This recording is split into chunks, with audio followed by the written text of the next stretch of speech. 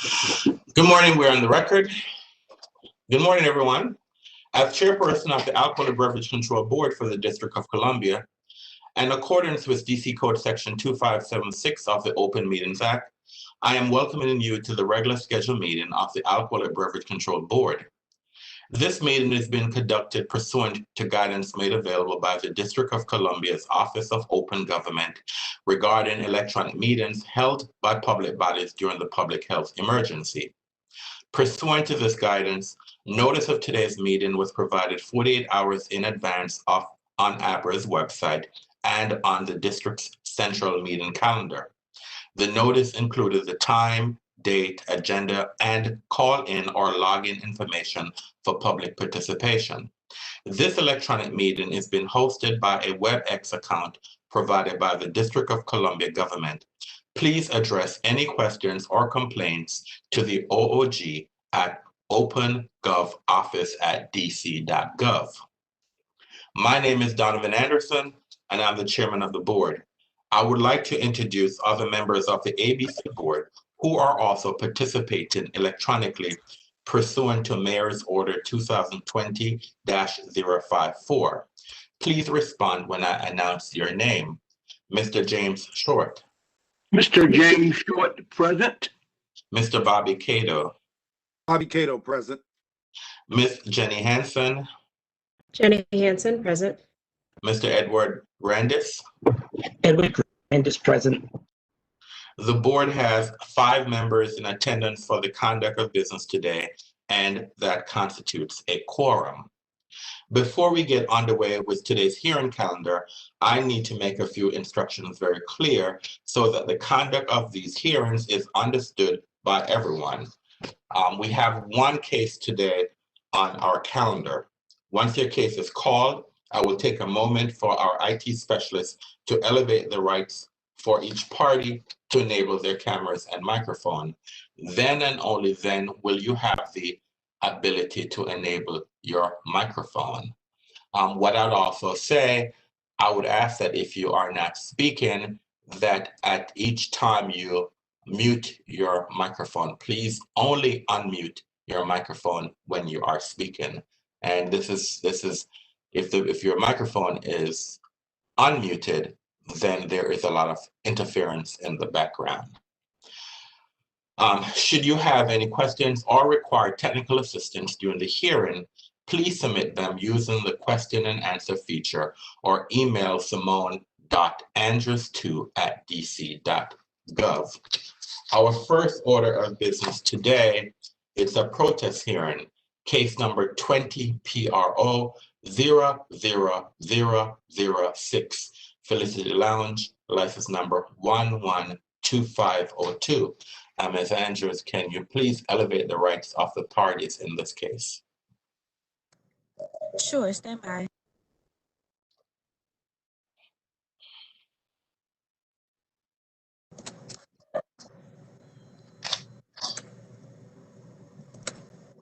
Investigator Mitchell, your rights have been elevated.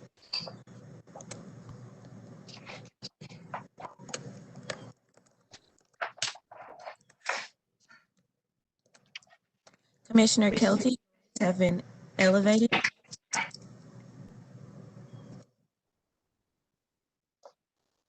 Miss Carey, your rights have been elevated.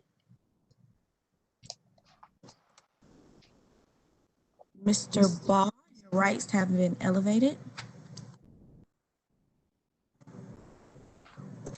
Mr. No, your rights have been elevated.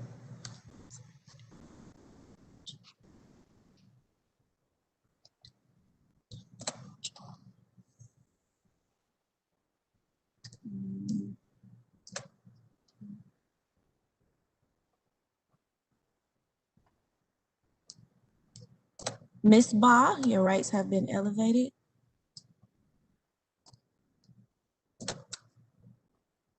Mr. Lund, your rights have been elevated.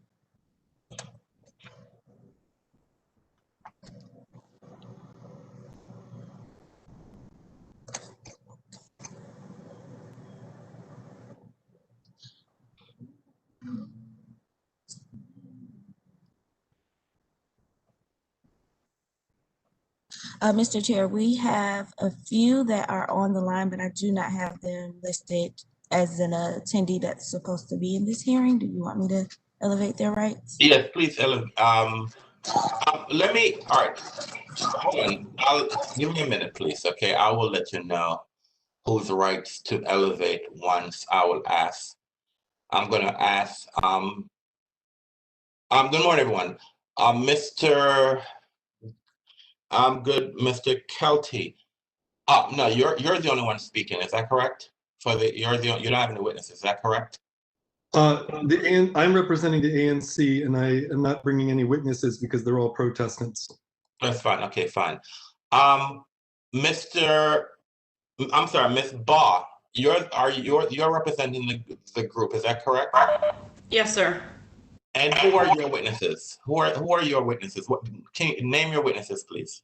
Mr. Jordan Baugh, who's sitting right here with me on the screen. Okay.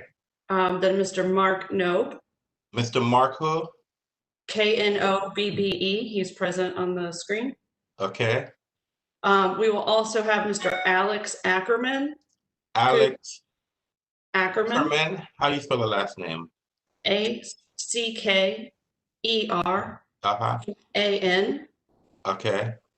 And he will have to join us in progress. He has a medical appointment that is right now. Okay. And then we do also have two additional members of our protest president, Andrew Lund and Crystal Johnson.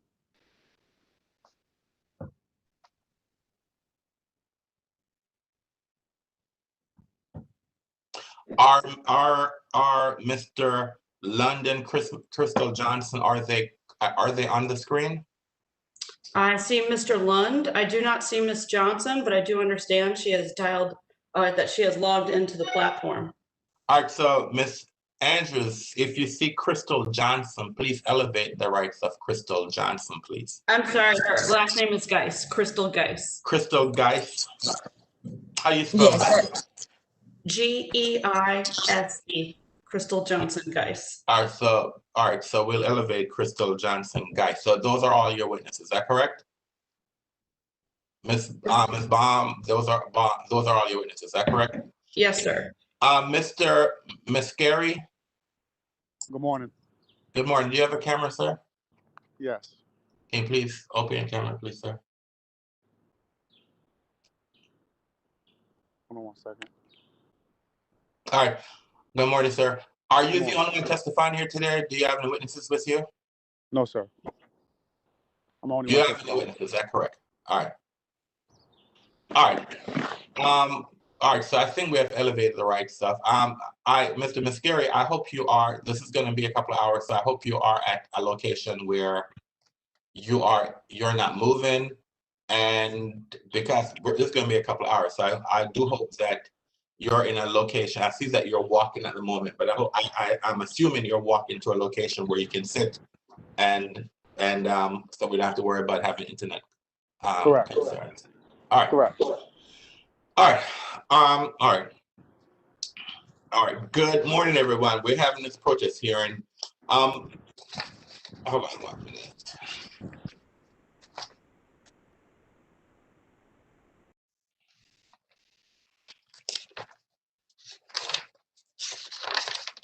All right. This is the way this will operate this morning. We will have myself as chair. I'll provide opening remarks to the parties. I would ask if there are any preliminary motions that either side wants to bring. Then the applicant will make an opening statement. The opening statement from the applicant is to let me know what is it that he is requesting from the board and what is it that he intends to prove today. Then once the applicant has provided their opening statement, then I will have the ANC provide an opening statement, and then I'll have the group provide an opening statement. Once the ANC and the group have provided their opening statement, then the board will call its first witness, which is our investigator. The investigator will testify. The board will ask questions of the investigator. Once the board has asked questions of the investigator, Mr. Muscari, you will have an opportunity to ask questions of the investigator based on his testimony. Once Mr. Muscari has asked questions of the investigator, then the ANC will have an opportunity to ask questions of the investigator. Once the ANC has had an opportunity to ask questions of the investigator, then you, Ms. Baugh, will have an opportunity to ask questions of the investigator. The board might ask follow-up questions of the investigator, and then the board will dismiss the investigator. Once the board has dismissed the investigator, then you, Mr. Muscari, then you will present your case. I will swear you in.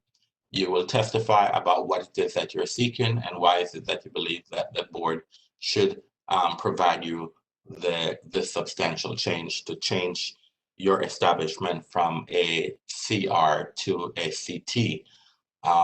Once you are done testifying, then Mr. Kelty, as the ANC representative, will have an opportunity to ask you questions.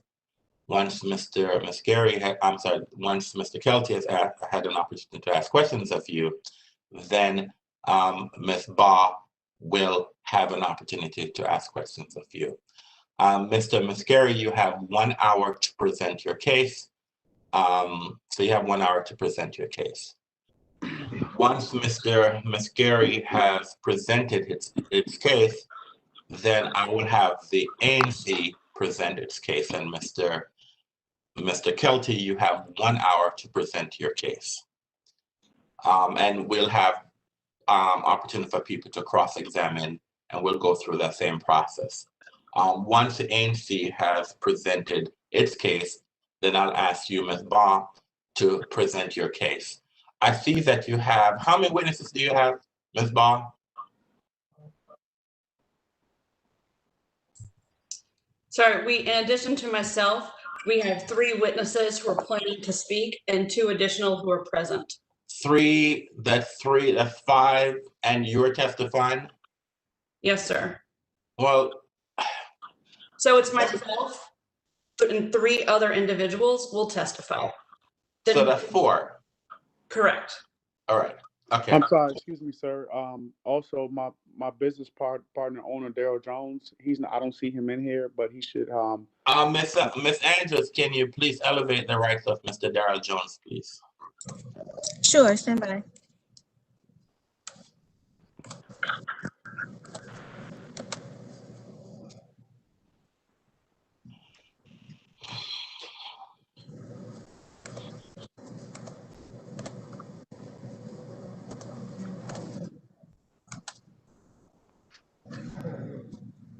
Mr. Jones, your rights have been elevated.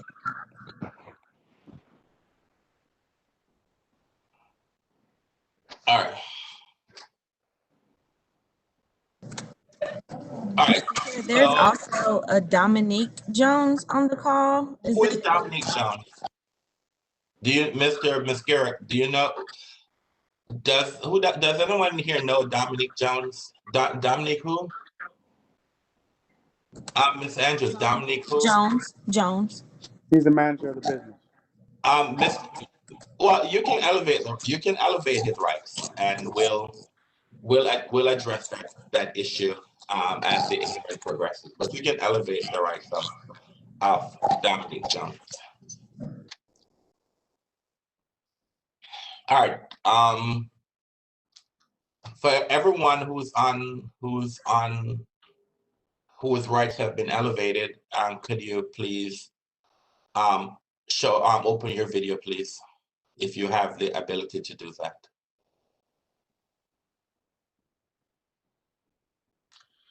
All right, so let me have the parties introduce themselves for the record. I need all the parties to introduce themselves for the record. I need you to state and spell your name and your role. And let me start with I'll start with the licensee, and what I want the licensee to do is to start to introduce himself for the record and let me know who will be, who is it here representing, who will be potential witnesses for the licensee. And so I want a licensee to state who the person is And then once the licensee has identified his potential witnesses, then I need those witnesses to identify themselves for the record by spelling and stating their name. So after the licensee has done that, then I'll have the ANC introduce himself for the record. And if he has any witnesses, then I need him to state who the witnesses are, and then the witnesses can identify themselves. And then we'll have the group will identify themselves for the record by spelling and stating their name. And then I also need them to identify their witnesses, and I need the witnesses then to identify themselves for the potential witnesses or potential witnesses to identify themselves for the record and spell and state their names. So let's start with you, Mr. Miscari. Can you identify yourself for the record by spelling and stating your name, please? Yes, my name is Jeffrey Miscari. Spelling is Jeffeary. Last name Miskiri, and I'm owner partner of Felicity Lounge, 707 8th Street, Northeast Washington, D.C. And who is with you here today, Mr. Miscari? Today, I also have Daryl Jones, who's co-owner of Felicity Lounge, and Dominique Jones, who's general manager of Felicity Lounge. And Mr. Jones, can you please open your camera and identify yourself for the record, please? Camera's open. My name is Daryl Jones. I can't hear you, sir. My camera's open. If you, I don't know if you can see me. If I need to open it and reclose. I can see you, although you're on. I saw you and you disappeared because you're on my screen twice. Okay. My name is Daryl Jones. I'm a co-owner of Felicity Lounge, 707 8th Street. The spelling of my name is Darryl. Last name Jones, Jones. All right. I was seeing you before, but I'm not seeing you anymore, so you can work on that issue. Ms. Dominique Jones, can you identify yourself for the record by please? If you have a camera, please open your camera. Dominique Jones. I apologize, sir. You see, that's one of the reasons why I ask people to let me see them, because I said Miss Dominique Jones and it's a Mr. So that's one of the reasons why I ask you, please, if you have a camera, please open your camera so I know who I'm talking to. So Mr. Dominique Jones, can you please identify yourself for the record, please? Yes, Dominique Jones, spelling DOMINIQUE, and I'm a manager at Felicity Lounge. And you don't have do you have a camera, sir? Because I can't see you. Do you have a camera? If you don't have one, that's fine. If you have one, I'll ask that you open it so at least I can see who it is that I'm speaking to. I think my camera is on, but I don't know why it's not showing. All right, that's fine. Well, you can work on that issue if you're able to solve it. If you're not able to solve it, that's fine. All right, let's go to you, Mr. Kelty. Good morning. This is Joel Kelty. I'm representing ANC 6C. The spelling of my name is Joel. Last name Kelty. I have no witnesses as the group that's here are going to direct. All right, thank you, Mr. Kelty. Ms. Bob, can you please identify yourself for the record, please? Yes, sir. My name is Angele Baugh, ANGELLEBAUGH,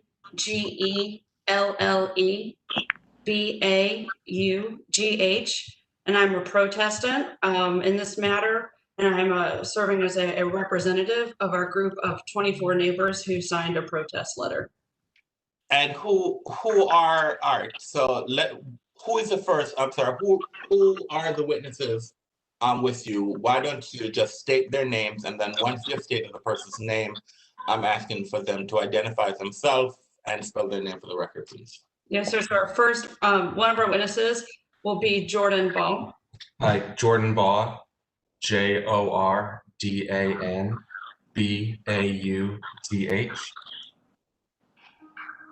Who else do I have? Another witness will be Mr. Mark Knob. I can't hear you, sir. Yep. Good morning, everyone.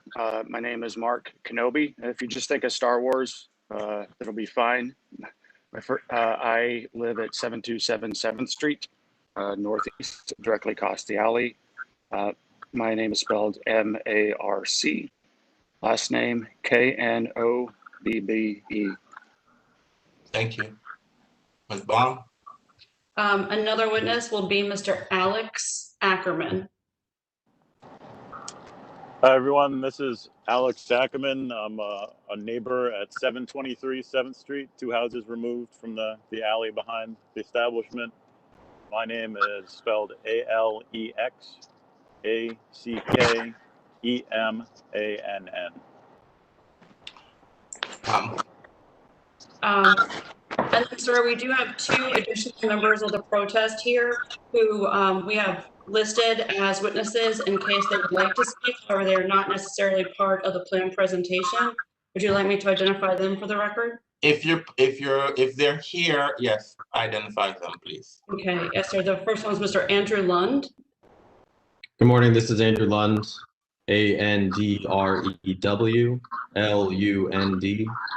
I live at 722 8th Street Northeast, so one of the homes that abuts the alley, and I'm a signatory to the protest.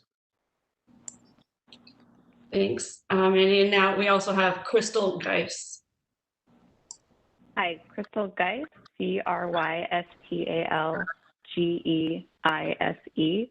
I am also in the neighborhood and one of the protestants. My address is 718 7th Street Northeast. And that is the entirety of our group that's here.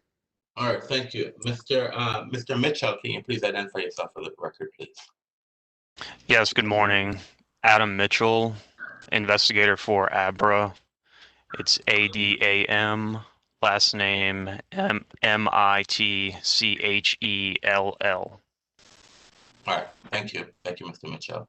All right, are there any preliminary issues that you need to bring to my attention, Mr. Mosquera? No, sir. No preliminary issues other than the main focus for Felicity Lounge is to be a great establishment and business, not only for our customers to the neighborhood, but to maximize our potential.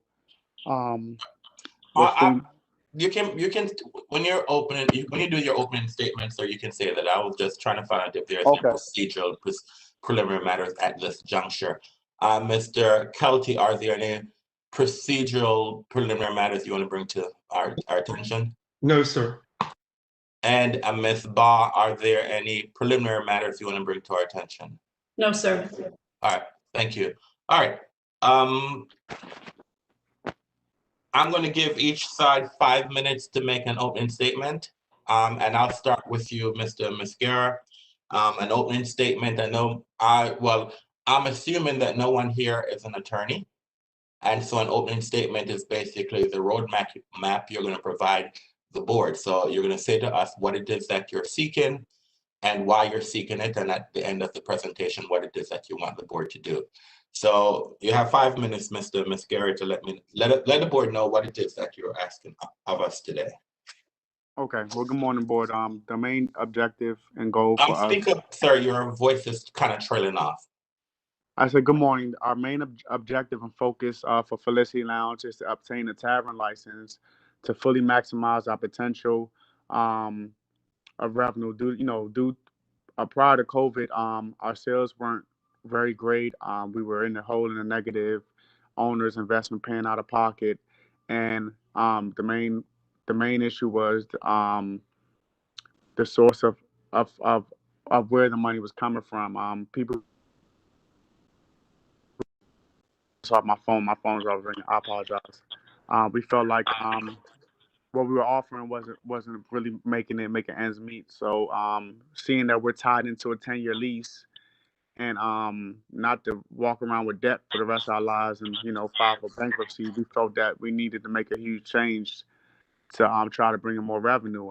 We continue to offer the same product with the food that we currently offer, but we wanted to have entertainment. When we say entertainment, we mean controllable entertainment, where we can pair food and drinks with live entertainment. We feel like that's the only way for us to survive. And now with COVID, with all these rules and restrictions, we definitely believe that it's even more of a must. And just for our business to make it. Like I said, we're in prime real estate. It's not cheap. We don't own the building. We're leasing it out. So we're responsible to pay that rent for the next 10 years. And if the landlord was to evict us, we'd still be responsible for, because we guarantee that lease. So there's bars and nightclubs up and down 8th Street from east to west. And we feel that we just want our fair chance to, try to make the best revenue that we can provide. Since day one, we always had security. The noise complaint, we didn't believe it was valid from the neighborhood because we have an alley and we have a barren door, we have double doors. So, like I said, we welcome the neighborhood more than once to come in and do it, to test out the sound and see if we can come to common ground. But we feel as though what they're offering is just basically trying to make us control our business, and it won't work for us. And Mr. Anderson, if I can add, I'm sorry. Hold on. No, who's that? Gerald Jones. I'm the other owner. Hold on, Mr. Jones. We have to have some type of order to this. My apologies. The opening statement is just there has to be one lead person speak. So you're just telling me what the case is. So I mean, you can, if you have something else to say when you present your case, then you can present your case and speak. But as an opening statement, I'm not going to allow two people to give the opening statement. So later on in the presentation of the case, then you can speak whatever you need to speak, Mr. Jones, as a co-owner of the establishment. Is that fine? Mr. Jones? Mr. Jones?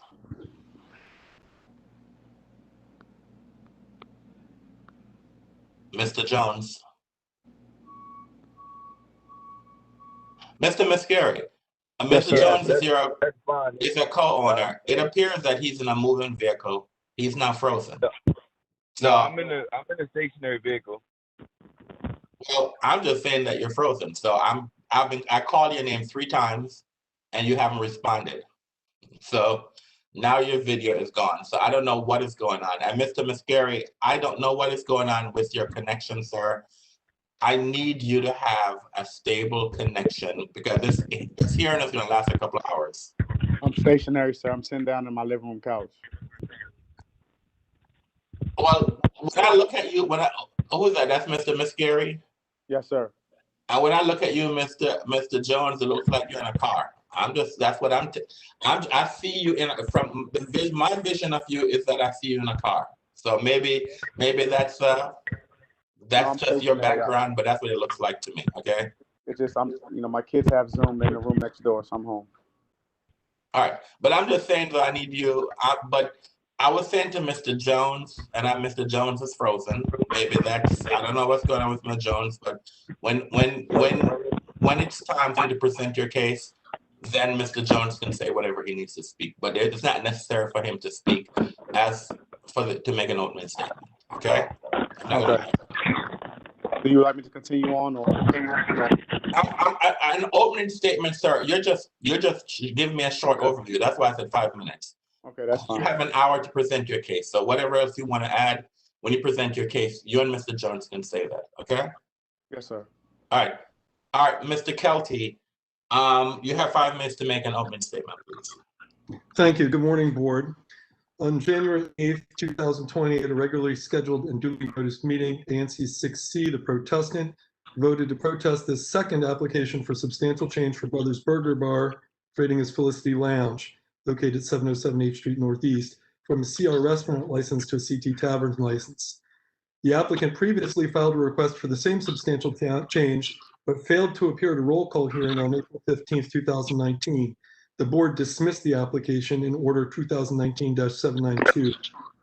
Our protest of the substantial change is based on the effect of the establishment on property values, the effect of the establishment on peace, order, and quiet, including noise and litter, and the effect of the establishment upon residential parking needs and vehicular and pedestrian safety. Since Felicity Lounge opened 2 years ago, there have been numerous constituent complaints about the establishment. In addition to the ANC, a group of approximately 25 neighbors is organized to oppose the substantial change. The applicant's illegal operation of the nightclub in close proximity to residences has created an adverse impact for nearby residences. A change in license classification from CR to CT will further exacerbate the problem by emboldening the applicant to continue its illegal nightclub operation to the detriment of the surrounding community. Despite the protestants' efforts at mediation and collaboration, the applicant has been unresponsive to the ANC's attempts to negotiate a settlement agreement, has proposed no changes to its business operations nor to its facility to address neighbor concerns, and has failed to undertake any measures to mitigate its adverse impacts on the community. The ANC asks that the board deny the request for substantial change and impose additional restrictions on the applicant to reduce adverse impacts of its operations on the surrounding community. If the board elects to grant the substantial change, the protestant requests the board impose additional conditions to mitigate the applicant's adverse impacts on its neighbors. Thank you. Thank you, Mr. Kelty. Ms. Ball? Mr. Chairman, a quick question. Would I be able to have rights to share my screen during the opening to show a clip? But that's not, we don't normally do that during an opening, but if you need that, we can, but if we normally okay. are. I mean, normally we don't do that, but if you want to do that, we can. We can dispense with it and we'll use that during the presentation. Okay, that's fine. Okay. So thank you, Mr. Chairman and commissioners, for the opportunity to speak on behalf of myself and the group of 24 of my neighbors who have joined this protest. We reside and own property on the blocks closest to Felicity Lounge, primarily on the 700 block of 7th Street Northeast and the 700 block of 8th Street Northeast. And we are protesting Felicity Lounge's request for a substantial change from a restaurant to a tavern. The heart of our protest is the adverse effects that we, the 24 people who signed on to this protest, have experienced on the peace, order, and quiet of our residential blocks as a result of Felicity Lounge. The board first issued a license to Felicity Lounge in July 2019. However, the board, in its wisdom, issued this restaurant license while acknowledging, and I quote, "The board is not convinced that the applicant is prepared to adequately address the burdens on the community related to late night drinking and entertainment." We are here today to tell you that you were right. The board was absolutely right to be concerned. The concerns that you had have played out exactly as you envisioned in that July 2019 order. There have been significant impacts to the peace, order, and quiet of our community due to late night drinking and entertainment at Felicity Lounge. Our protest will clearly show that the late night drinking and entertainment, not selling food, has been the primary business that Felicity Lounge is in. And it's been a very real burden to the community that lives in this area. In that same order, as a conclusion of law, you, the board, wrote that, quote, "A well-run restaurant that focuses on food service is not a burden on the community. Nevertheless, a large portion of the applicant's business plan focuses on providing entertainment and operating as a lounge." We agree. Indeed, there are a number of restaurants in the immediate vicinity of our homes, including Po' Boy Jim, which is owned by Mr. Masciri, who is here today. And there are several other restaurants, Taqueria Fresca, Rice Bar, Farmbird, Fancy Radish, just to name a few that are right here at this intersection, that we think have not been a burden and in fact have been very positive for our community.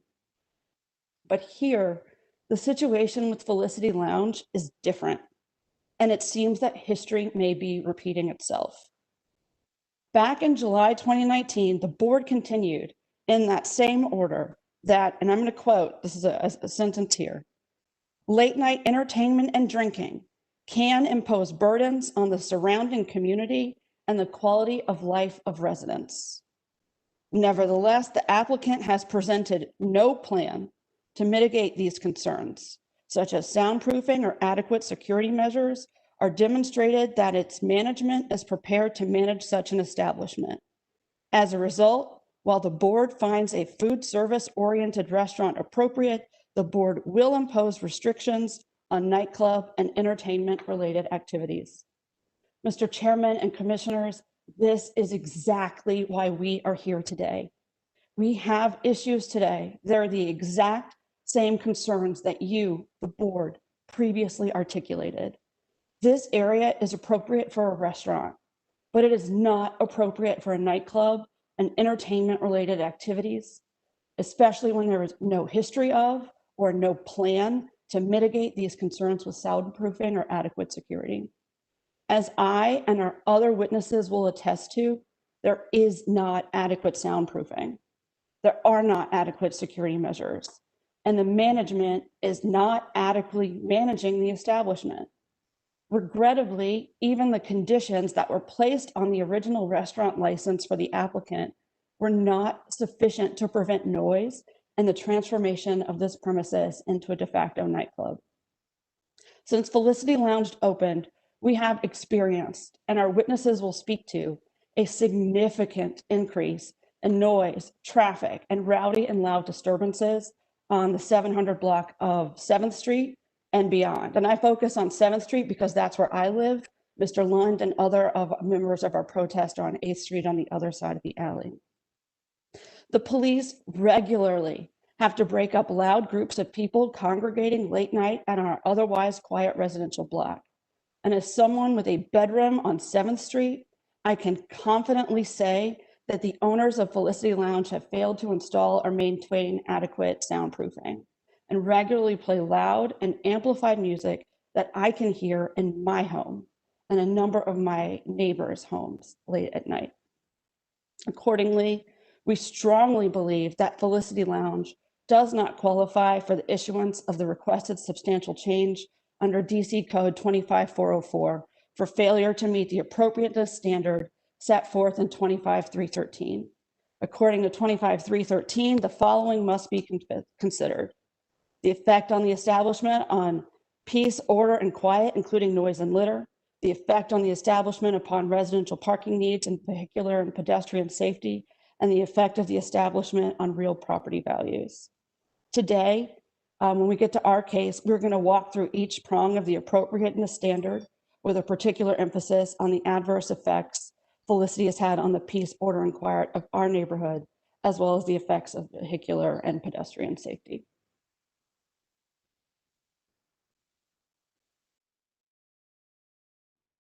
Thank you, Ms. Ball.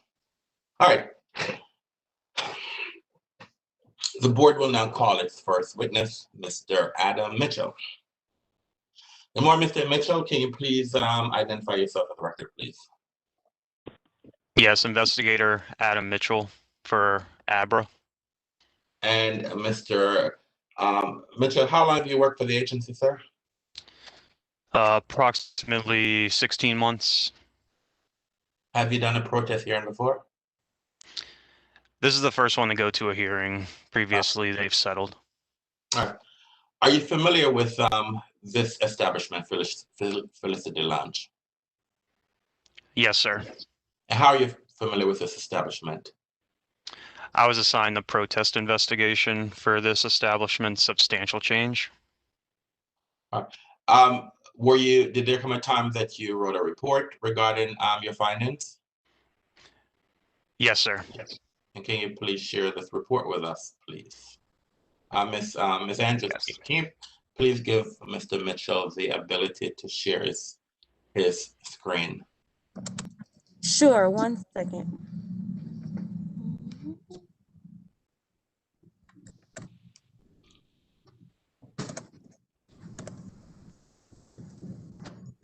Okay, Mr. Mitchell, your rights have been elevated. Okay, thank you.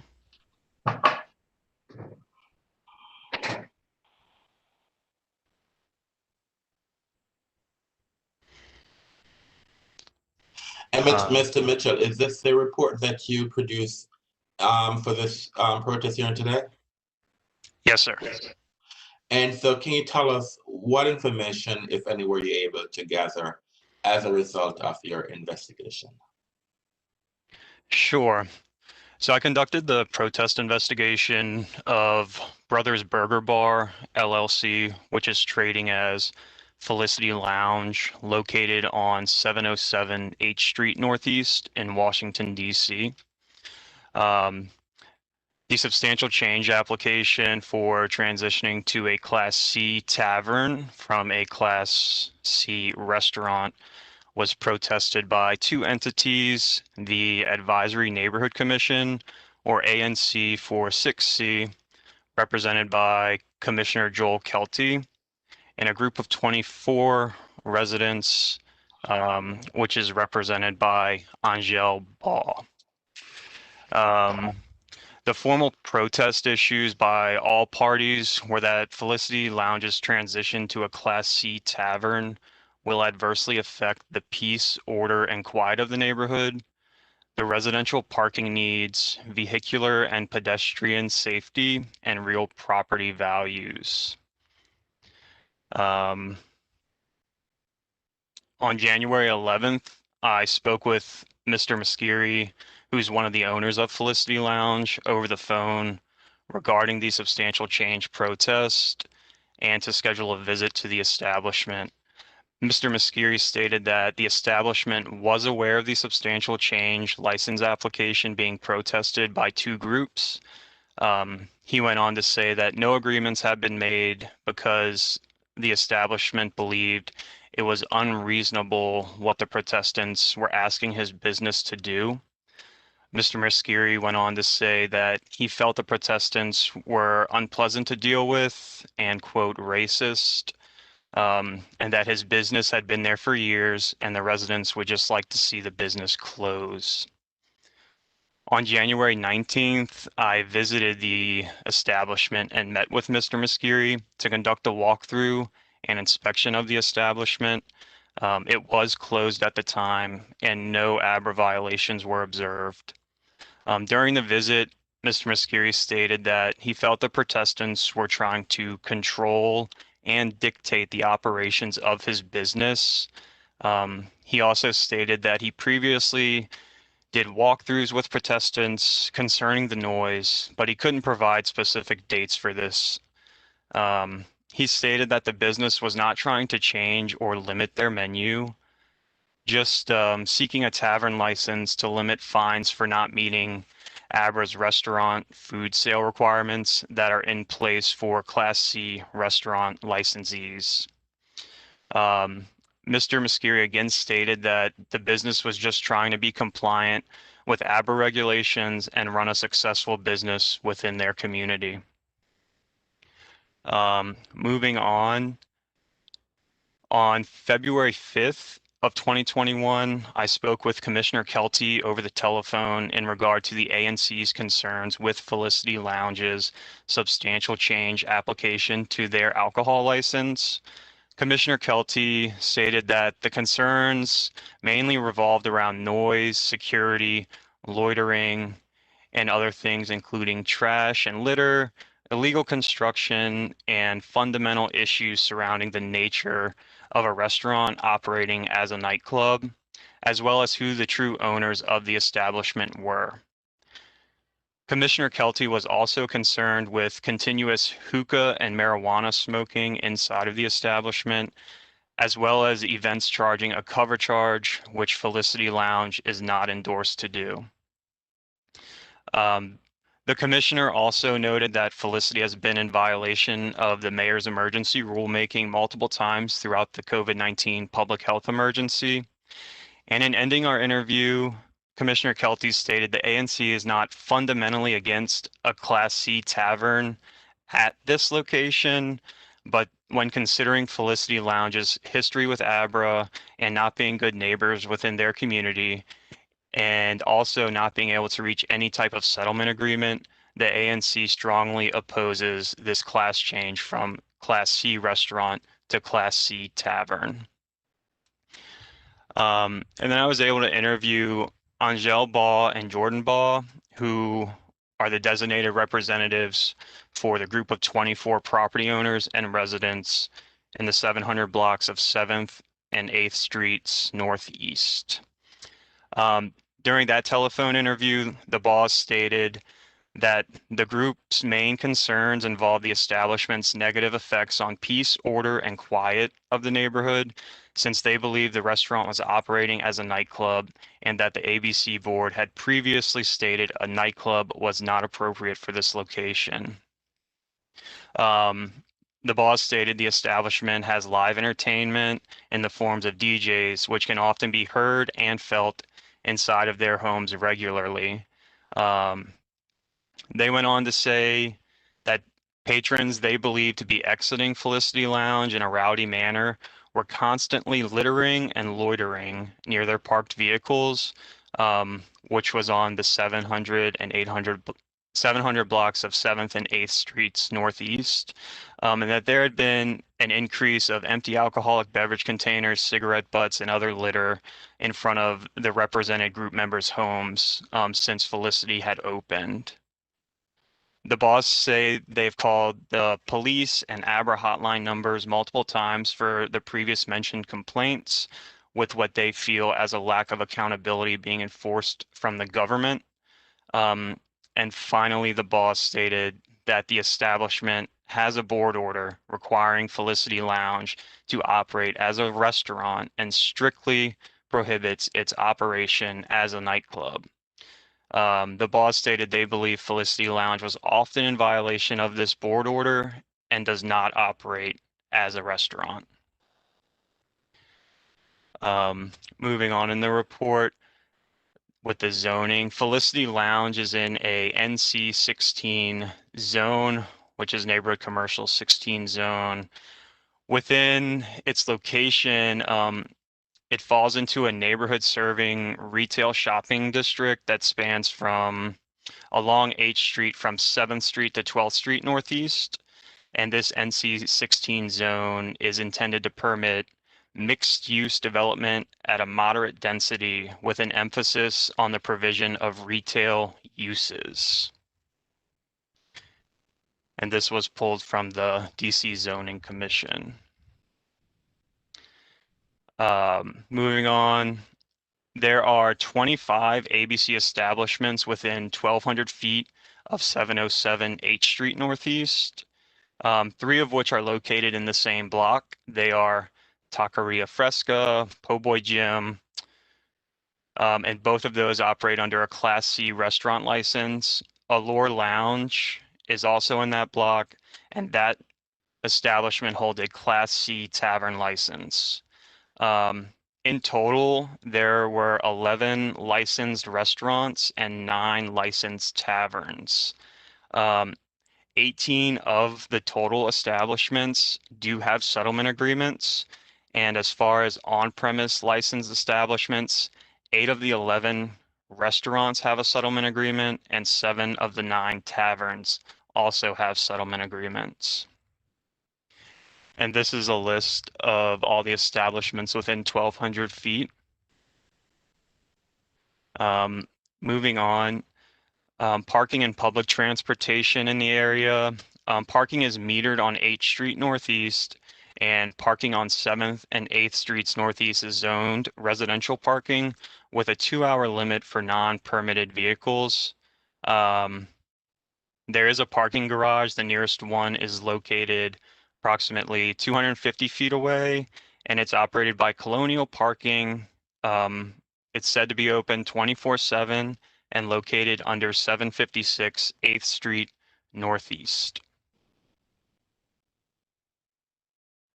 There were no recreation centers or public libraries within 400 feet of this establishment. However, the Ludlow Taylor Elementary School and Ludlow Taylor Daycare are located approximately 380 feet away from Felicity Lounge, with an address of 659 G Street Northeast. Loving Daycare Nursery is approximately 260 feet away from Felicity Lounge, and it's located at 616 H Street Northeast. Moving on. So the establishment is located in the 8th Street corridor of the northeast quadrant of Washington, D.C. It's located toward the western end of the 700 block of 8th Street Northeast, with the closest intersection being H and 7th Streets Northeast. To the east, the closest intersection would be H and 8th Streets Northeast. And there is a public alley directly behind the establishment. In the area immediately surrounding Felicity Lounge, it is predominantly commercial with numerous ABC licensed and non-licensed retail establishments on 8th Street Northeast and residential properties making up a majority of the surrounding side streets. The building that houses Felicity Lounge is made of glass and brick. Felicity operates on the ground floor and is the only occupant of the 3-story building right now. So Felicity Lounge has an open rectangular shape with space for seating in the front. The rear portion of the first floor has a full bar top with seating along the east wall. There's a raised platform in the front, right by the front window, and a DJ booth on the western wall. The first floor also has 2 unisex single bathrooms, and the kitchen area of the establishment is located in the rear, along with a couple storage areas and a rear exit.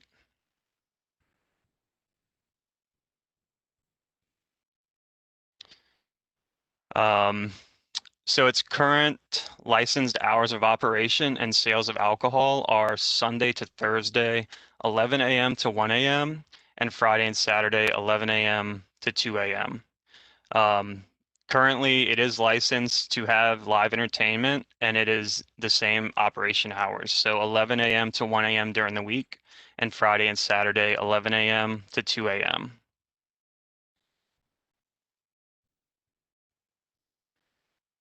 So ABRA investigators did monitor Felicity Lounge on 22 occasions from March 2020 through February 2021.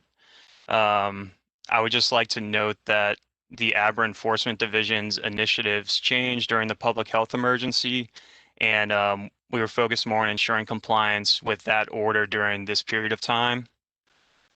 Of the 22 times the establishment was monitored, 5 resulted in ABRA violations. All of these were pertaining to the mayor's order violations, and those, you can see them at the end of this report in the investigative history. 1 was on a Thursday, March 19th. 2 were on Saturdays, August 8th and September 9th, 2020. And 2 were on Fridays, September 18th and September 25th, 2020.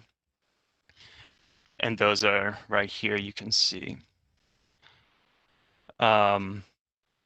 So according to the information provided from the district's Office of Unified Communications, there were a total of 19 calls for service for the address 707 8th Street Northeast between March of 2019 and January 2021.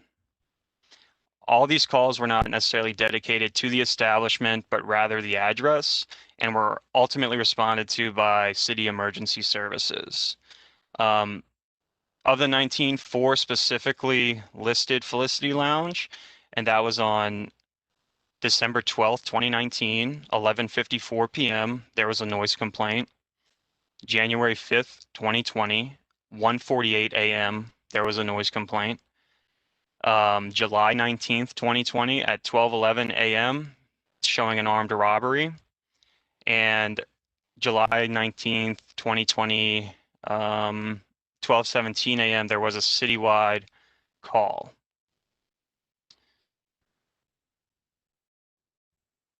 Moving on to ABRA noise complaints.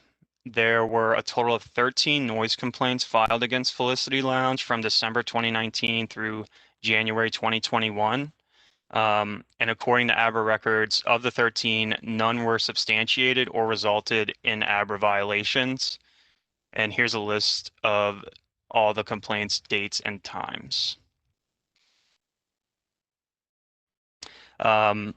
Felicity Lounge does not currently have a settlement agreement or security plan on file with ABRA. They do have 2 current board orders, Board Order 2019-527, which orders operating limits on the establishment, and Board Order 2020-323, which accepted an offer in compromise for a previous violation.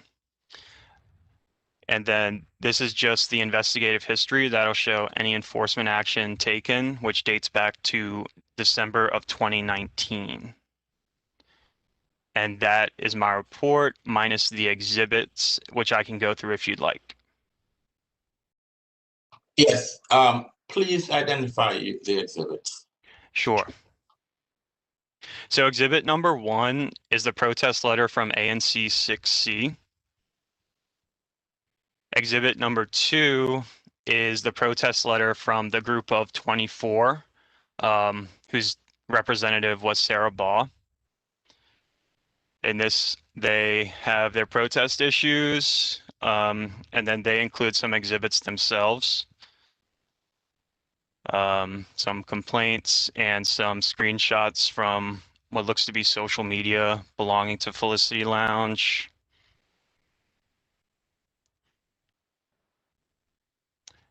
And then exhibit number 3 is a protest letter from a group of 10, which ultimately merged to form the group of 24, from Dr. Mark Nabi, and I'm sorry if I pronounced that wrong, sir.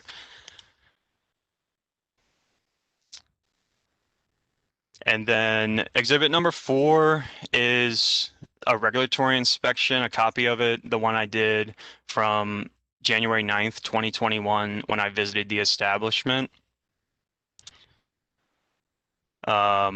Exhibit number 5 is a copy of the certificate of occupancy, which was provided by Mr. Masciri to me. Exhibit number 6 is Felicity Lounge's menu.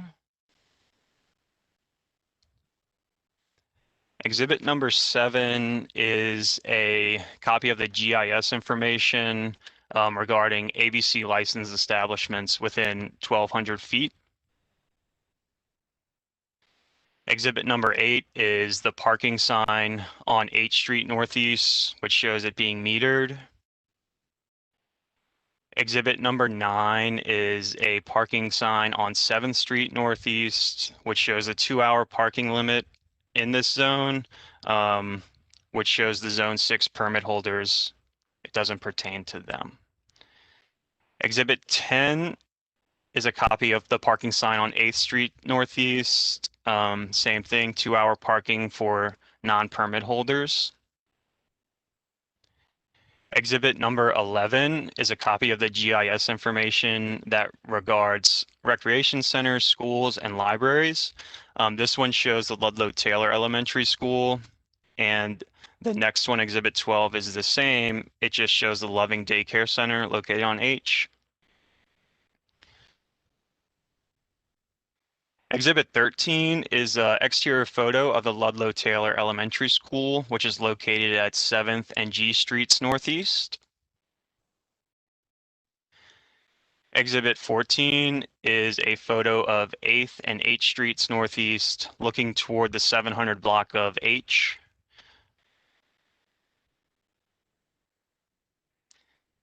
Exhibit 15 is the 700 block of 8th Street Northeast. Exhibit number 16 is a photo of the alley that is in the rear of the establishment. This was taken from 8th Street Northeast, looking towards 7th Street Northeast. Exhibit 17 is another photo of the alley, kind of in the middle of the block, still looking towards 7th Street Northeast. Exhibit 18 is a photo from the rear alley, and it is of Felicity's rear door.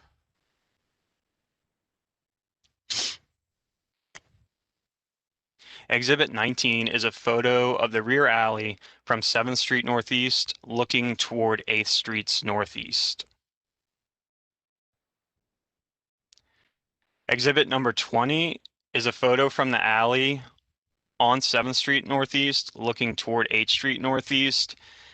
And this summer garden or sidewalk cafe belongs to the Taqueria Fresca, which was mentioned earlier. Exhibit 21 is also from the rear alley on 7th Street, and it is looking towards the 700 block of 7th Street Northeast. Exhibit number 22 is a photo of 7th and 8th H Streets Northeast, looking towards the 700 block of H Street Northeast. Exhibit number 23 through 25 are all photos of Felicity Lounge from the front. So this is one of their front main entrance. 24 is another one, kind of just looking down the block of H Street Northeast from directly in front of the establishment. And the same with 25, looking back towards the intersection of 7th and H Streets Northeast. Exhibit 26, this is an interior photo of Felicity Lounge, and this is from the main entrance in the front, right when you walk in. Exhibit number 27 is another interior photo, and this is of the front main window and a raised platform right here. Exhibit 28 is the interior front seating area, which would be all this right here. Exhibit number 29 shows the DJ booth, which is right here along this wall. Exhibit 30 shows the speakers in the front seating area. And there's two speakers, one hanging right here and another one right there. Exhibit 31 shows the bar area and bar seating where bar seating would be of the establishment. Exhibit number 32. This one shows a speaker at the rear of the bar. It's up here right by the camera. Exhibit number 33 shows the restroom hallway. So there's two unisex bathrooms in the establishment. These are their doors. Exhibit 34 is the interior of one restroom, and 35 would be the other restroom. Exhibit 36 is just a storage area inside the establishment. Exhibit 37 is another storage area inside of the establishment. Exhibit number 38 is the walkway into the back kitchen area. Exhibit 39 is another one, shows the kitchen area to the left and then the rear exit door in the center. Exhibit 40 is of the kitchen area.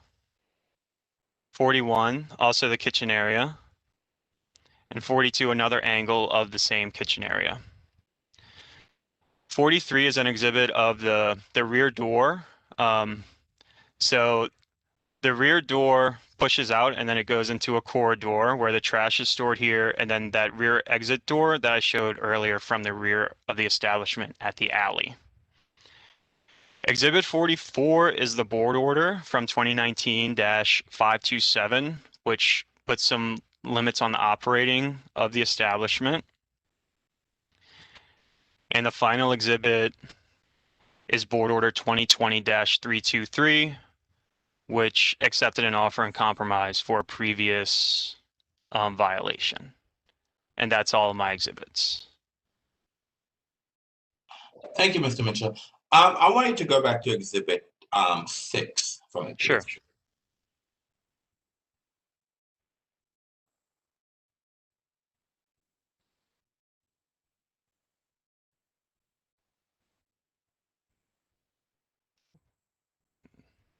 Exhibit 6. Where did you get exhibit 6 from? This is a menu for the establishment. It was on the bar top whenever I visited the establishment on January 9th and did the regulatory inspection. So was there another menu, or was this the only, to the best of your knowledge, was this the only menu that the establishment had? To my knowledge, this was the only menu. When I requested it from Mr. Masciri during the visit, this is what he provided me. All right. When you went to visit, I know that you provided exhibit 40 and 41. Let's go to 40 and 41. Sure.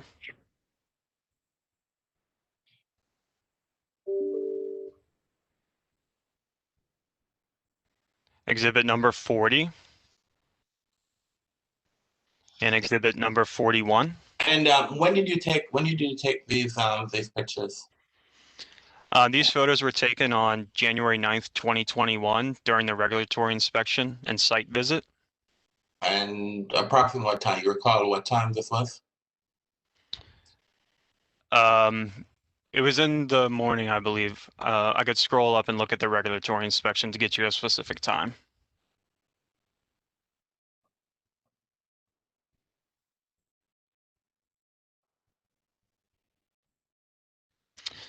Approximately 11:45 till 12 noon. Was the restaurant open? I know that. So this was through the emergency, but was the restaurant open during that period of time? No, sir, they were not. Okay. All right. All right. Thank you. You can close the screen, please. I'm trying to see if I have any other issues. Any other questions? Oh, I'm sorry.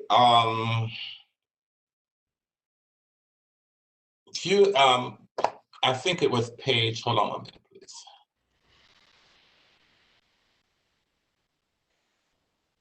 Let me see what I want to go back to an exhibit.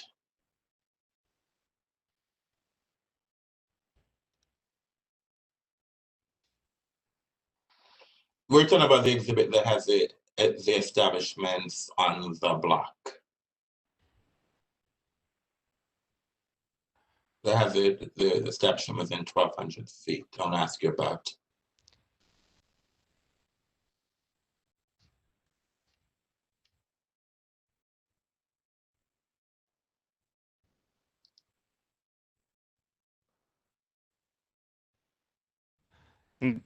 Yes, these are the establishments located within 1,200 feet.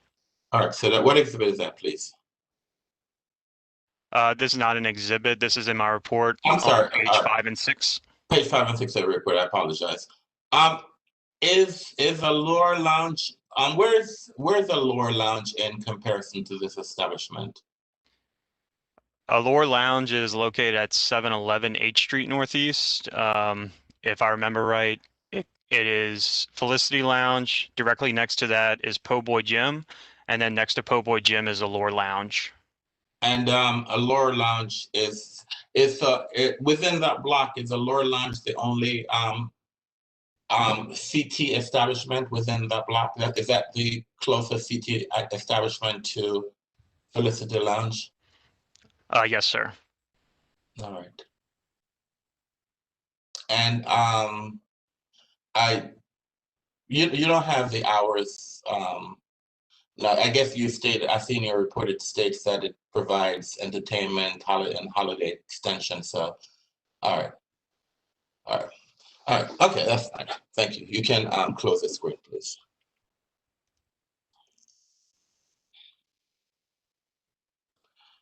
Do any of the board members have any questions of the investigator?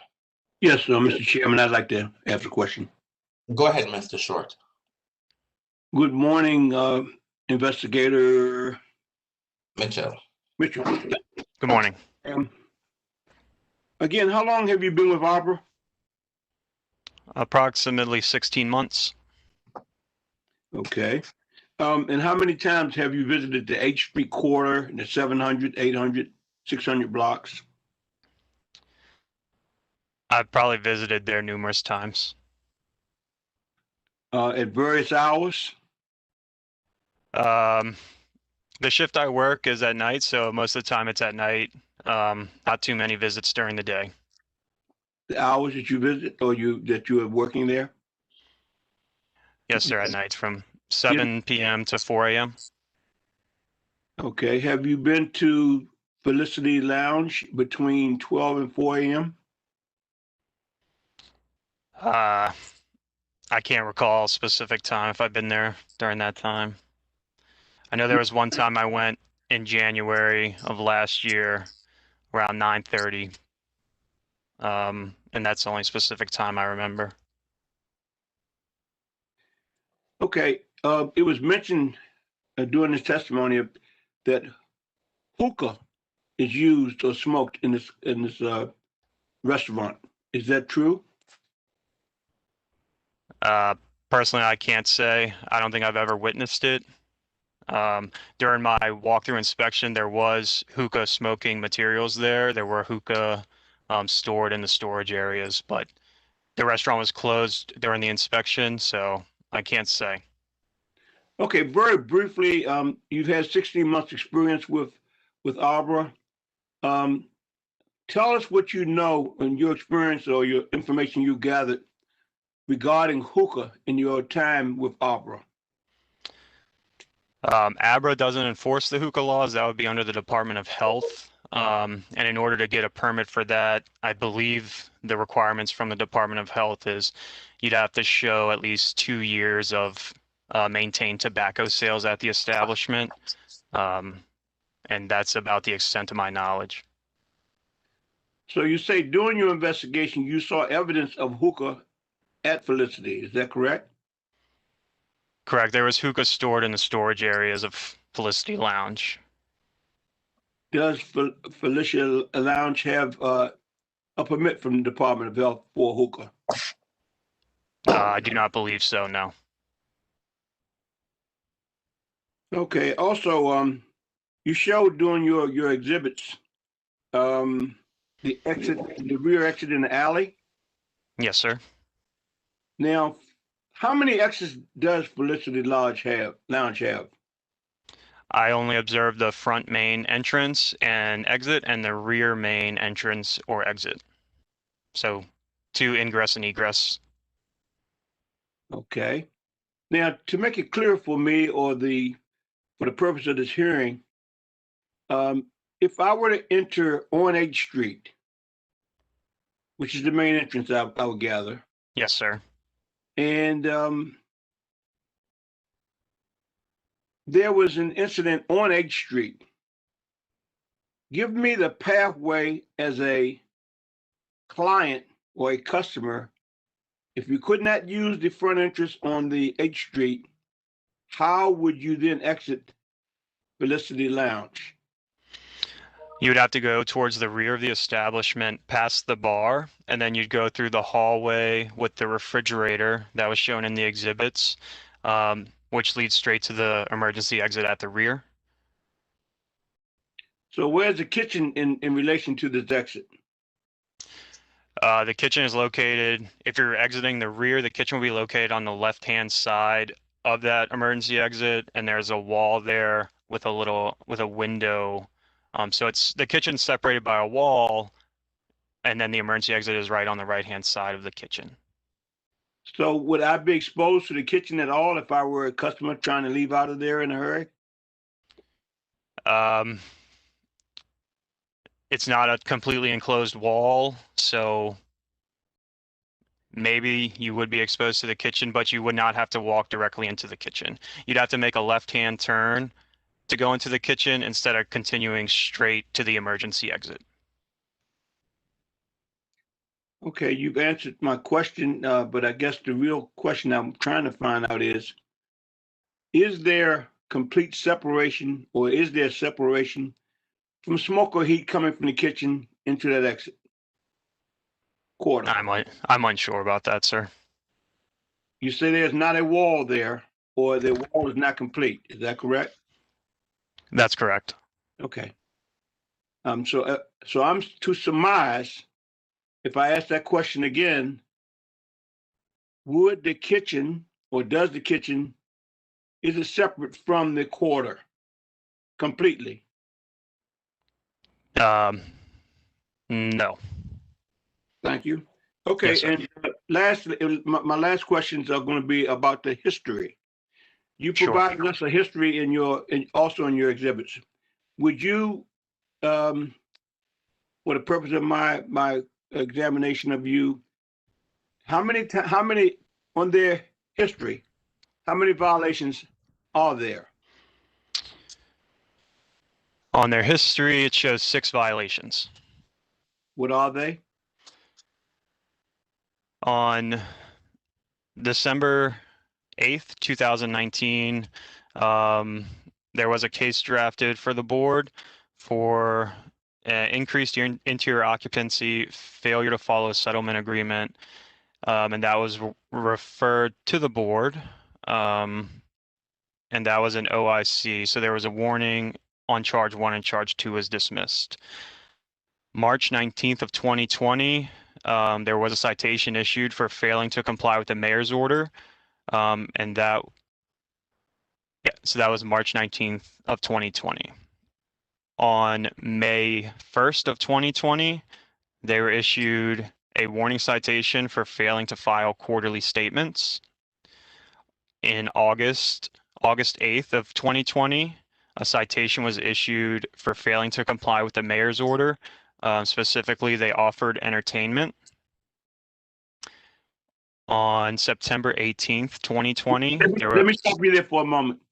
Does Okay. Felicity Lounge have an endorsement for entertainment? Yes, sir. Okay, so what was the citation about? During the mayor's emergency order, live entertainment cannot be offered at establishments, even if they have an endorsement. Okay, continue. September 18th, 2020, a citation was issued for failing to comply with the mayor's order. And this was for not adequate social distancing. Patrons were not wearing masks. Patrons were standing at a staffed bar while consuming alcoholic beverages, and the occupancy was greater than 50%. And then September 25th, 2020, case was drafted for failing to comply with the mayor's order, and that was for not social distancing, having music above a conversational level, and they offered entertainment and patrons were not wearing masks, and they were standing up and consuming alcoholic beverages. Okay, so I do thank you for your examination information. I do thank you for your report. And again, thank you for your contributes that you bring to your job. Thank you. That's all Yes, I have. sir. That's Thank all I you. have, Mr. Chair. Thank you, Mr. Short. Any other questions by any of the board members? All right. Seeing none, Mr. Kelty, do you have any questions of the investigator? I do. Mr. Mitchell, you provided some photos of the interior of the establishment in exhibits, I believe it's 26 and Hold on a 28. minute, Mr. Kelty. Could Mr. or Mrs. Ackerman, can you put your phone and can you mute your line, please? Go ahead, Mr. Kelty. Sure. So you provide some photos of the interior of the establishment. They're a little hard to see in the reproductions. Would you characterize the dining area as having tables and seats for dining, or would you say it's more of a dance floor? I couldn't gather that from the visit. As you can see, all the tables and chairs are lined up against the western and eastern walls, so no tables were set up. They were closed at this time, and they said that they had been closed for a few weeks. So I couldn't tell you their layout or what they did, because the tables were not set up at this time. Okay, thank you. Exhibit 5 was a certificate of occupancy. Was that posted on the wall? It looks to me like it was a screenshot. That was not posted on the wall. That was emailed to me by Mr. Musciri. They were in the process of trying to get a new copy whenever I did visit the establishment on January 9th. So they didn't have a C of O there. Okay, just so you know, that C of O was revoked. That's not the correct C of O. I'll get into that during my testimony. 43, exhibit 43 was a picture of what you described as an emergency exit at the rear. Did you actually open that door and look through that door to the alley? I don't recall if I did or not during that visit. I'll get into this later, but that actually exits into a trash room and is not a legal means of egress. The last thing is, can you pull up the picture of the menu again? In your exhibit? Sure, one if I can moment. get the exhibit number here for you. You said you didn't see any hookah smoking. You saw hookah materials. But what does it say on the left-hand panel, a little more than halfway down, under happy hour? Can you just read for me what it says there? Sure, it says in red ink, hookah, and then under that in black ink, it says hookah, and then another one, hookah head replacement. Happy Thank hour you. hookah, happy hour head That's replacement. sufficient. Thank you. That's all I have. I appreciate it. Mm-hmm.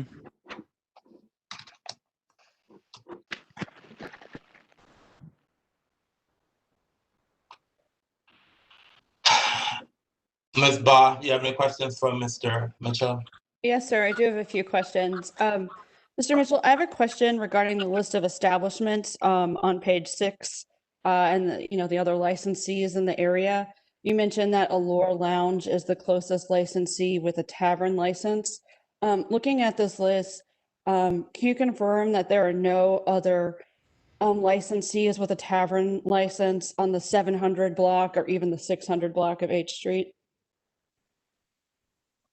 That's correct. Thank you.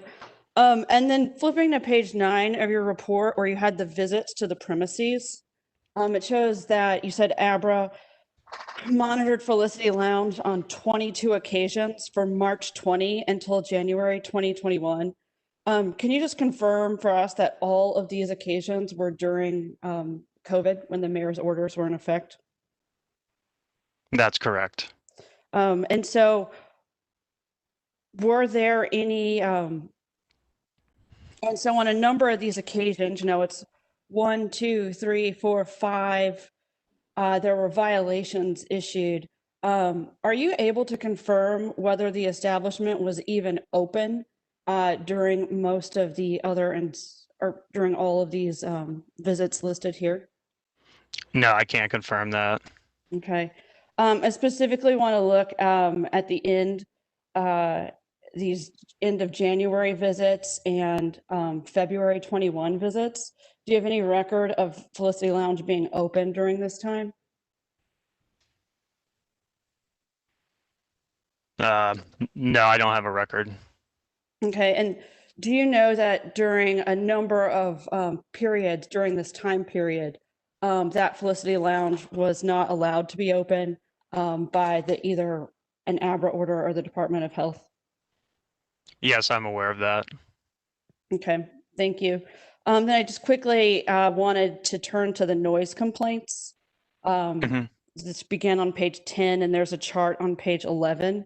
Yes. It says that these were noise complaints between December 2019 and January 2021. It looks like all but 3 months of this were during COVID. Is that correct?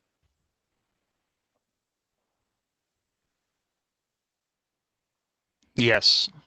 And so that looks to me if you look at the chart, every single one of these complaints is actually during a 3-month period, which is the 3-month period that you looked at when the establishment was actually open from before COVID. Is that right? Yes, that appears correct. Okay. And so this is really, if you're looking at when the establishment was operating normally, this chart is really just a snapshot of noise complaints in a 3-month period. Correct. Okay. Thank you. You're welcome. No other questions? All right. Any follow-up questions by the board members? All right. Mr. Mitchell, thank you very much for your testimony.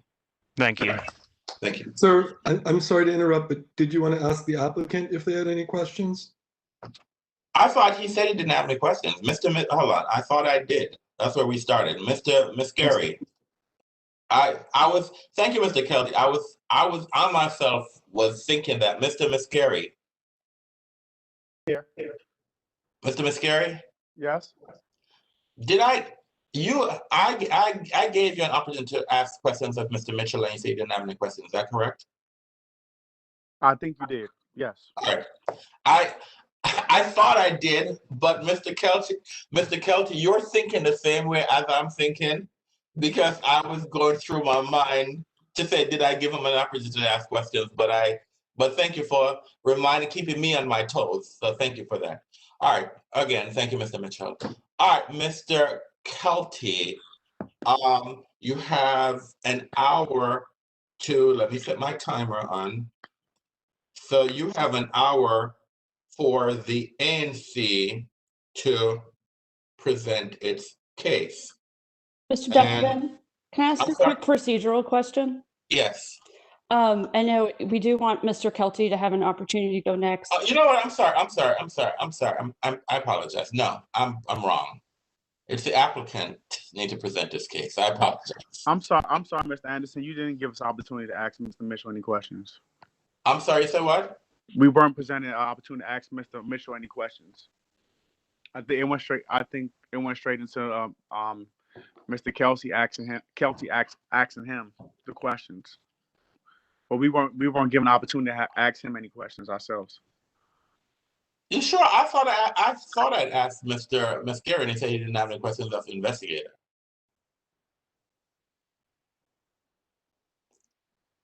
We can just move on with our hour. That's fine.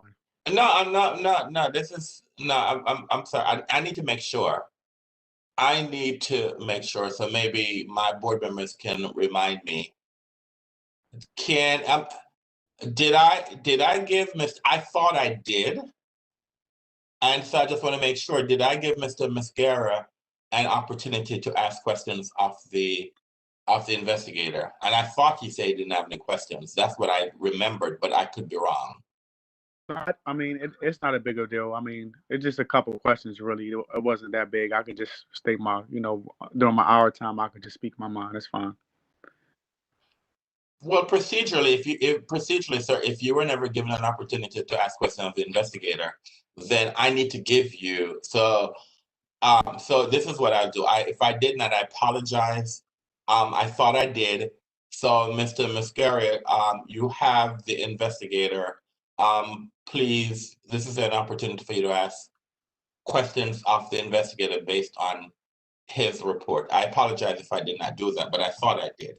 So this is not going to take from your time. This is just an opportunity for you to ask questions of the investigator. So I apologize. So go ahead, Mr. Mascara. No, it's fine. We'll move on to the next section, unless Mr. Jones has anything to say. No, I'm sorry. No, I'm saying, are you? I need the record to be clear. All right. Are you electing not to ask questions of the investigator? Since if I skipped him, I apologize. So that's why I'm giving you an opportunity now to ask questions of the investigator based on his report. So do you have questions to ask the investigator, or do you not have questions to ask the investigator? No questions. All right, thank you for that. Again, I apologize. I'm trying to, while I do this, I'm keeping notes, so I do apologize if I unintentionally miss someone, and I will ask that if moving forward, if I unintentionally skip someone in asking questions, the person that I skip, can you please let me know, okay? Because I don't have a problem. And thank you, Mr. Kelty. I myself was thinking, did I offer an opportunity? And so it was going through my mind when you raised the question. So I do appreciate that. All right. Okay. So now, all right. So it's now since the board has now presented its portion of the case, it is now the applicant to present its question, its case. And so, Mr. Mascara, are you presenting? And Mr. Chairman, can I ask a procedural question? Yes, I'm sorry. before you Yes, go ahead, Ms. Baum. Yes.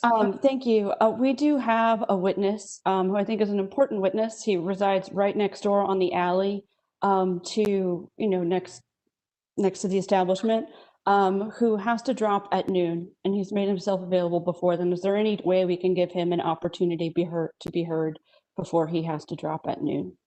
That is Mr. Mascara's call, ma'am. I can't, procedurally, it's the applicant's opportunity to present his case. So if the applicant agrees that he will allow you to go out of order, that is a call from the applicant. I cannot tell the applicant that he needs to postpone his case and wait until you present a witness out of order, because you would not be able to present your case until Mr. Kelty presented his case. After Mr. Mascara presented his case, Mr. Kelty presented his case, and you present your case. So is it that will the witness, I mean, all of this is remote, and I mean, is it possible that the witness will be available at 12:30 or 1 o'clock to testify? Because I believe, looking at it's 11:36, I mean, we're thinking about it's going to be another hour or so before your witness will be able to testify. Mr. Kenobi, I would have to ask you about your availability. Mr. Anderson, we're fine if they want to present and let Mr. Kenobi speak his part. We want everybody to be able to voice their opinion, and so hopefully we can get to a better outcome of everything. All right, that's fine. Thank you, Mr. Jones. All right, where's Mr. Kenobi? Mr. Kenobi, do you have a camera to turn on, sir? So we're going out of order. So we'll just take this one witness out of order. So Mr. Kenobi, do you have a camera?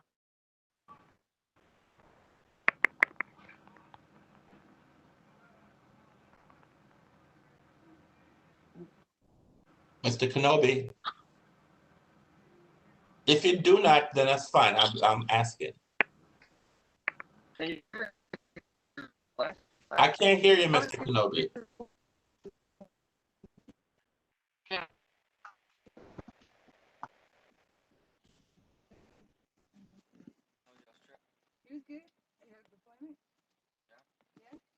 Hello?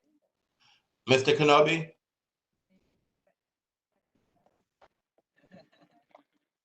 Yeah, this is Mark. Kenobi. Did you have a question for me, or is it my turn?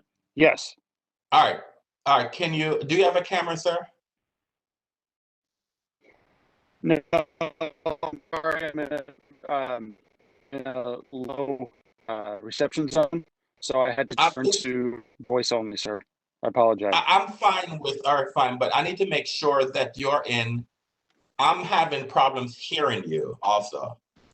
So I need to make sure that you're in an area that I can hear you, because I'm fine with you not having a camera, but I'm having some issues in clearly hearing you speak. Yeah, I'm sorry. I had to go to a flight line.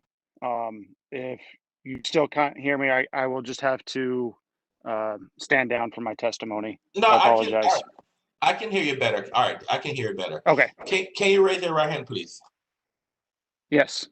Do you swear or affirm to tell the truth and nothing but the truth? I do. All right. Go ahead, Ms. Baum. Ms. Baum. I can't hear you, Ms. Baum. Can you hear me now? Yes. Great. So we know in the protest group, when we present our full case later, we are going to tick through the appropriateness standards. And the first one is going to be on the peace, order, and quiet, including noise and litter. And we do want to go ahead and give Mr. Kenobi an opportunity to begin by sharing his experience of living next door to Felicity Lounge. As he can tell you, literally his home is on the alley, the shared alley with Felicity Lounge. Well, Ms. Baum, you have to ask him specific questions. He just can't speak. You have to ask him questions and he needs to respond. So I can't have him just speak. So you have to ask him specific questions for him to respond, ma'am. Okay. Mr. Kenobi, can you tell me what it is like to live next door to Felicity Lounge? Yes. So I purchased the property. I'm sorry, hold on. Why don't you start off, have Mr. Kenobi tell us exactly who he is, where he lives, and where he lives. Yes, sir. Mr. Kenobi, can you please tell us who you are and state your address? Sure. My name is Mark Kenobi, and I purchased the property located at 727 7th Street Northeast in the summer of 2017. So I live directly across the alley from the establishments that reside in between the 7th and 800 block of 8th Street Northeast. And since I've moved in, it's been challenging dealing with noise and other nuisances within associated with the establishments in Felicity. My first, I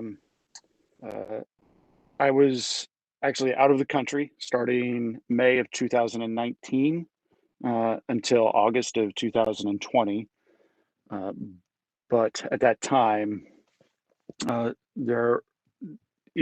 since the renovation of that location, my partner, who's remained at the location, has filed numerous complaints or calls numerous complaints of noise during the renovations. Trucks that have come through have damaged our gutter on the side of the house, and I've called in to the Abra hotline and the police a couple times. Most of the noise complaints that I've called in are related to patrons coming out at 2, 3 a.m. in the morning. That's the largest nuisance. A couple times there have been physical violence.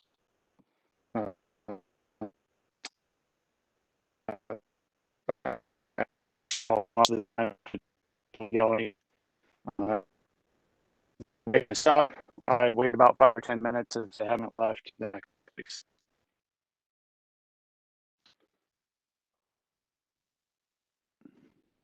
Mr. Kenobi, I think you might have cut out. Questions or comments? Yes, sir. Mr. Kenobi, can you tell us, when you are inside your home, are you able to hear noise coming from inside Felicity Lounge?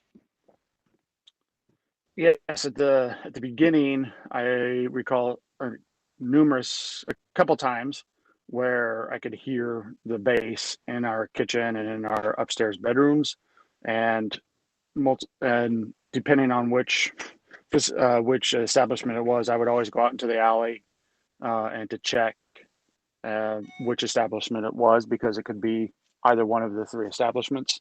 And there were times where the noise was coming from Felicity through the back door. Okay. Hold on a minute, please. Mr. Kenobi, we're having, well, not necessarily. I'm hearing you. There's some issues. Our court reporter, however, who is transcribing this hearing, is having some concerns hearing you. So because of the poor connection. So I just want to let you know that unfortunately, the transcript might not be able to reflect all of your testimony because of the poor communication. I just want to let you know that it's the transcript. Okay, I apologize.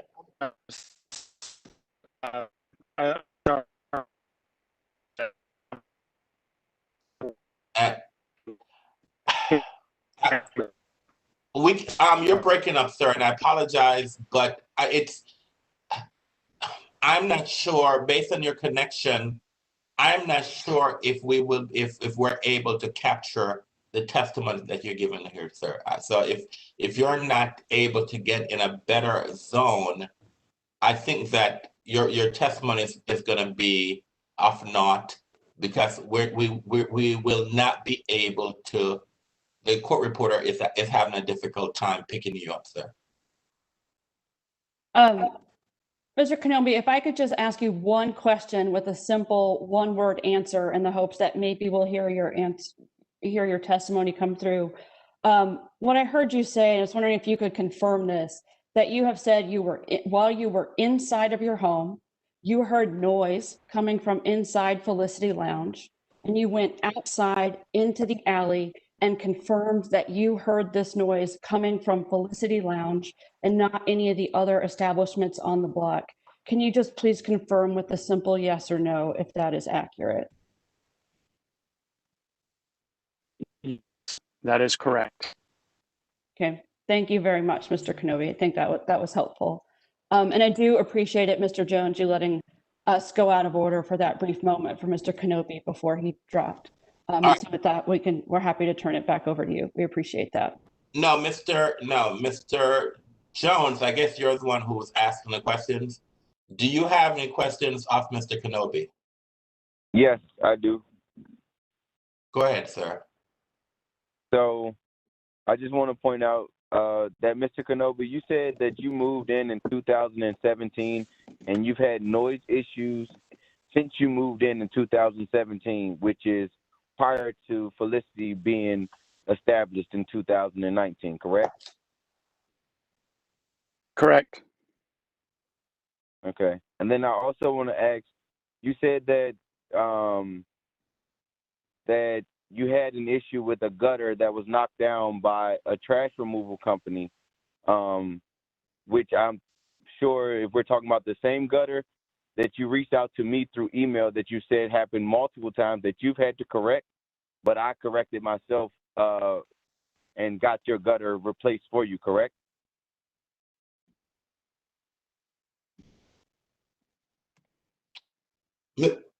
Mr. Kenobi, are you there? Is this about the gutters? Is it the gutters? That you had a gutter, yes, and that you've had those gutters knocked down several times in the past that you've had to pay for to get corrected yourself, but I corrected them for you because you were out of the States. And I took pictures and sent them to you that they were corrected. And I also spoke with your partner who lives at that address as well, correct?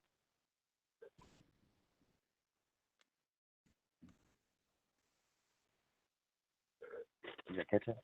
Are you there, Mr. Kenobi?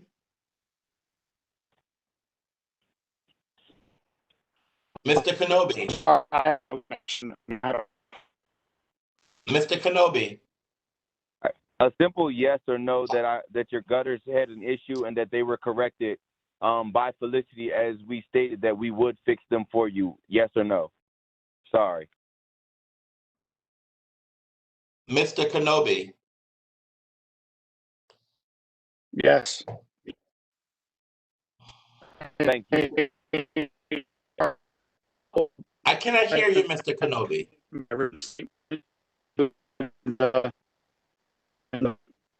Mr. Kenobi, we cannot hear you, sir. Mr. Kenobi, we cannot hear you.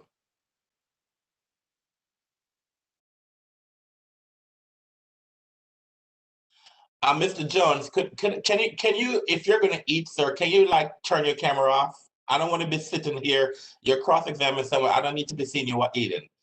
Mr. Kenobi. Mr. Kenobi.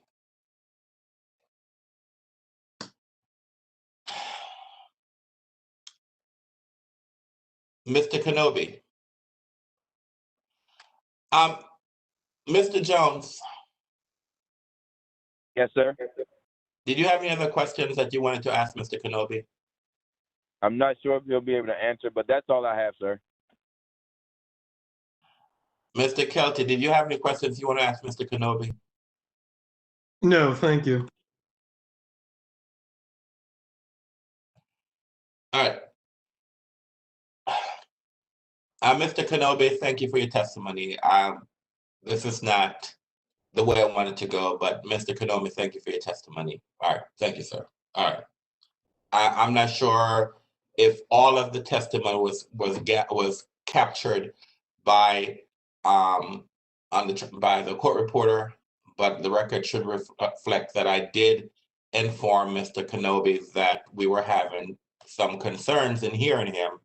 So I do not want, when the parties read the transcript, if a portion of Mr. Kenobi's testimony was not captured by the transcript, that they're going to complain. I did put everyone on notice that based on the poor connection that he has, we were having that issue. All right, thank you. All right, Mr. Jones, is it Mr. Mascara, or are you presenting on behalf of the business? I will be presenting on behalf of the business, sir. So you can put your camera back on. No, are you testifying? Are you calling witnesses? What is it that you're doing? I don't have any witnesses. I'm simply testifying, I guess so, sir. Can you raise your right hand, please? Mr. Jones, do you swear or affirm to tell the truth and nothing but the truth? Yes, sir. Go ahead. Go ahead. I'm sorry, can you hear me? I can hear you. So, Felicity Lounge, we're a business. We started off with a business plan to own and operate as a restaurant. We do offer food and drinks as well. We've been investigated. I spoke with the head investigator of Abra. I can't think of his name off the top of my head, but I told him maybe 4 months in that we were thinking about going into turning into a tavern as opposed to a restaurant, because I did some research saying that we wouldn't have to pay a fine for not having our food sales be a certain percentage of our revenue, whereas our liquor sales were more of a revenue for us. So I spoke to my business partner, Jeff, and also to an advisor of mine, and was saying that I thought that it would be in our best interest that if we change from a restaurant to a tavern, we can avoid the opportunity of being taxed or given a fee for not being able to uphold the percentage of sales that was required for a restaurant, Class C restaurant license. So that was the goal and purpose, was in order to kind of avoid the fee, operate a business in a defined manner that was under the umbrella of the certification or licensing that we were operating under. There was no idea or thought to stop selling or serving food. It is still going to be a full service restaurant serving entrees, appetizers, and meals paired with drinks, as we've already tried to and have tried to do in the past. I guess I wanted to address a few things that was stated as far as egress and entering the place and exiting a building. Excuse me. We do have, just as like a normal place does, one entrance, one exit. I mean, it's very, it's not often that you have a building on in the DC area with multiple entrances and exits. It's just not really suitable for the infrastructure. What else?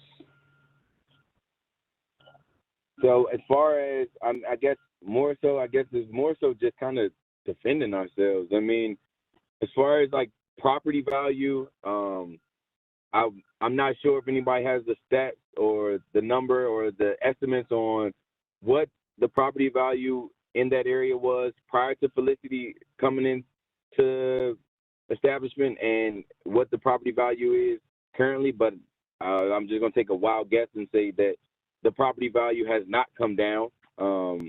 Adverse effects, which was mentioned in, I believe, Mr. Kelty's opening statement, I mean Mrs. Ball's opening statement, is adverse effects. I'm not exactly sure what adverse effects were causing peace, order, quiet, pedestrian, and vehicle safety. Again, as I've stated multiple times, it is in no one of our interests or our business plans to disturb anyone's peace or the order of a place. As far as pedestrian and vehicle safety, I'm not aware of any heightened pedestrians being struck or by vehicles or any of that any of those incidences since Felicity is open or has closed. As far as, I'm sorry if I'm all over the place, but with Ms. Ball's statement as far as noise complaints being lower, now that Felicity is closed during this COVID process, I would go on notice saying that I'm sure that noise is low everywhere, being that there is no entertainment going on anywhere. So just that in itself would limit the amount of noise or the likelihood of noise violence or the accumulation of noise between a block of businesses doing business. Then she spoke of Po' Boy gyms and how they're okay with Po' Boy gyms, but I've assisted Po' Boy gyms on countless times since their establishment has been open, and there's been multiple times that they've either cited Po' Boys for something or had a disagreement about Po' Boys gyms for something. So I don't think that is right or even moral to use them as a crutch to leverage how they're okay with that establishment as opposed to being not okay with our establishment. I guess the other thing is late night drinking. One of the biggest things that our bartenders are held accountable for is for over intoxicating a patron. That is the easiest way to lose your job as a server or a bartender in our restaurant is to overly pour or over intoxicate a patient or serve an alcohol beverage to a patient that is known for being intoxicated. Felicity Lounge has gone on notice for several times for a patient that is intoxicated for making sure they either had a ride home or it gave them a Uber or Lyft ride to their place of where they live or wherever they felt most comfortable going. Let's see. And then as far as it goes with the establishment and noise complaints, I've spoke to, and I'm sorry that he had to leave, but Mr. Kenobi, I spoke to him numerous times over email because he doesn't live in the States or he travels for his job. I'm not exactly aware of what he does, but his partner or renter or whoever it may be that lives in that assignment, we spoke to them multiple times on how to alleviate any kind of issues. For example, with this gutter that was knocked down by a trash removal company. I spoke to him and I was like, there is no reason, and we wasn't sure whether or not the trash company removal was coming to remove things from Felicity or from the 7-Eleven or any other place on our block. But once it was understood that it was our establishment and the trash company had their clause that held them not accountable, not responsible for it, we paid to get the gutter fixed for Mr. Kenobi. And that just speaks on my intentions as the owner to work with the community to create a functioning establishment that doesn't cause any harm or issue to the neighbors surrounding. Mr. Kenobi is the closest resident to that establishment. So as far as noise compliance and things of that nature, it was to my understanding that if I could alleviate his problem, then that probably would alleviate all problems beyond his residence. And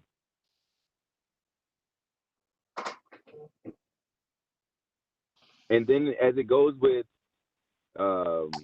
issues of noise complaints, there's noise complaints filed all the time. That is just the nature, like, of that area, Washington D.C. in itself. But there's also on note from our first, our first meeting, that there were there was noise complaints for Felicity Lounge that we produced the evidence that we weren't even open on the day in question, and the noise complaint was for Felicity Lounge. So the reason, and that is one of the reasons why we're so apprehensive of signing a settlement agreement with the ANC, because their requirements and restraints that they intend to put us into literally makes it easy for them to have 3 or 4 constituents simply sign the bill. Because I can tell you that 24 people signing a document saying that they're having noise complaints, it's almost impossible for 24 or 10 homes down to have the same complaint as Mr. Kenobi does. I mean, so it's those kind of situations that make us err on the side of caution when trying to come to a settlement agreement, when we can simply, or they can simply have a group of their peers or their friends sign off on a bill that literally just shuts us down on the acts or the thoughts of a single person or whoever it may be. So, all in all, our goal from switching to a Class C restaurant to a tavern is to operate in a business that's more suitable to us changing the structure of our business, which is to serve beverages and food. But if beverages is bringing more revenue, it makes no sense for us to pigeonhole ourselves and constantly be given a fee for something that we could simply fix by adjusting our license to our business structure.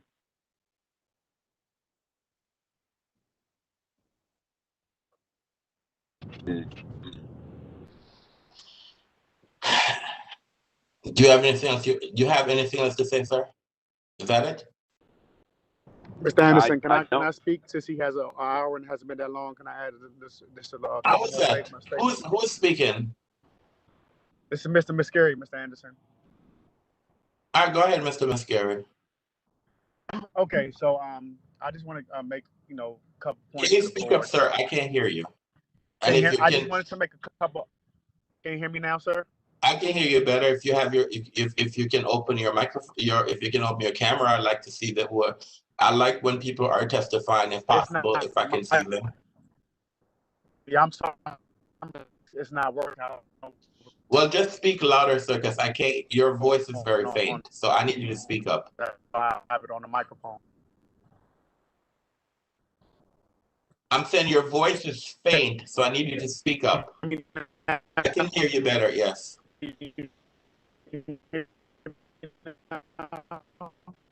I cannot hear you, sir. Whatever you did, you changed your location. Now I can't hear you. So if you need to speak, if you need to say something, I need to hear you clearly, loud and clear, and I cannot.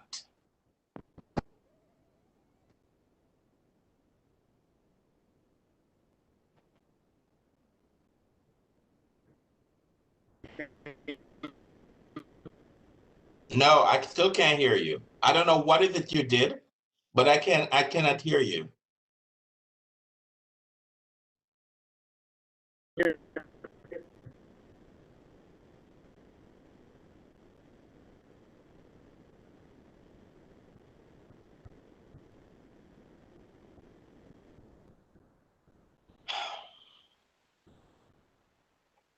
Mr. Muscari.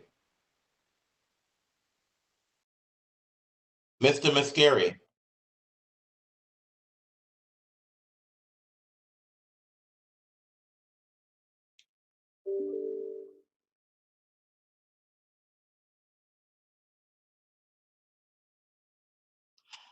Mr. Muscari.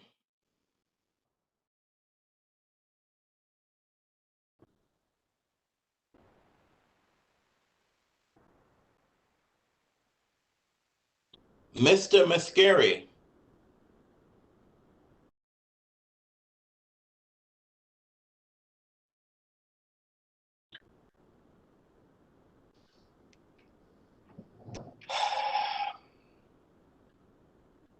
We're off the record for a couple of minutes until I can figure out what's going on with Mr. Muscari.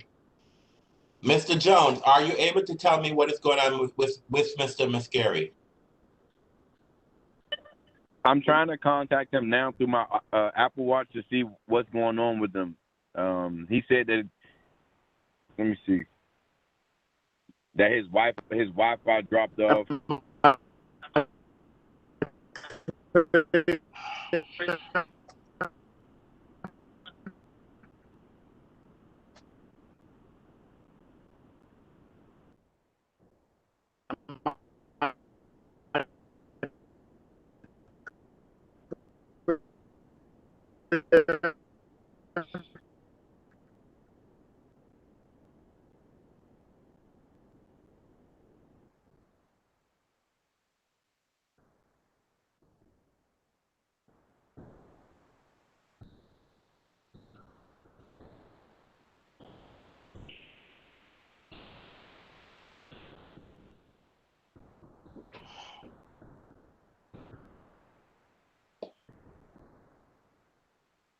Mr. Jones, can you find out from Mr. Mascari, what is it that he needs to do to get himself in an area where he has better internet connection? Yes, sir. I'm trying to speak to him now. I just got a phone call from Verizon, so it booted me for a second. I apologize. Can you hear me? I can hear you. Okay, give me 1 second.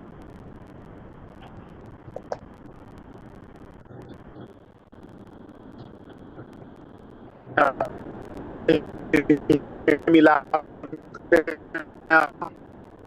right, Mr. Mascari, what is it that you can you raise your right hand, please, sir? Can you raise your right hand, sir, please? Do we need to go back on the record? I believe we're still on the record. Or we should be. Can you raise your right hand, Mr. Mascari? Mr. Mascari.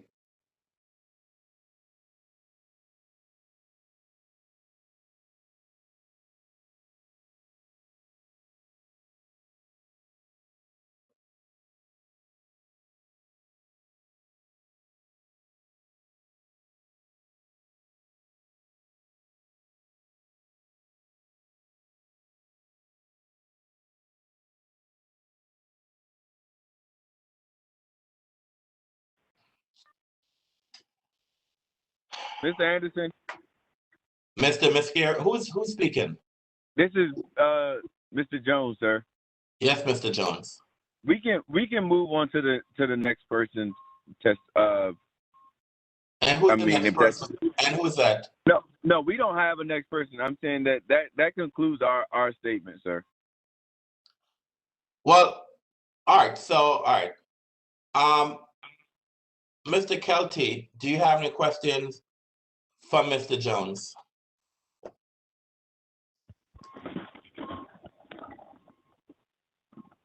Yes. Mr. Jones, you noted that you treat over-serving patrons quite seriously in that you've provided rides home for people who've been overserved on several occasions. Can you tell us approximately how many times that's happened in the last year? I said maybe 4 or 5 times. I mean, it's not our policy to do that. It's kind of just, if we notice it, then if we can help, we help. Okay.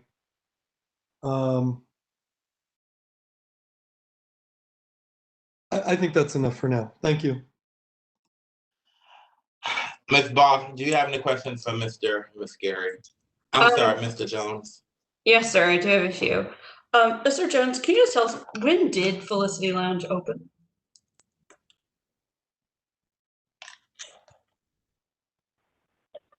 Our first official day of opening was July 23rd of 2020. Okay. 2019. Sorry. Okay. And so can you tell me, do you have a security plan on file with ABRA? We don't have a security plan on file with ABRA, but we do have a security plan, and I will update that to ABRA. And have you ever provided a security plan to the ANC? We have not. And have you ever given a security plan to the protestants? No, ma'am. Okay. And do you have a soundproofing plan on file with ABRA? We do not. As we okay. versus our conversation last time. That's something we're working on. And have you ever submitted a soundproofing plan to the ANC? No, ma'am. And have you ever submitted a soundproofing plan to the protestants in this matter? No, ma'am. Okay, that's enough for me. Thank you very much. Mr. Jones, you stated that 4 months in your license, you decided that you needed to change. You told Abra that you needed to change from you need from a CR to a CT. So when you initially applied for a license, did you truly decide that you want to have a restaurant? Yes, sir. I mean, and this was more so just a conversation that I had with several of the people at Abra, just being new into the thing. My goal and Jeff's goal was to have a restaurant. We have a family history of owning restaurants. A tavern wasn't even in my thoughts. I wanted to open a restaurant to serve food and create an environment where I could serve the food that I enjoy making and eating myself. But I look at Exhibit 6. Exhibit 6. So Exhibit 6 that the investigators shared with us earlier. Now, has this always been the menu, or did you change the menu for the restaurant? So we've recently updated the menu, but that menu, I'm sorry, it's a two-sided menu. So if you flip, that's only one of them. If you flip those sheets over, there's an entire different, a whole nother set of food options on that menu. So what's on the other side? So what was on your menu? I mean, I would have to read it. So we had chicken and fries basket. We had salmon with sauteed spinach and mushroom. We had a jerk salmon platter. We had mozzarella sticks, a salad. What's all on the menu? Chicken quesadillas, buffalo shrimp.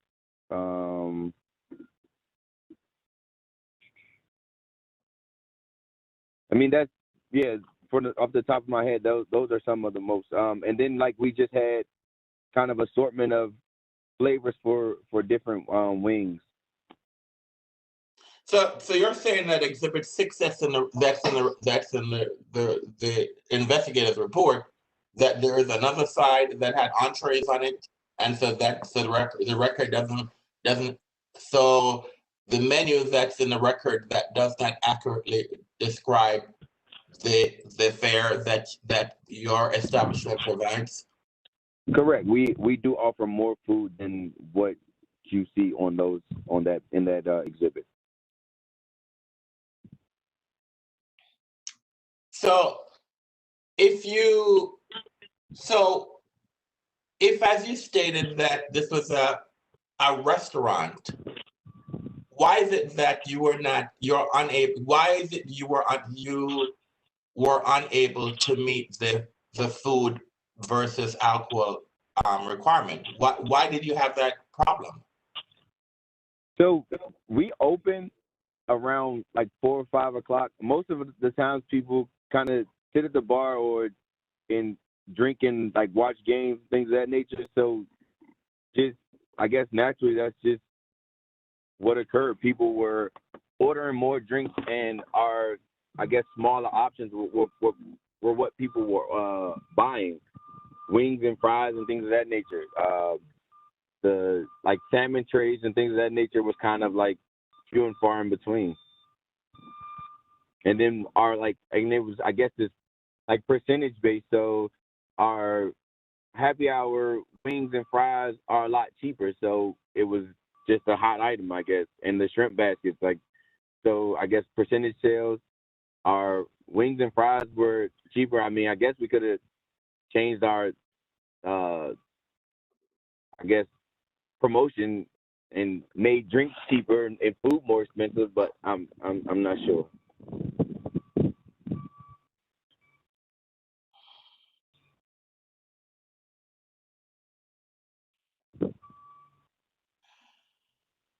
I don't have any other question. Does any other board members have any other questions? Yes, Mr. Chair, I had a couple questions. Go ahead, Mr. Schwartz. Good afternoon, Mr. Jones. Good afternoon, sir. Mr. Jones, you in your testimony said that you were in the food or restaurant business prior to you opening up Felicity Lounge. Is that correct? I said my family, yes. Did you work with that family restaurant or family food business?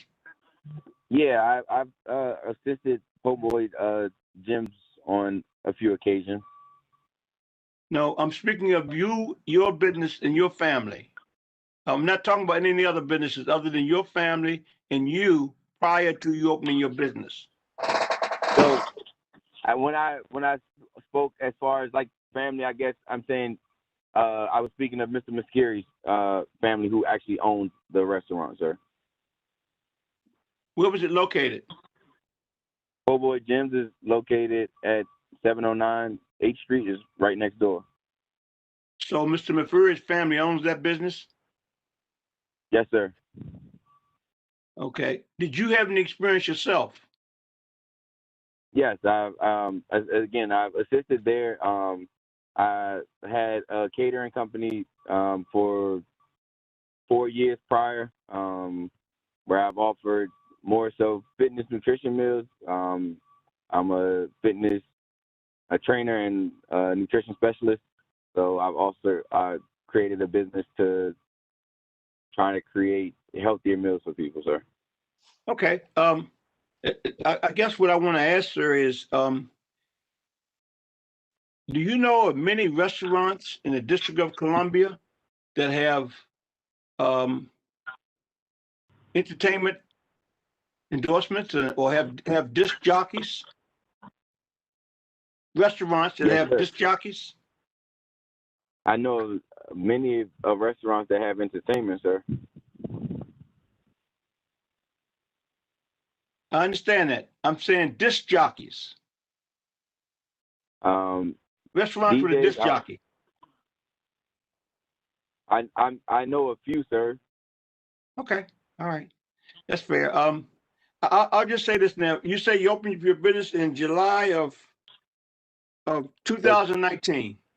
That was our first day of like officially opening the doors.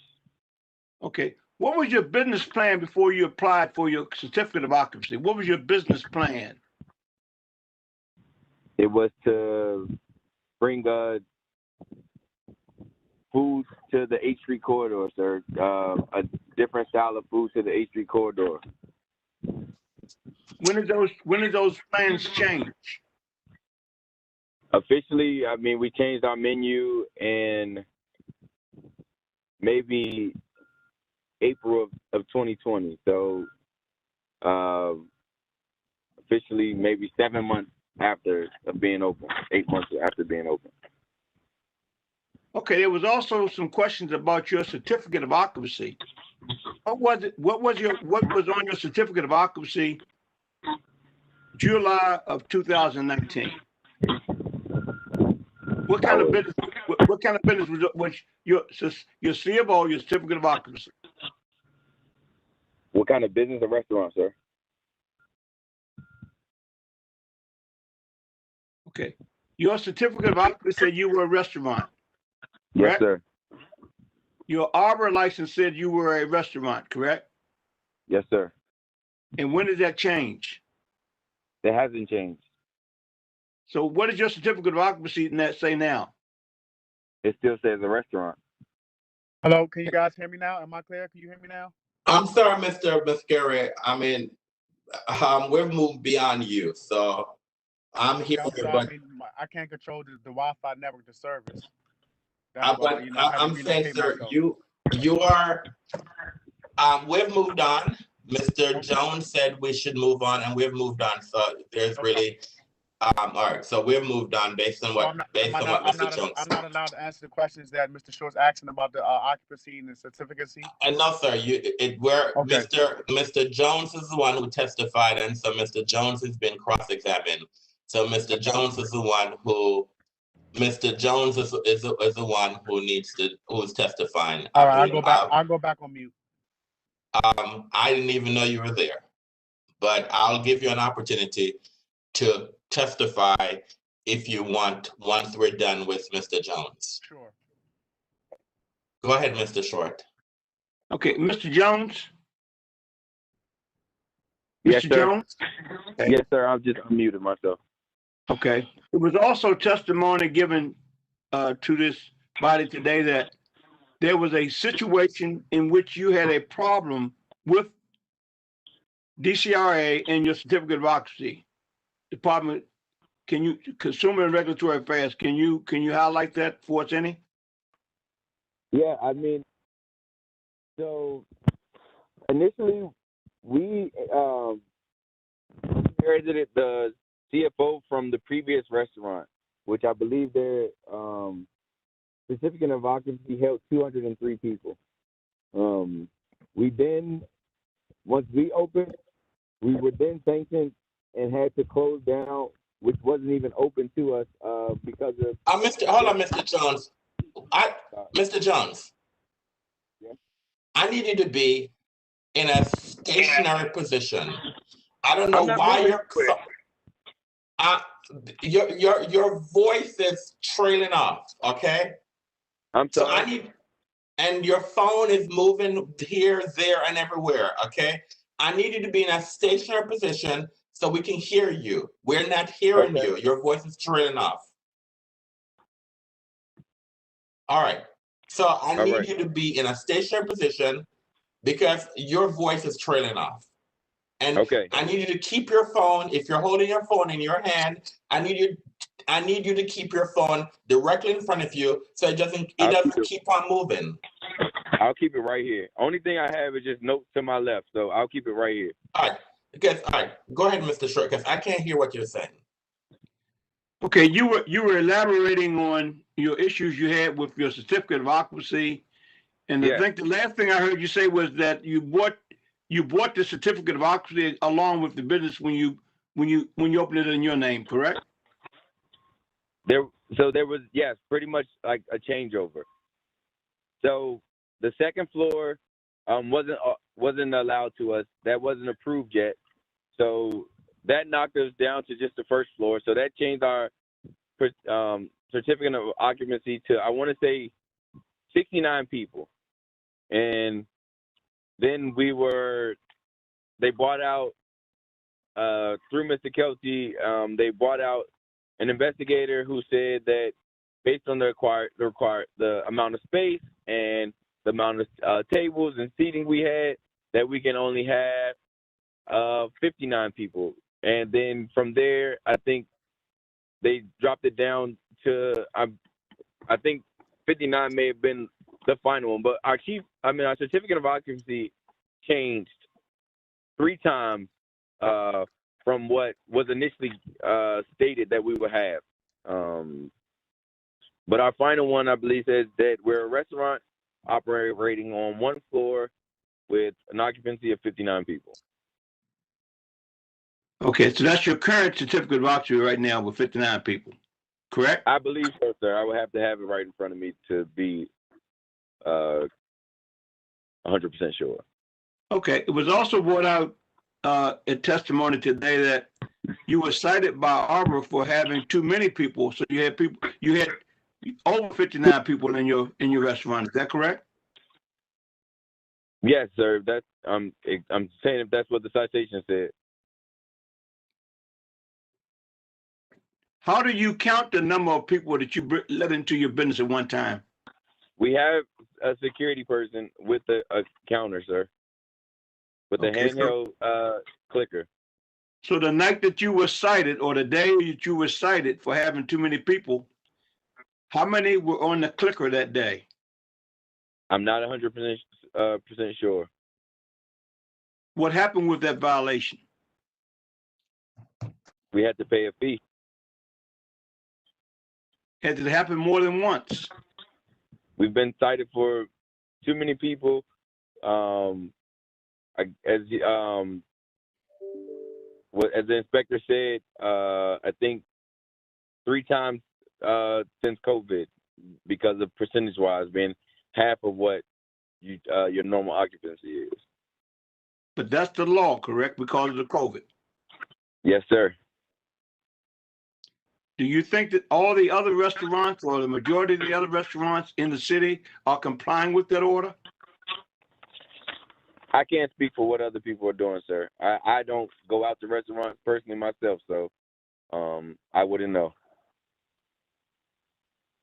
Why do you think the mayor put that order in place? Because there's a pandemic and people's safety is at risk, and we as a community, as a country, should do what's best for the general public, sir. So you've been cited twice for not doing that? Correct. No further questions, Mr. Chair. Thank you. Any other questions? Any other questions by any other questions by the board members of Mr. Jones? Mr. Chairman? Yes, Mr. Grandis. May I ask a couple of questions? Yes. Good afternoon, Mr. Jones. Good afternoon, sir. In my trying to follow the exhibits that have been produced, and also the testimony that's been cited today, I just need some clarification. You were the owner when the initial license from the ABC board was granted, correct? Yes, sir. And what was the name? What was the trade name that was on that order? Brothers Burgers Bar. I believe that's the legal name. The trade name was Felicity Lounge, sir. Sorry.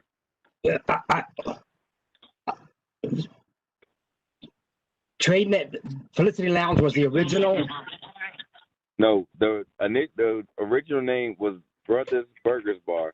The trade name was Felicity Lounge. When the ABC board granted the license initially.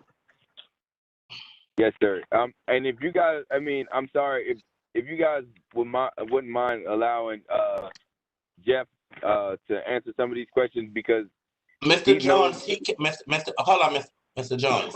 Mr. Jones. Yes. You're on a cross-examination. Okay. You are the ones, if you can't answer the question, you say, I can't answer it. So you are the one who has to answer the question. If you don't have an answer, you say, I can't answer that question. That's all. Okay. Perfect. Okay. Mr. Jones, when the license was issued, was there an entertainment endorsement attached to the license? When it was issued, yes, sir. Okay, thank you. When the license was initially issued, was there a cover charge endorsement attached? Yes, there is no cover charge. Yes, I'm confused. There was a cover charge endorsement, or there was not a cover charge endorsement? We're not endorsed to have a cover charge. Okay, during the operation, since you've had the license, has either the licensee or a promoter charged the cover charge to come into the establishment? There was an issue with a promoter where they the ANC said they cited them for a cover charge, but we have no records of a cover charge being cited, sir. Could you help elaborate? In other words, your establishment has had promoters. I wouldn't have the answer for that, sir. Okay, thank you, Mr. Jones. No problem. Any other questions by any of the board members? All right, Mr. Kelty, do you have any questions, any follow-up questions of Mr. Jones based on the questions that the board asked? Yeah, one quick one about the menu. You mentioned that there was a flip side to the menu shown in the investigator's exhibit that had additional food items. Are those items that are on the flip side of that menu shown on your website? I'm not sure. We have a person that manages our website.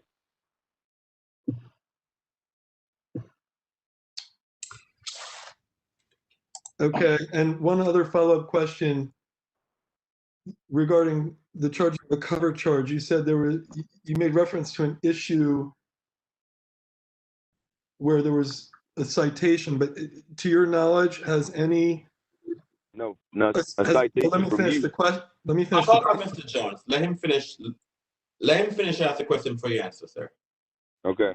Has there ever been an event in your establishment in which a cover charge was charged? And when I say cover charge, I mean not only a cover charge at the door, but I also mean the sale of tickets either in advance or on the site. Not to my knowledge. That's all I have. Thank you.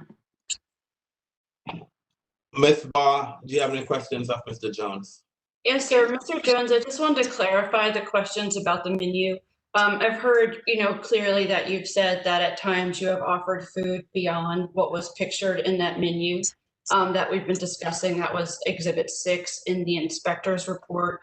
But can you confirm, are you saying that if you flip the menu over, there is in fact another side of the menu that actually lists additional food items? Yes, I couldn't, like exactly what I said. There was more options that we have available.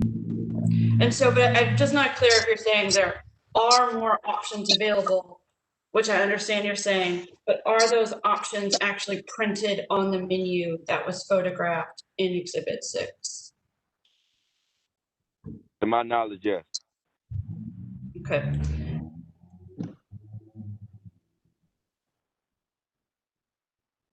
That's it for me. Thank you. All right.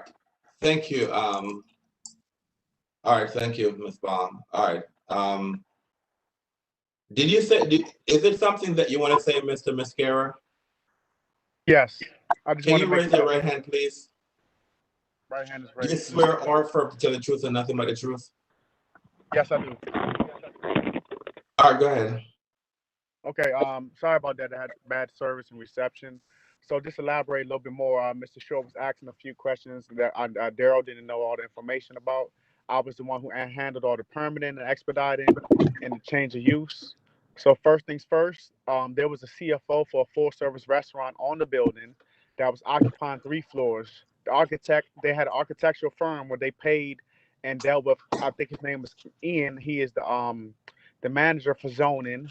So once we went to DCRA and switched over to change of use because the whole infrastructure was built, the building had sprinkler alarm services and on all 3 floors. So we went and we switched over, and then we received a CFU for Felicity Lounge. I mean for our establishment to occupy all 3 floors.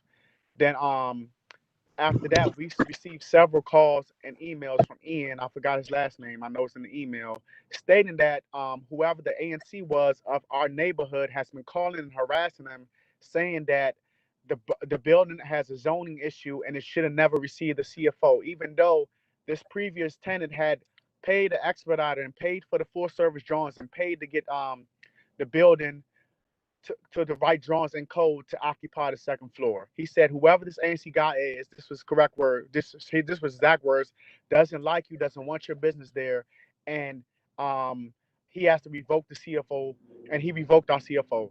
So after that, we only could occupy the 1st floor. So then, Mr. Short, you asked about in case of a fire, in a case of emergency, we know that once the code is there only can be a certain amount of people in the building before you need to have a second means of egress for the 2nd floor. So there's a straight path through the back door, and the kitchen is semi-blocked off that is accessible for people to exit the building. Thirdly, have we been a perfect business? No. Have we been fined and citation before? Yes. Has any business in DC been fined and been a perfect business? Of course not. Whole Foods in Tenleytown, they've been shut down for a rodent issue. Guess what? They're getting ready to open back up, correct, right? So we're a small business. I've been in business for 7 years. I stand firm in all my belief in all my products. I have over 100 employees. I feed the homeless. I feed the kids. When the pandemic hit, I fed all DC public school kids free lunches every single day because I know they needed those meals. Felicity, we did a homeless drive where we did canned goods. We delivered it to the shelter. And I find it, so we do our part social mission. But I've been to banks before. I've tried to receive loans, and I'll circle back around to the conversation where Mr. Mitchell quoted me saying that we feel that it was racial. And I feel as though Mr. Short, you had your questions about public safety and occupancy and how many people in there, but no one ever said, hey, Mr. Muscari, why did you think that this is a racial issue, a race issue? No one said that. No one said it at all. As African American in this country, I've been to banks and tried to receive funding. It's not up until to date because of unfortunate situations and circumstances with African Americans in this country that we are provided with now opportunities. Now, when people are calling my phone and saying, "Hey, Chef Jeff, you have these brands, and I want to highlight you or acknowledge you." All these threats and concerns are from the neighborhood. It's no different from what we're doing with this entertainment from an arcade room down the street on A Street. Or there's a big boy who doesn't even have a settlement agreement, and people walking out their establishment intoxicated, and they're littering. I walked up and down A Street. I lived in DC my whole life, 33 years. My grandparents lived in DC. I walk up and down A Street, and you have good neighbors, you have bad neighbors. Not out of 24 people, it's 700,000 DC residents, and it's 24 people that's in here that's arguing against us today. And the only thing that we received was fines and citations from noise. And Albert came out and saying it wasn't enough noise. I even had the head investigator, I don't even know his name, saying, hey, it's people this was his exact words. It's people his color, and he's Caucasian, that's complaining on businesses that's my color, or which is African American. And like I said, I have over 100 employees. I stand firm and strong on all my businesses and my beliefs. I invest in my money. No one likes to waste any money or time. So I'm going to stand behind my menu, my brand. We have a full service menu. At the end of the day, if no one wants our food, guess what? We have to adjust our business to make it, because the landlord won't just say, hey, here, give me back the keys and you're not off the hook. No, he's going to bill us $16,000 every month. So like I said before, I've been in this game for a very long time. I'm on 3 alcohol licenses as we speak right now, and I've never have to deal with and tolerate ANC like I had to deal with Mr. Kelty, and not trying to compromise and come to agreement and just bashing and for the most littlest things, and then with no support whatsoever. There hasn't been a fight in our establishment. There hasn't been a shooting. And look at what's going on in HU right now with business people driving cars. Someone just broke into my employees at Po' Boy. I have a video, audio. Someone broke into his car door and took his book bag out. MPD sits on that corner, does nothing. But Felicity wasn't open, so Felicity wasn't responsible for that. The violence occurs is going to occur. We can't control that. There's people standing in front of 7-Eleven right now. There's marijuana smokers. Neither me or Daryl smoke marijuana. We can't control that. That's all I had to say. And anybody want to ask me any questions, I'm more than happy to answer it. Mr. Kelty, do you have any questions of Mr. Muscara? Mr. Muscari, you make a number of allegations, some of which are somewhat incendiary and about my personal character and beliefs. Do you have any exhibits or any evidence to support any of the claims you've made? For example, can you provide the name of the investigator who told you this was a racial issue? When I find his name out, I'll provide it for you. I have no problem doing that. I had to talk to Alona Valor. I can't remember his first last name, but I'll definitely will provide his name. I am certain that this board would like to identify that individual and have a conversation with him. Sure, no problem. About, creating that kind of wrong impression in dealing with business licensed establishments. No You said problem at you all. had three. You said you had 3 alcohol licenses. Can you Correct. name the 3 establishments that you have current licenses for? Yes, Felicity Lounge, Po' Boy Gym, and Creole on 14th. Okay, thank you. And I'm correct that you don't have any exhibits to substantiate any of the allegations specifically about the arcade bar or about the intoxicated patrons at the big board? I mean, I can give you the same evidence that you provide, a word of mouth or a neighbor saying I don't want you but- here. I can go and be like, oh, I'm outside and I can see loud noise and I can see I mean, our arcade room is a form of entertainment, is it not? You go to I'm going to interpret your answer as a negative because you didn't provide any evidence and you didn't say that you did. So I'm going to assume the answer is no. Thank you very much. That's all. Yeah. Time for him. Ms. Barr, do you have any questions of Mr. Mascari? No, sir, I do not. Does any other board member have any questions of Mr. Mascari? Yes, I would like to ask Mr. Mascari a question. Go ahead, Mr. Grandis. Good afternoon, Mr. Mascari, and it's a Good pleasure to have you. It's a pleasure to have you in front of us. And I just am trying to follow the exhibits and the testimony that we've been presented today. I'd like to ask you the same question that I posed to Mr. Jones.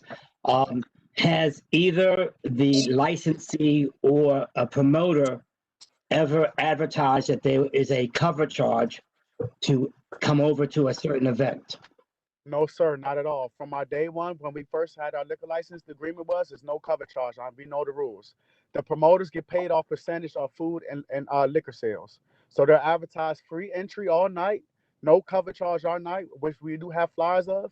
And they're coming to establishment, and there's a food and beverage minimum, sir. Okay. And when was the trade name for Felicity Lounge granted to you all? If I'm not mistaken, it was if not at opening, a couple months after.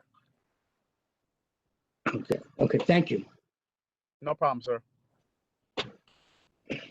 Any other questions by any other board members?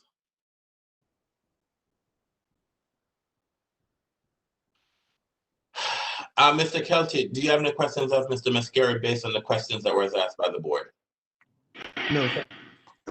Ms. Barr, do you have any questions of Mr. Mascari based on the questions that was asked of that was asked by the board? Yes, sir, I do have a question regarding the trade name that Mr. Grandis was referencing. Go ahead, sir. Go ahead, ma'am. Thank you. You know, the license refers to the trade name as Aroma. Can you tell me what was Aroma and when did you stop using that trade name? There's just three young black men trying to open up a business, trying to come up with a name, and we went back and forth, and we settled on Felicity Lounge.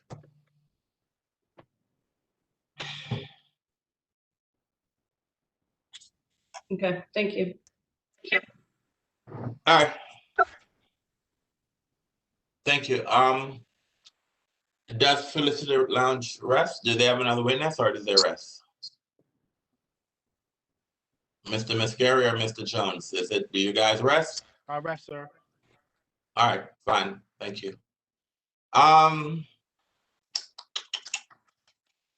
Mr. Kelty, are you ready to move forward, or do you guys want a 5-10 minute break?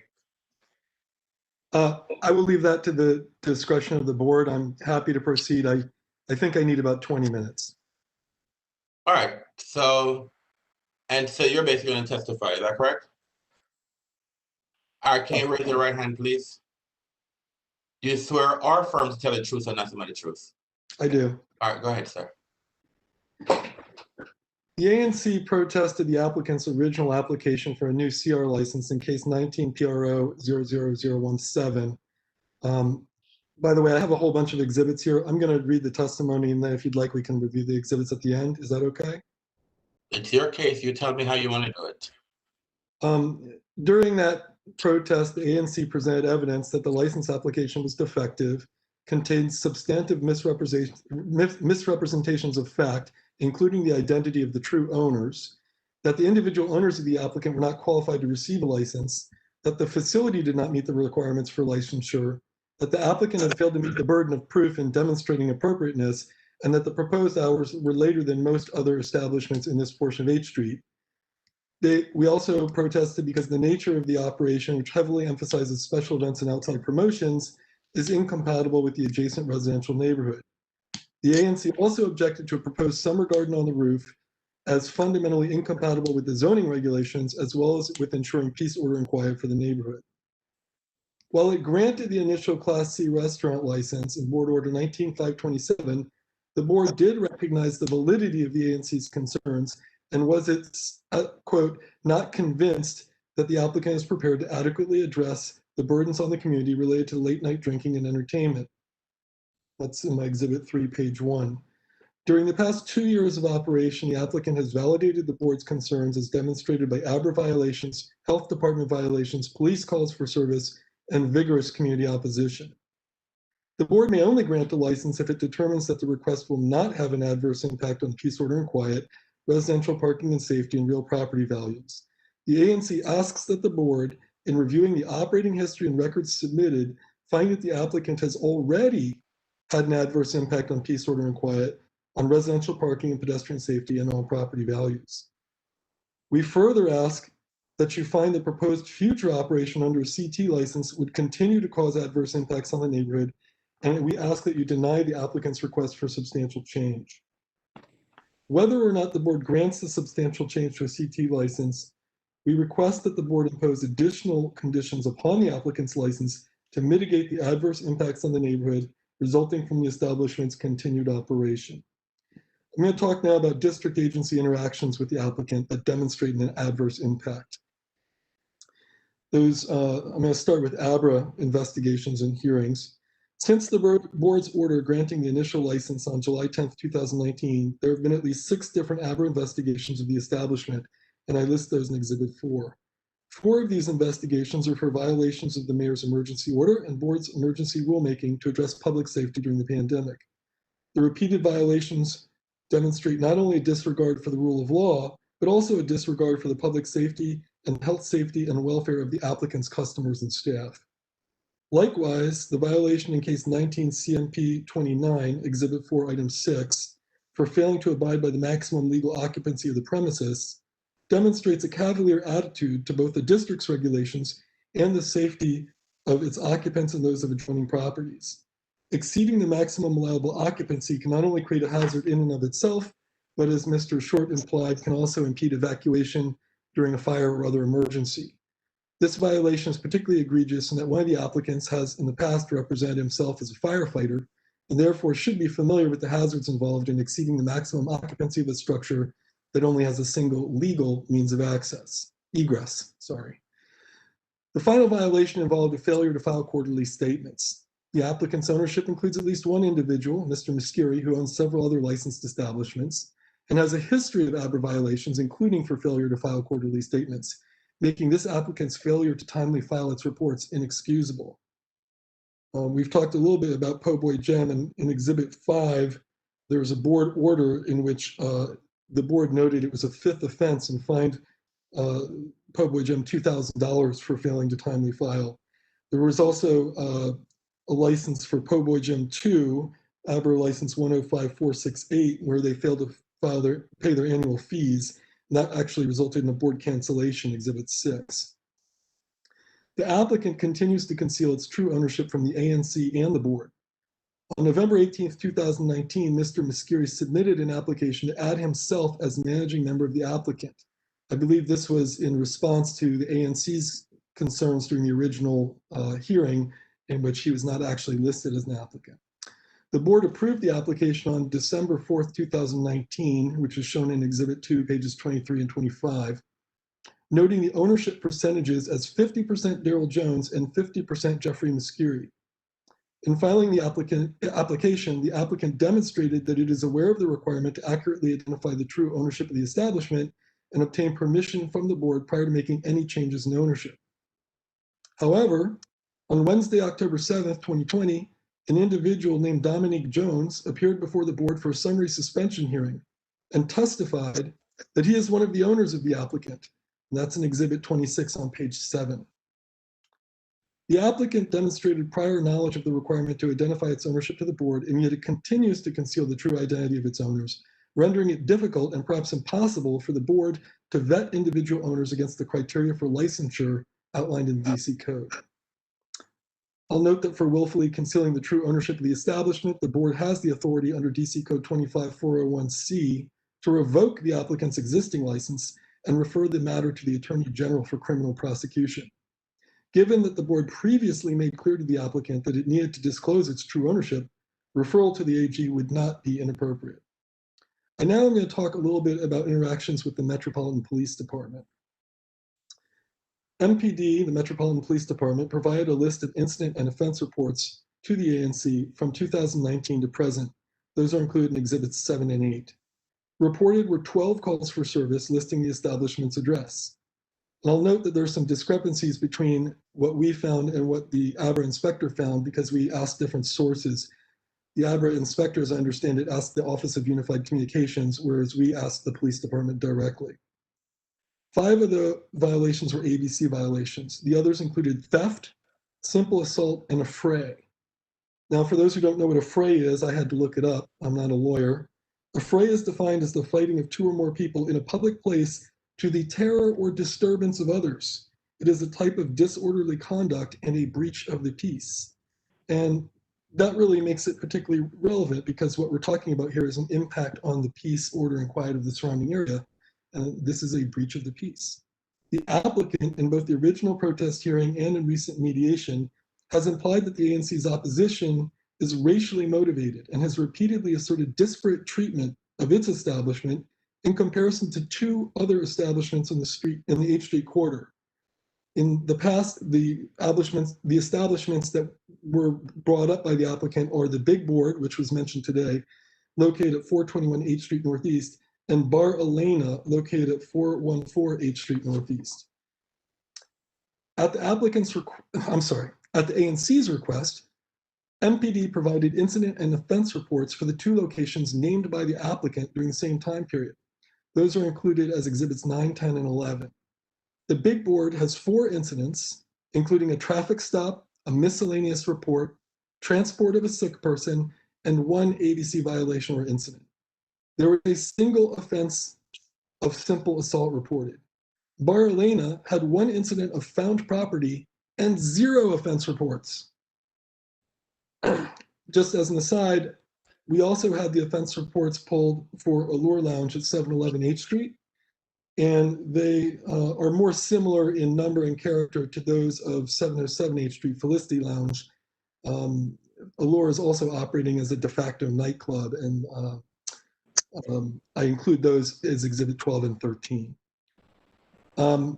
Anyway, the MPD data demonstrates that the applicant's establishment is a source of more public disturbance than the other 2 establishments that were identified for comparison by the applicant. The data demonstrates that the applicant's business operation consumes more police resources than other licensed establishments in the H Street quarter and creates an adverse impact on peace, order, and quiet in the neighborhood. Now I'd like to talk a little bit about the Department of Health. On January 29, 2021, the DC Department of Health conducted a compliance investigation at the establishment. The DOH inspector discovered numerous health code violations, which are included in the reports in Exhibits 14 and 15. Violations included inadequate hand washing sinks available for staff, unsanitary food contact surfaces, improper food storage, no hot water at the bar and restrooms, toilet facilities that were improperly constructed, supplied, and cleaned, lack of closures on toilet room doors, inadequate ventilation and lighting, and the presence of insects and rodents, including rodent droppings behind the service bar. Additionally, the DOH inspector issued an immediate summary suspension for violating the district's prohibition on operating a hookah bar without a smoking exemption.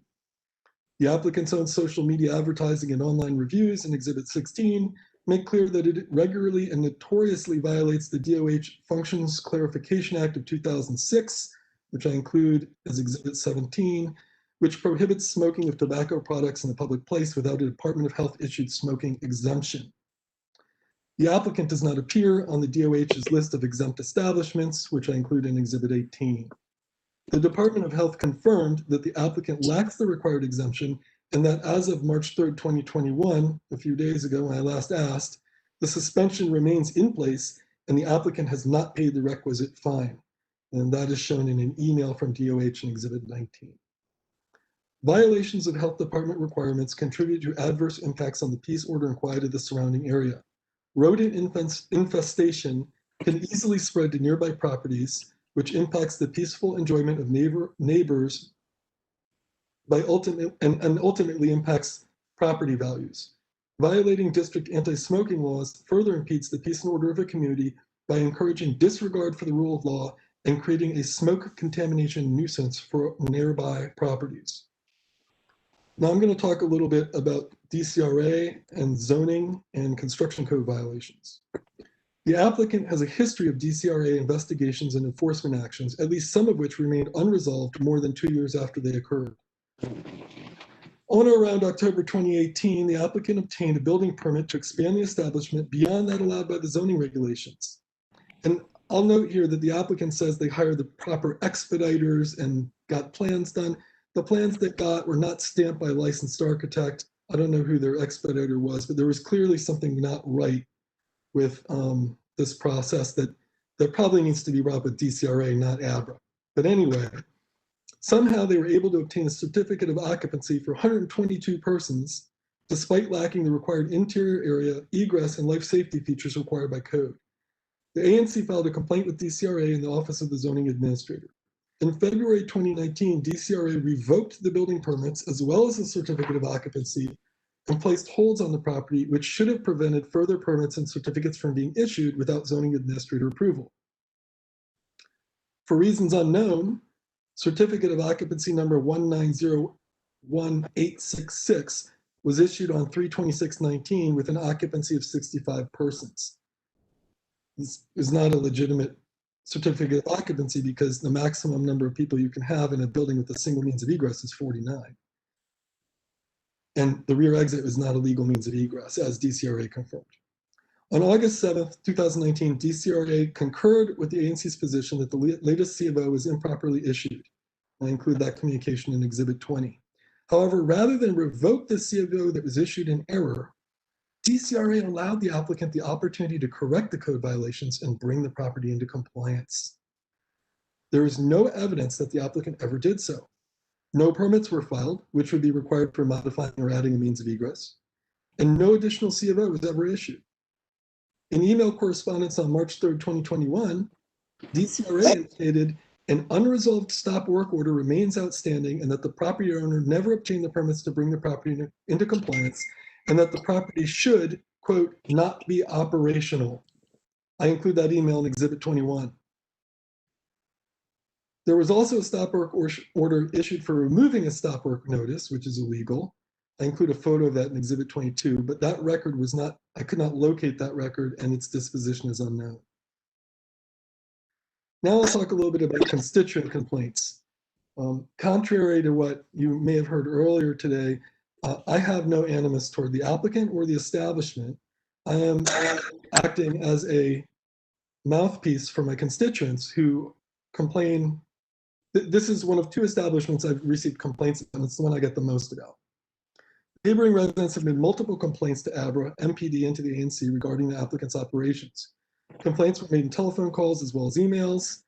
In email correspondence to ABRA dated January 21, 2019, which I include as Exhibit 23 on page 15, there is a list of 16 different calls to 911 and the ABRA enforcement hotline over the course of less than a year. In addition, I've received direct complaints from constituents. I'm going to give you a sampling of the text which I include in Exhibit 24.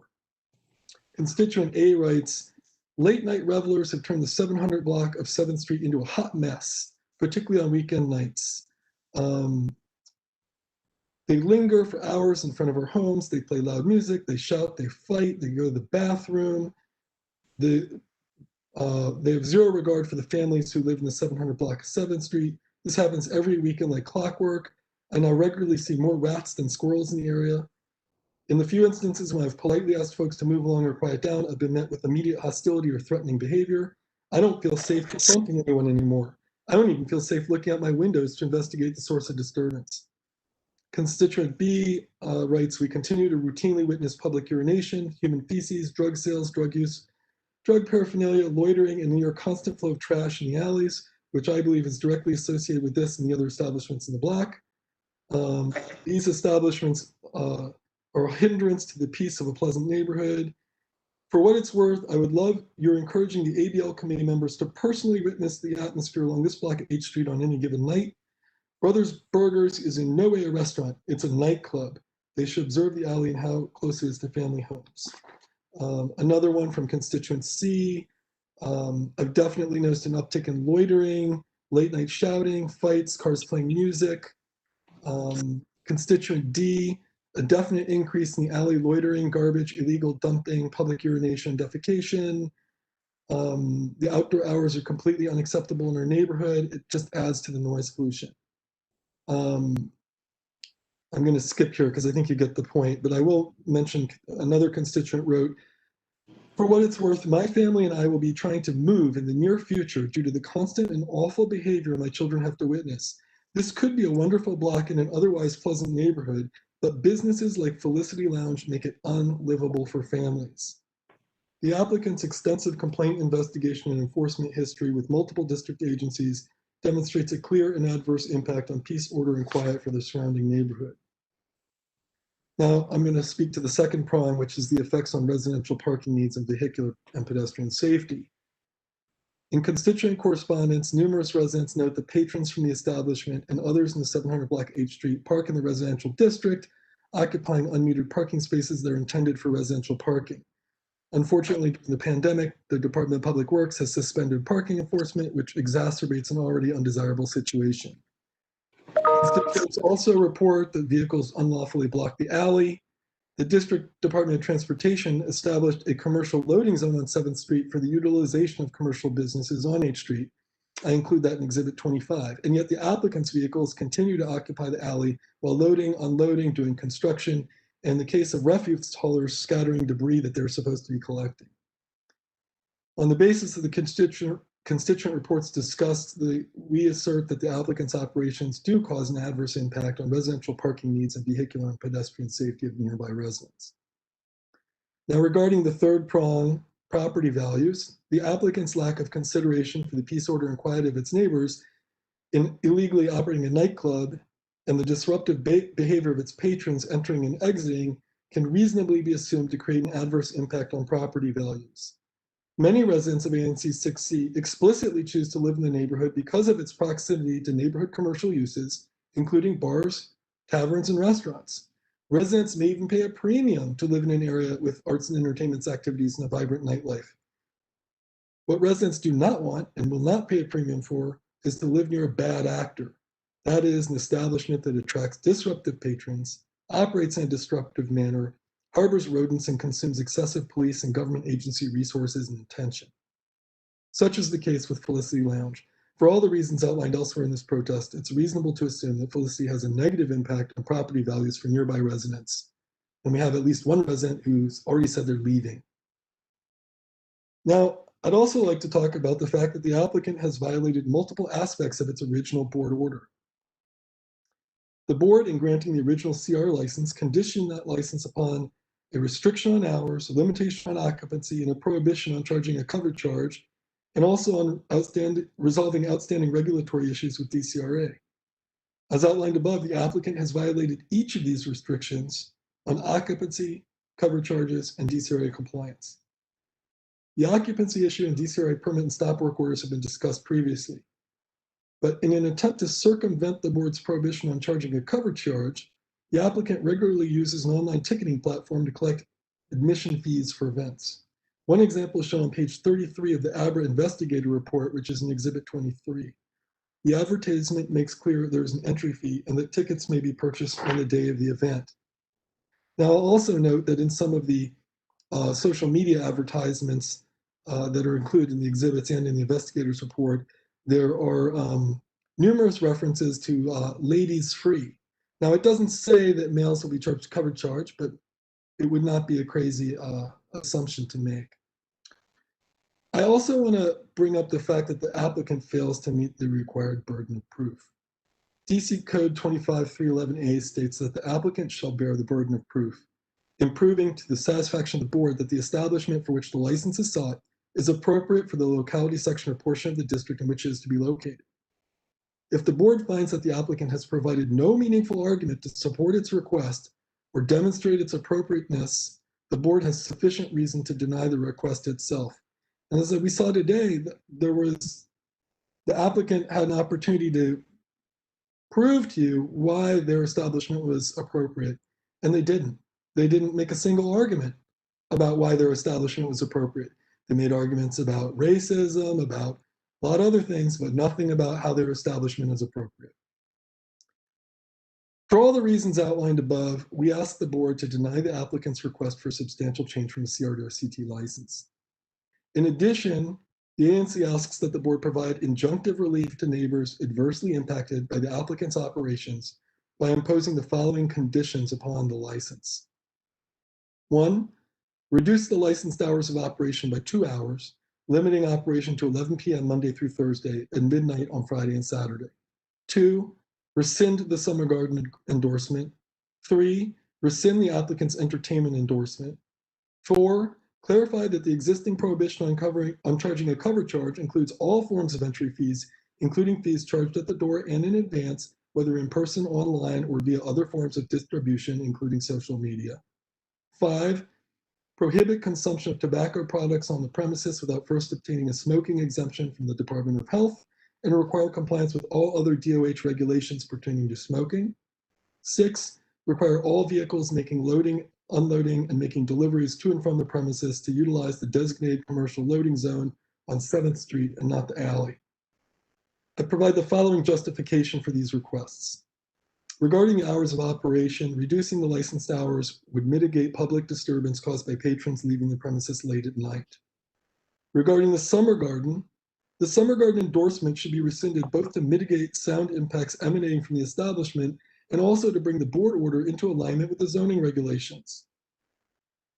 Since the roof deck requires zoning relief that the ANC will almost certainly oppose and that the BZA is unlikely to grant, the summer garden endorsement is of no utility to the applicant. Rescinding the summer garden endorsement will provide some measure of comfort to aggrieved neighbors while doing no harm to the applicant, who is not entitled to a summer garden under the zoning regulations anyway. Should the board decline to rescind the summer garden endorsement, the ANC requests that the board limit the summer garden hours of operation to not later than 9 p.m. nightly in recognition that there are families with young children who live within close proximity who will very likely be adversely impacted by the operation of a roof deck at the establishment. Regarding the entertainment endorsement, rescinding the applicant's entertainment endorsement will reduce, if not eliminate, the applicant's practice of turning over its establishment to outside promoters for loud and unruly events, including live bands and DJs. This is an appropriate measure given that the applicant does not have a security plan, does not have a reimbursable detail. There is no evidence that provides any supervision or control over its outside events or promoters. It should be noted that in the original license hearing, the applicant indicated that he had no objection to the issuance of a license without an entertainment endorsement or cover charge endorsement. And I include in Exhibit 3 on page 3 where you can see where he says that. Regarding the prohibition on cover charge, we believe that clarifying that prohibition on cover charges will hopefully close a loophole which the applicant has been using to circumvent the board's original conditions as expressed in Board Order 2019-527. Including the existing district ban on smoking in public places in the board order provides the community with an additional enforcement tool in addition to the Department of Health. The additional risk of penalties or censure by ABRA may incentivize the applicant to comply with existing district law that it is currently flaunting regarding hookah. The protestant also asked the board to consider exercising its authority under 23 DCMR section 809.1A, which empowers the board to issue an immediate cease and desist order to establishments that are issued a summary suspension by the Department of Health. Regarding deliveries, as is the case with the prohibition on smoking, requiring the applicant to comply with existing loading regulations via board order may incentivize the applicant to come into compliance with those existing regulations that it has ignored in the past.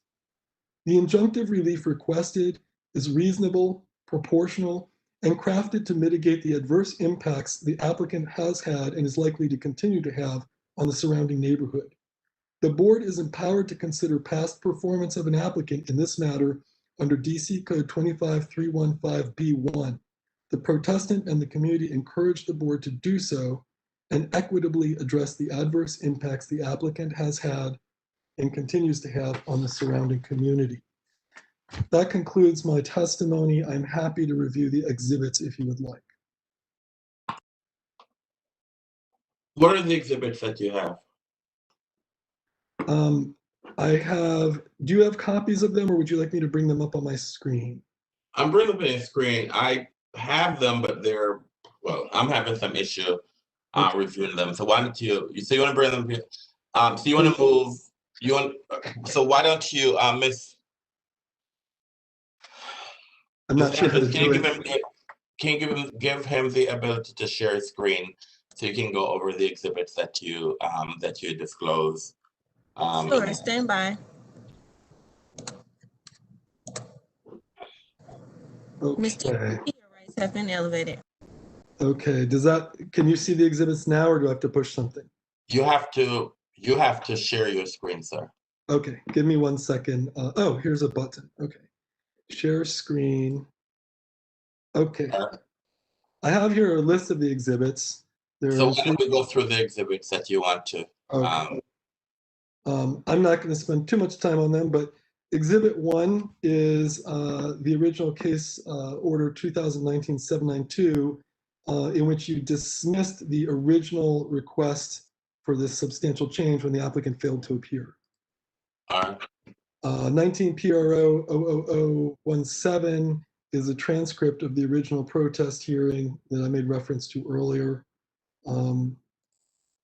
We've also got the board order in which you put the original conditions upon the license. You've already seen this, but I included it in case I need to refer to it. The investigative history, listing the 6 violations the investigator spoke about. We've also got here board order 2021-086. We've got board order 2020-879. These were about one of the owner's other establishments failing to pay and how they should know that they have to file reports. The incident reports are in exhibits 7 through 13. And here you can see these are for Felicity Lounge. These are incident reports. And these are offense reports, assault, affray, theft. And then for comparison purposes, those reports for the big board, incident and offense reports for the big board, and incident and offense reports for Bar Elena. I also include in Exhibit 13 the offense reports for Allure Lounge at 7-Eleven, although that's not directly pertinent to our discussion today. In Exhibit 14, we have the health inspection report from the Department of Health, in which they noticed many health code violations, including the hookah violation.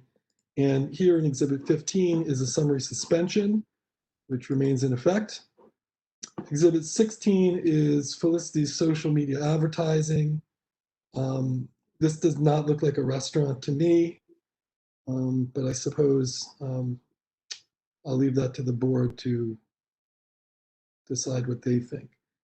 There's numerous ads in here for live bands, various all-night happy hours, and so on and so forth.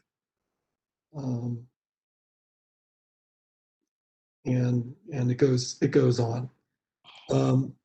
Exhibit 17 is the Department of Health Functions Clarifications Act. I only included in case the board has specific questions about it and I need to refer it to it. Exhibit 18 is a list of establishments that have smoking exemptions. And these are really exemptions that were granted when the law went into effect to address the fact that there were already existing cigar bars. And the idea was to kind of grandfather the existing establishments in rather than outlaw them outright.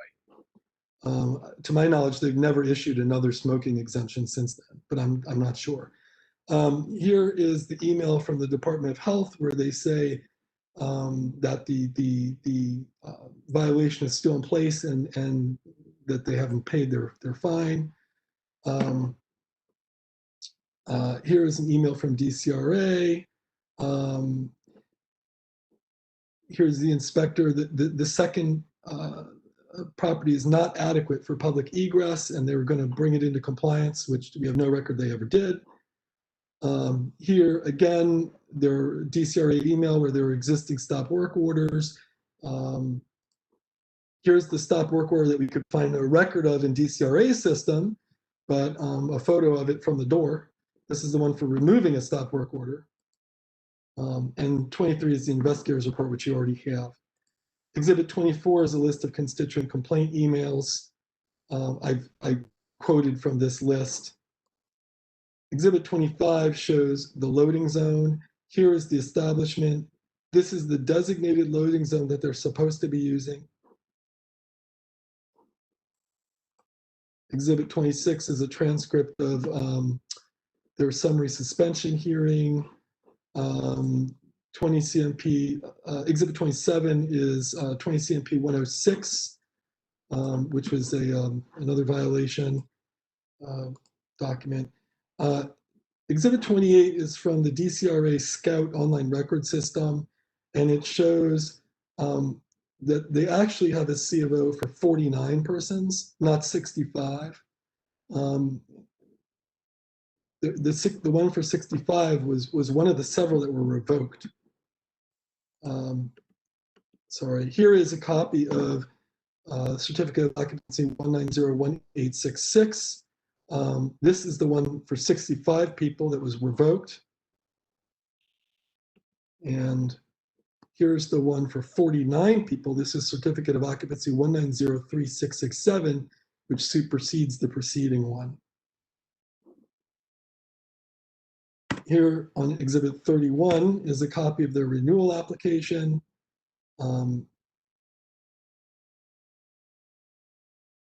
This is the trade name change. I'm going to move on. Exhibit 32 is the offer in compromise in which they agreed not to break any more rules for a year. Exhibit 33 is the class change application. And again, they're supposed to, I believe, list all the owners. They don't. Here's the change of membership in Exhibit 34, in where, oddly, and this is something Abra may want to look into, this was an application in which Mr. Miskiri was able to change the ownership of the establishment without Mr. Jones ever appearing on this form. So a new owner was able to be added, even though the existing owner didn't apparently have to agree to it. I think that's odd. But also notice that Mr. Dominique Jones is not listed on here. Exhibit 35 is an aerial view for orientation, showing H Street, the establishment, the rear alley, the abutting residential streets, the loading zone. Exhibit 36 is a map that shows the same information. Exhibit 37 is a zoning map that shows this is in the NC16 zone, which the investigator already described for you as a retail zone. It is distinct from further to the east along 8th Street where we have an arts and entertainment zone. So Exhibit 38 is the plat, which I don't think we need to talk about. Exhibit 39 is the original protest letter from the ANC. Exhibit 40 is the language from the DC municipal regulations providing the board authority to issue a cease and desist order in this case. I include Exhibit 41, which is a Twitter post from Bard in DC, which is a Twitter handle in which they're quoting a Washington Post article. And here it says, at the Felicity Lounge on 8th Street, Northeast, police said they saw a go-go band playing for more than 24 patrons, all of whom departed through a rear exit as officers went in. The club's manager and owner could not be reached. This was one of the violations. Here's a copy of their license in Exhibit 42. Exhibit 43 was our original protest back in 2019. Exhibit 44 I include because the applicant says that we have been uncooperative, and that's actually not the case. the ANC attempted both originally and during this new substantial change to negotiate a settlement agreement. We sent a draft settlement agreement. We had a mediation.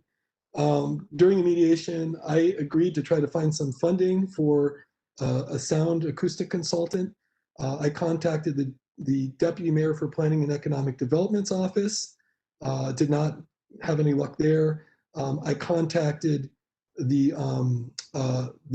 Office of Nightlife, Mr. Sean Towson, the DC's Deputy Mayor for Nightlife. Mr. Kelty. Yes. I'm not gonna allow the draft settlement agreement. You're saying that you were trying to negotiate with them. So I'm only including it to show that we tried to negotiate one. I'm not gonna. I'm gonna exclude that document from your exhibits. Fine. No problem. What number? I'm sorry. What number was that? That was exhibit 44. There was an email in which we offered a settlement agreement, and attached to it was the settlement agreement. Right. So so exhibit 44 will not be part of the record. Would you consider allowing the email, which does not include the specifics of the settlement agreement? Well, then the email itself, I mean, for what it's worth, but not the document, but not the settlement agreement. I appreciate it. The point of that is the email shows that we tried to reach an agreement and we were unsuccessful. We didn't even get a response.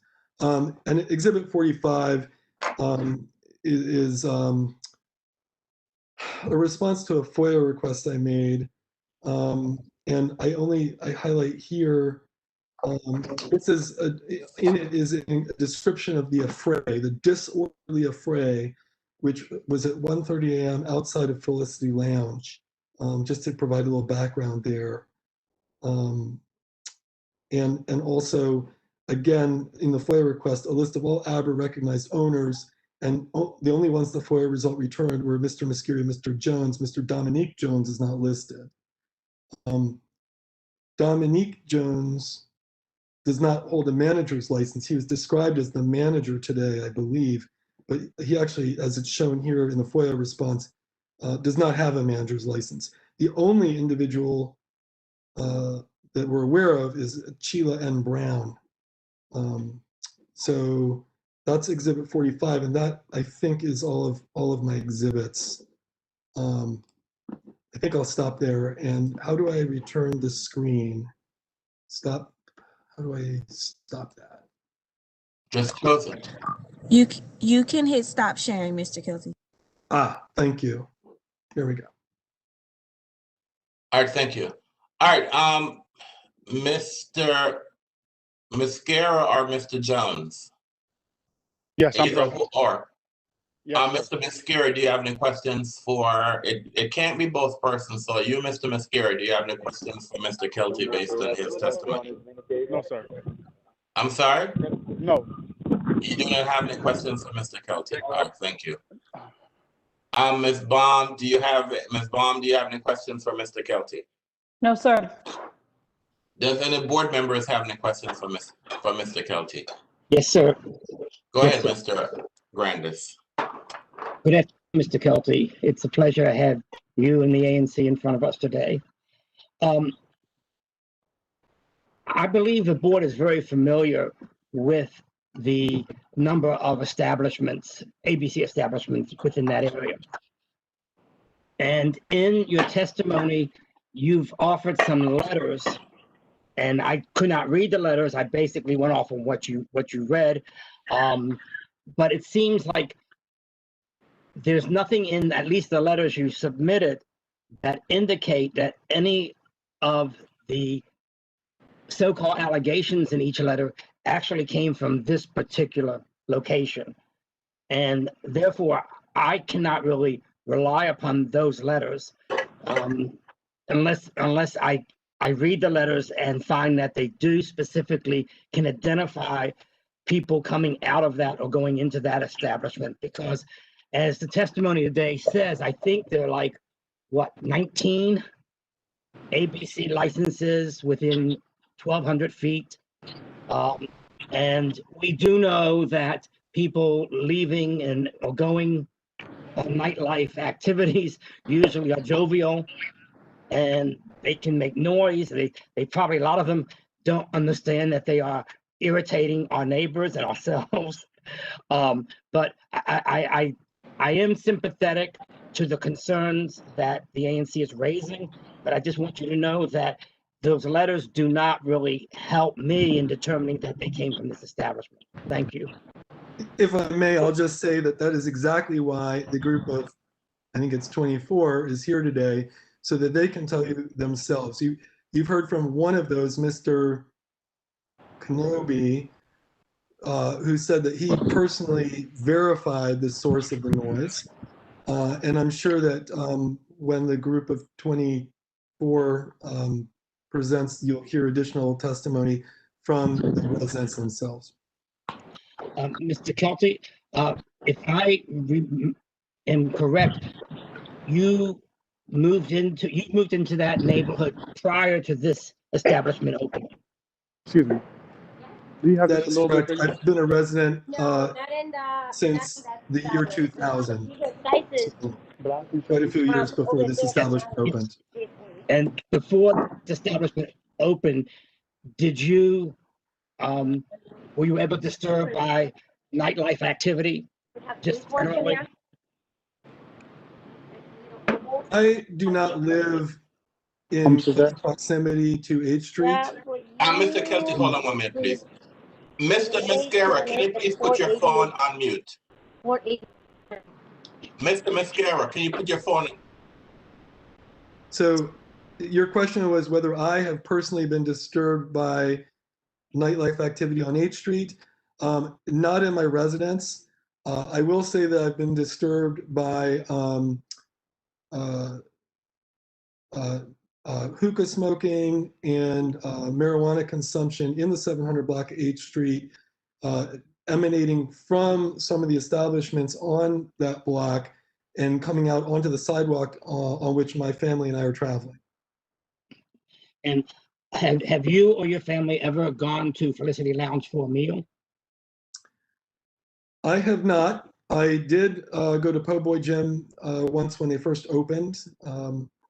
I was underwhelmed and I never went back. I did go inside the Felicity Lounge. I'm sorry? I'm just trying to understand. Is Po' Boy the same establishment as Felicity Lounge?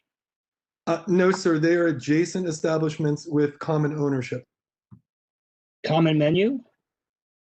Not to my knowledge, sir. I have not eaten at Felicity. I have been inside, but I've not had a meal there. And why did you go inside? When we were attempting to negotiate a settlement agreement in 2019, the applicant invited the ANC to come take a tour of the establishment, and I did that.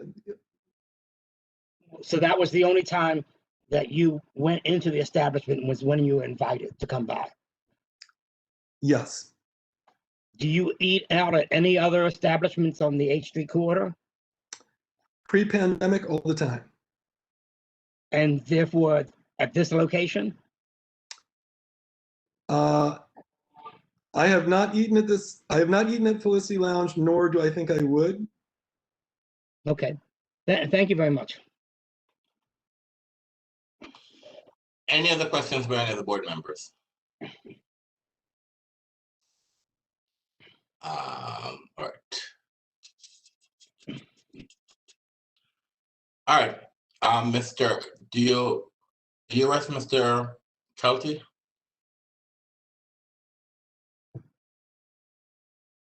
I'm sorry. Let me ask. All right, I'm sorry. Ms. Baugh, do you have any questions of Mr. Kelty based on the questions that were asked of the board? Mr. Kelty, I was just wondering if the number of complaints you've received for noise and rowdiness and loitering has increased since Felicity Lounge opened.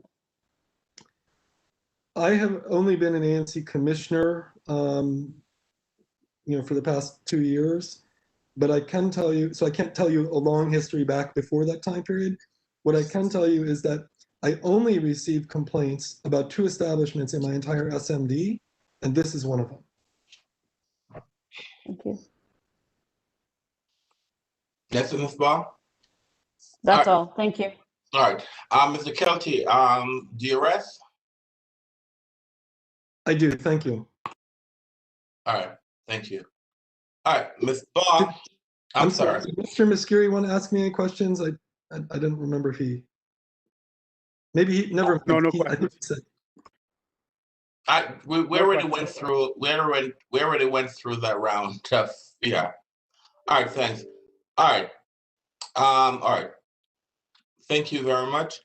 Ms. Baugh, you have an hour to present your case. Thank you very much, Mr. Donovan.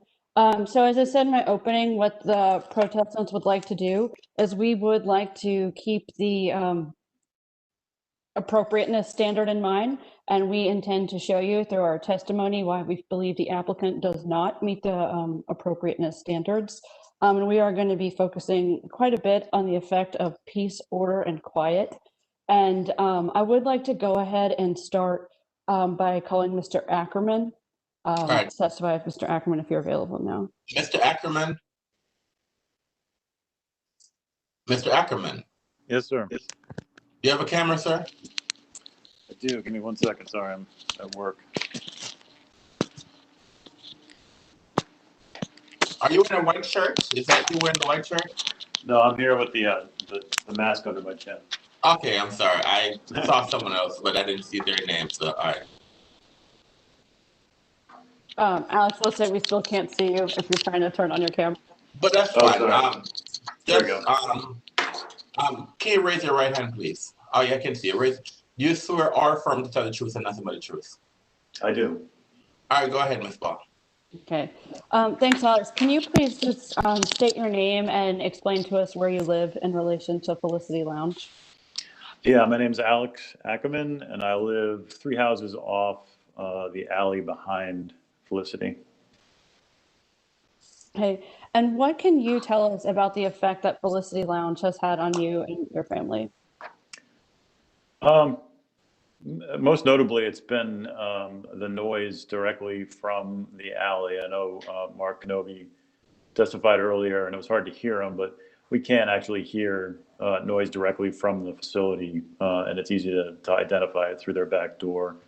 That's one thing. And the other thing that we noticed, and again, it's been pointed out, it's kind of anecdotal, but the street activity on nights when when Felicity is open is noticeably different than it is when they're not. And it's been about a year because of COVID. We haven't had a lot of activity. Prior to that, we were having really regular disruptions of sleep at 2, 3, 4 in the morning with people continuing to hang out in the street. And again, it is hard to say. I'm not out there standing on 8th Street watching people come out and verifying that they came out of Felicity, but that didn't happen prior to Felicity opening.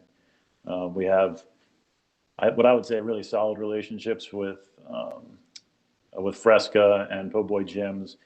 And I can't remember, I think we came to agreements with them, with settlement agreements, and talked about it and had an understanding, which we haven't done here in any way. Mr. Ackerman, are there any particular, stories or incidents related to what you've heard that you'd like to share?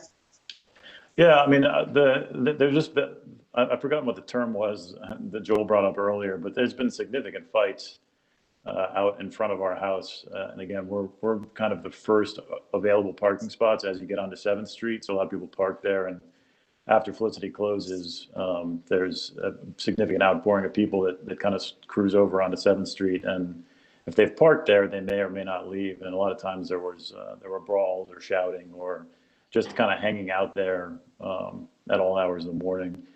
And it's notable. I mean, at 3 in the morning, it's noticeable. I'm not a light sleeper necessarily, but it's at a volume that's not. You can't look past it. You can't get through it. Our bedroom, like yours, is at the front of the house. We've got an 11-year-old son who sleeps in the middle of the house. He can hear both the bass from the building when that's happening, and then he can also the volume on the street is such that he can hear that as well.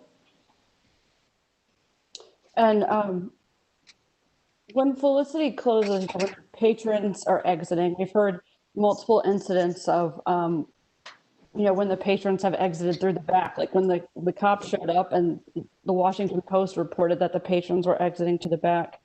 When the noise goes on, what type of noise are you hearing when patrons exit Felicity Lounge?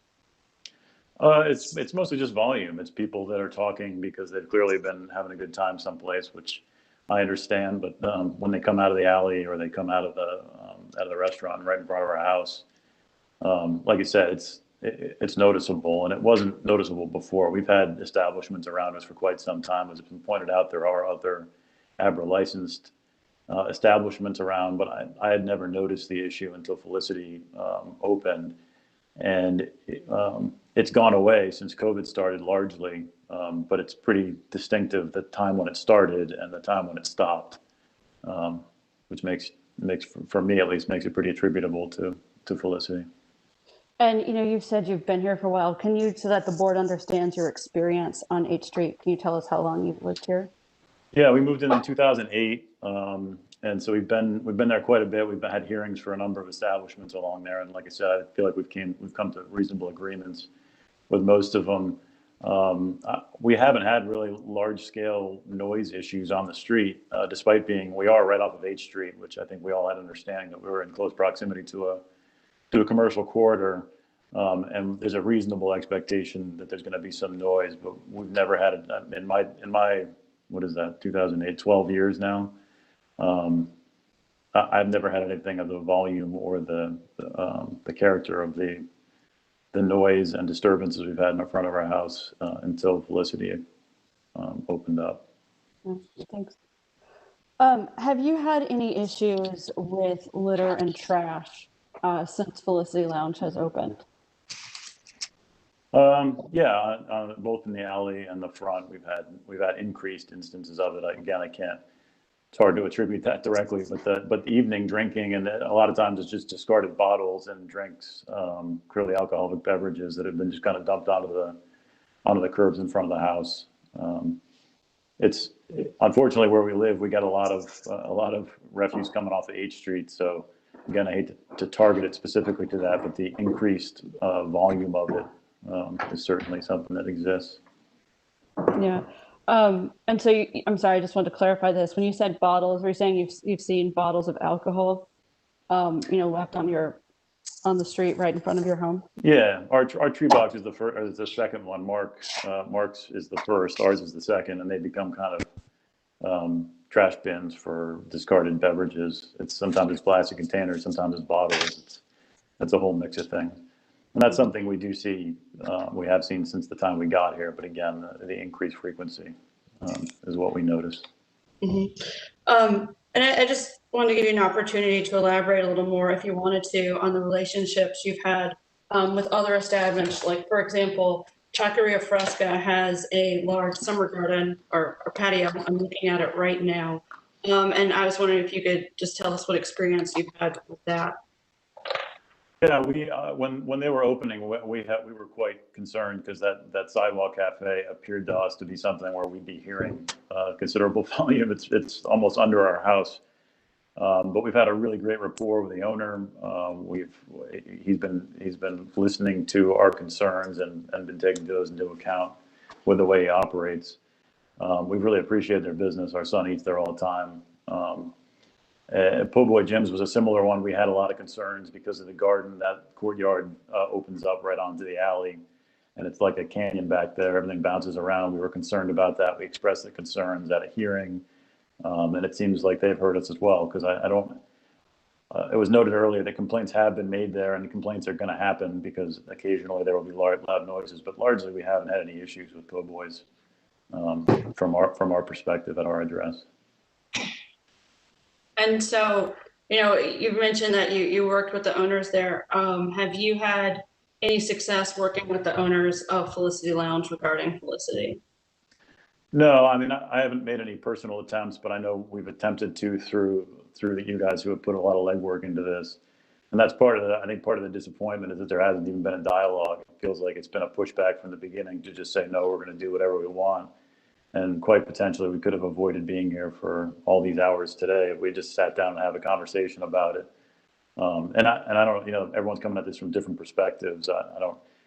My goal, I would love to see a viable business there. It helps all of us if there's a viable business there. There's no, from my perspective, I'm not just saying I don't want anything there. we would just like to have an understanding of what activities are going to be taking place there, and make sure that we're kind of taken care of, or understood as people who are living, yards from the back of that building. We're right on top of it, or they're right on top of us. Yeah.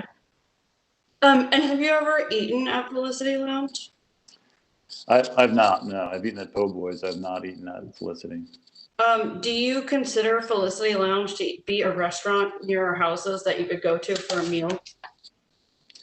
No, I've never explored it, so I can't tell you that for sure. From the front, it certainly doesn't look like a restaurant. Fresca has tables and menus. Po' Boys clearly is operating as a restaurant. I don't get the vibe from Felicity, but I've never tried it. I've never walked in the door. Is there anything else you'd like to add regarding Felicity?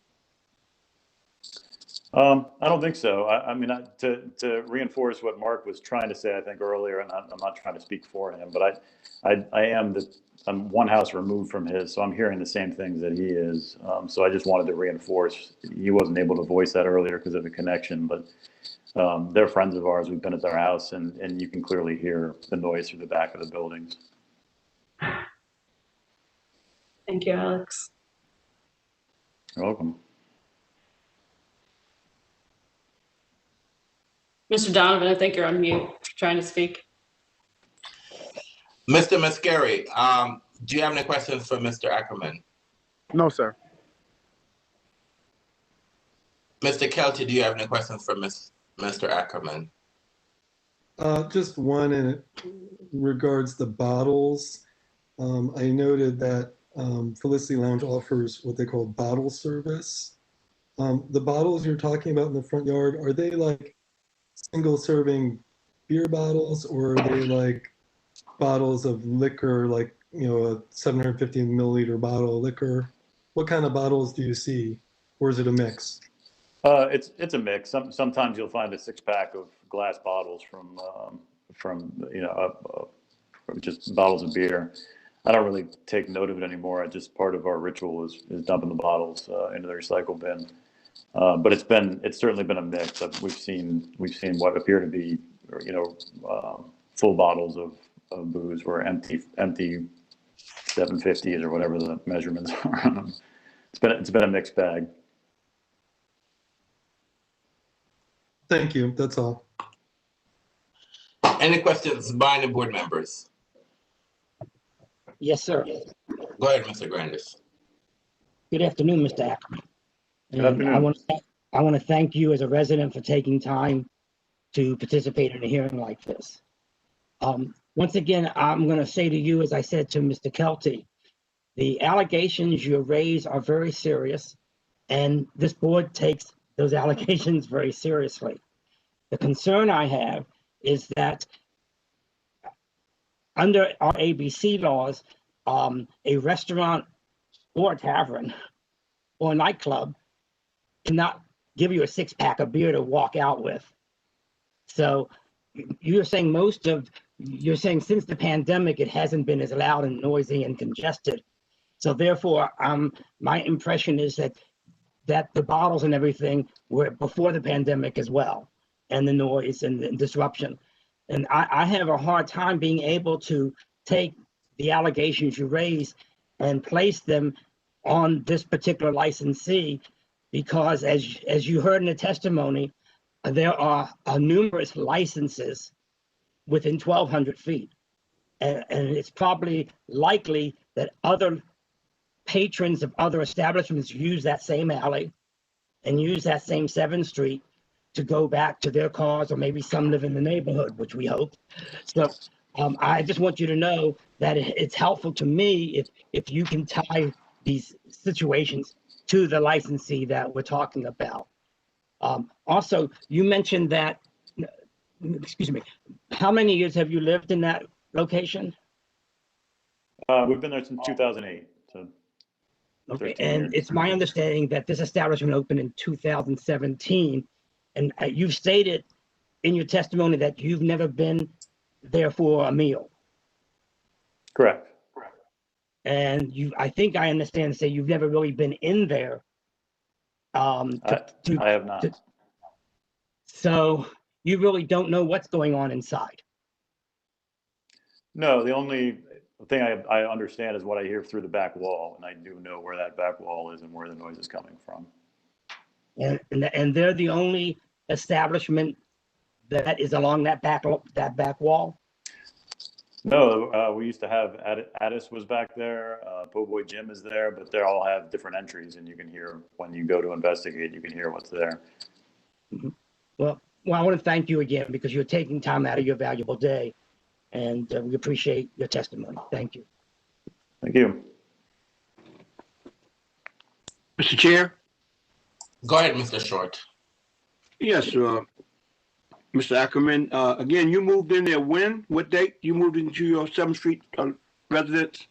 It was the winter. It was probably right around now in 2008. Okay. Well, just to correct something that was just said, someone just mentioned that they apparently thought that this business opened in 2017, but the record reflects, and it was testimony today, that this business opened in 2019, July 2019. I just want to correct the record. Thank you for your testimony today. You're welcome. Any other questions by any of the board members? Let's see. Mr. Mascara, do you have any questions of Mr. Ackerman based on the questions that were asked of the board? No, sir. You said no, sir? No, sir, correct. Mr. Kelty, do you have any questions of Mr. Ackerman based on the questions that were asked? No, sir. All right. Ms. Bond, do you have any other questions of Mr. Ackerman based on the questions that were asked of the board? No, sir. All right, thank you. Mr. Ackerman, thank you very much for your testimony. You're excused. Thank you very much, Great. Mr. Ackerman. Thanks for your time. Do you have another witness? Yes, sir. I'd like to, Mr. Jordan Baugh would like to be a witness. And I would say, just as a technical matter, when we go through his, I would like to be able to share my screen to ask him about some exhibits. All right, sure. Mr. Baugh, can you raise your right hand, please? You swear or affirm to tell the truth and nothing but the truth? Yes. All right, Ms. Andrews, can you give Ms. Baugh an opportunity to elevate her rights to share screen, please? Sure, stand by.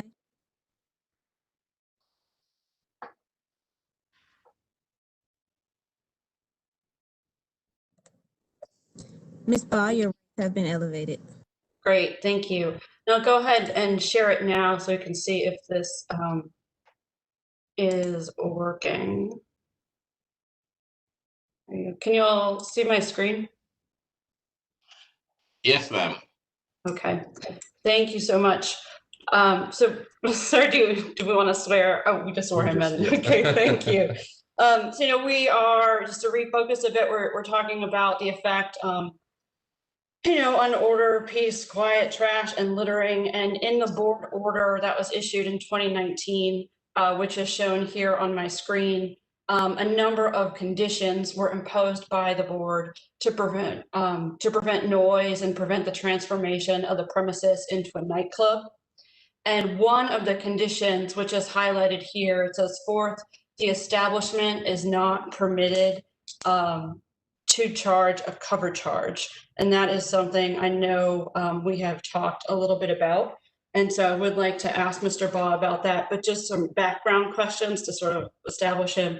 Ms. Brock, can you tell me where you live in relation to Felicity Lounge? Yes, I live on 700 block of 7th Street at 727th Street, around the corner from Felicity Lounge and a catty corner to the alley that's been discussed.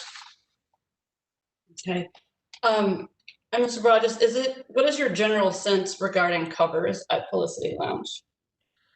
My general sense is that there have been a number of occasions in which event promoters have sold tickets for admission to Felicity Lounge when there have been bands or other entertainment playing. Okay. And Mr. Baugh, I'd like to show you what we have on the screen. This is a screenshot from Instagram that is in the exhibits that we submitted to ABRA and as well as to the other parties. Can you, first of all, who posted this post we have a screenshot of? The Felicity Lounge Instagram account posted this screenshot, Okay. as you can see at the top. And what would you like to tell us about the screenshot? Well, the screenshot shows that it's advertising that everybody is free before 6:30 p.m. That certainly implies that after 6:30 p.m., everybody is not free to enter the premises, and it includes a link to an Eventbrite website where presumably people can purchase tickets to enter the premises. Okay.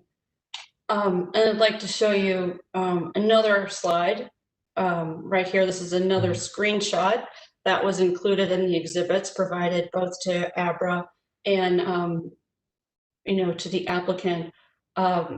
Looking at it, this appears to be a screenshot taken from Eventbrite. What can you tell us? What do you see when you look at this screenshot?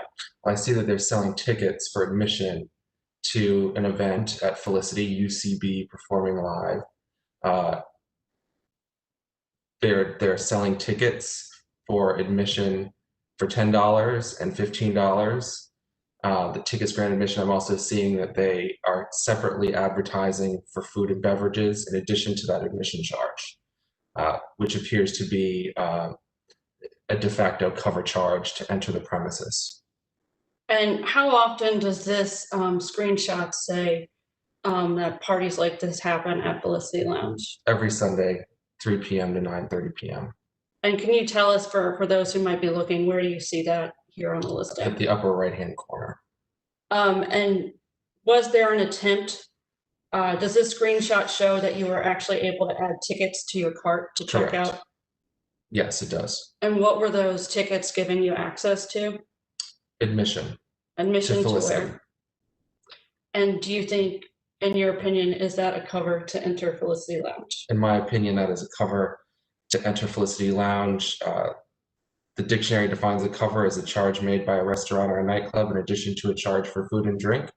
This is clearly a charge for admission, and food and drink are advertised as a separate charge on this advertisement. Okay, thank you.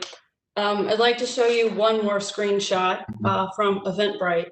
Can you tell us what you see here in this screenshot? Yes, I see a list of all of the happy hour specials and beverages and bar food that is being advertised for sale for this event. And what is this event that you can buy tickets to on Eventbrite? It is after party, day party UCB experience, Sunday, March 15th, 3 p.m. to 10 p.m. And is it your understanding that this is also something you'd have to pay a cover charge to attend? Yes. Thank you. There's an RSVP link on the top. And when was this party? It was Sunday, March 15th. And Sunday, March 15th was almost exactly a year ago. What do you remember happening in the world in the District of Columbia during the weekend of Sunday, March 15th? The beginning of the pandemic, when the mayor's COVID restrictions were beginning to go into effect. And so you're saying that this party was held at the beginning of the pandemic when we were staying home? Correct. Mr. Barr, are you a parent? I am. Do you have children enrolled in DCPS public school? I do. So this was on Sunday, March 15th. Do you remember when the mayor announced that school would be canceled going forward? Yes, immediately after. That was on Friday, On Friday, March 13th. And so was this party after the mayor had already announced that schools at DCPS would be canceled? It was. And yet here we are, we have an event with a band at Felicity Lounge. Correct. Now, Mr. Barr, I'd like to show you one more thing. This next slide is a Washington Post article that was submitted as one of our exhibits. Can you tell us what you see? Can you read what it says regarding Felicity Lounge in the Washington Post? Yes, in this article in the Washington Post, there is a paragraph that says at Felicity Lounge on 8th Street Northeast, police said they saw a go-go band playing for more than 24 patrons, all of whom departed through the rear exit as officers went in. The club's manager and owner could not be reached on Friday. And this was published the context of this article is issues with establishments in the District of Columbia complying with the mayor's order and failure to do so. Thank you.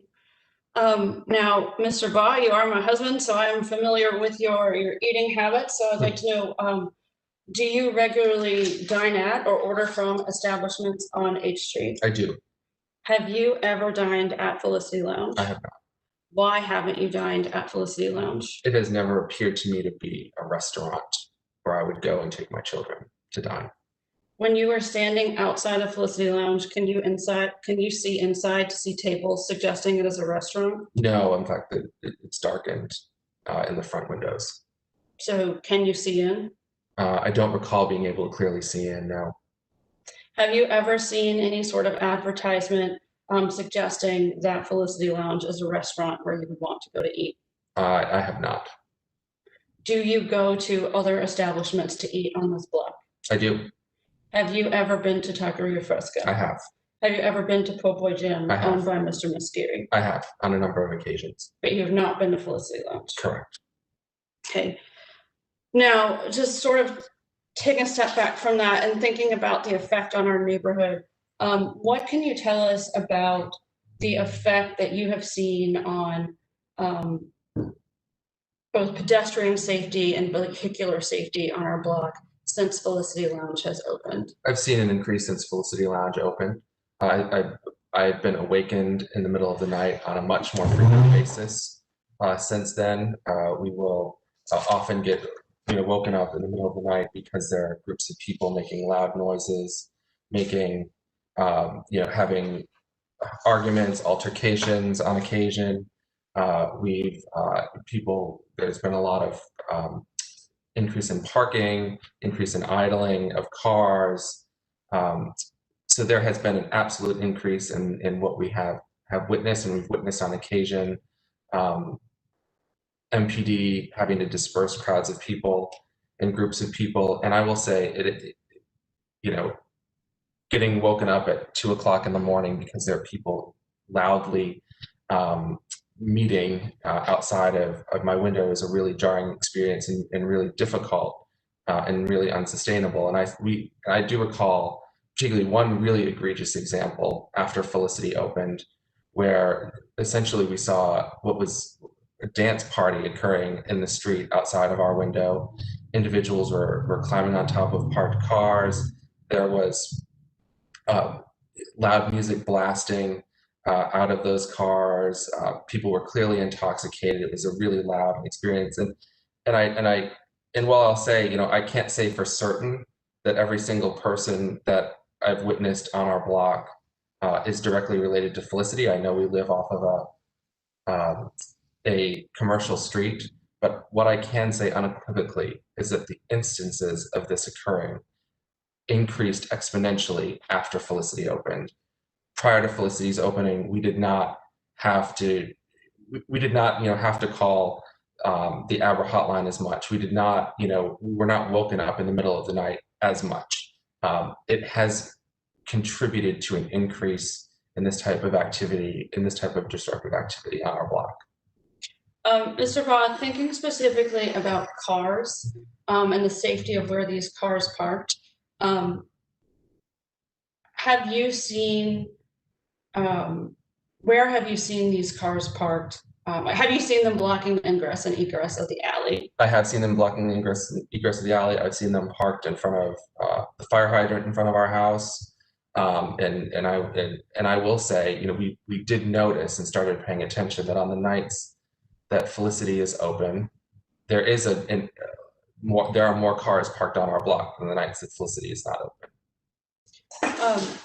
Mr. Baugh, other than just saying, since Felicity Lounge has opened, the incidences of vehicular issues as well as noise have increased, do you have anything to support your suggestions that the noise and the loitering is actually coming from patrons of Felicity Lounge? I do, in fact, on occasions where there have been incidents, we have recognized individuals who have featured in videos and photos that have been posted on social media from inside Felicity Lounge. I do remember one instance where there was some sort of argument or altercation happening on the block. We looked outside to investigate what was happening, and we recognized that one of the people involved was either the DJ or somebody involved with the entertainment at Felicity that evening. Thank you. Is there anything else you'd like to say about the character of our neighborhood as it relates to the appropriateness of Felicity Lounge? Yeah. We specifically chose this portion of H Street, the H Street corridor, to live in because it is zoned as a residential and as a retail business area, and not as part of the arts and entertainment district of H Street, which is further to the east of us. You know, this is a genuinely quiet residential neighborhood. Certainly there is commercial activity on H Street during the day, as would be expected, and there is some foot traffic in the evening as well. Most of the other establishments in our immediate vicinity close before midnight, and that foot traffic is not, you know, as much of a nuisance. And I would say, you know, we're really concerned that having essentially a business that's operating as a nightclub in this section of the H Street corridor really extends that arts and entertainment district further down to an area where it was not intended, it was not zoned for, and what we were not expecting when we moved here. Mr. Baugh, have you ever filed a formal complaint to ABRA? I have. Can you tell me what it was for? I did file a complaint to ABRA that Felicity was operating as a nightclub in violation of its restaurant license. And when did you file this? I filed that in, I believe it was January of 2020. And did ABRA confirm receipt of this complaint? ABRA did confirm receipt of this complaint. And have you reached out to ABRA since filing that complaint? I have reached out to ABRA recently to check on the status of that complaint. And what did ABRA tell you? I did not receive a response. Okay, so you're still waiting to hear a response from ABRA? I am. So you're hoping that the ABRA board and that ABRA will look into this? I certainly do hope so. Okay, thank you. Is there anything else that you'd like to share in conclusion regarding Felicity Lounge with us? No. Thank you.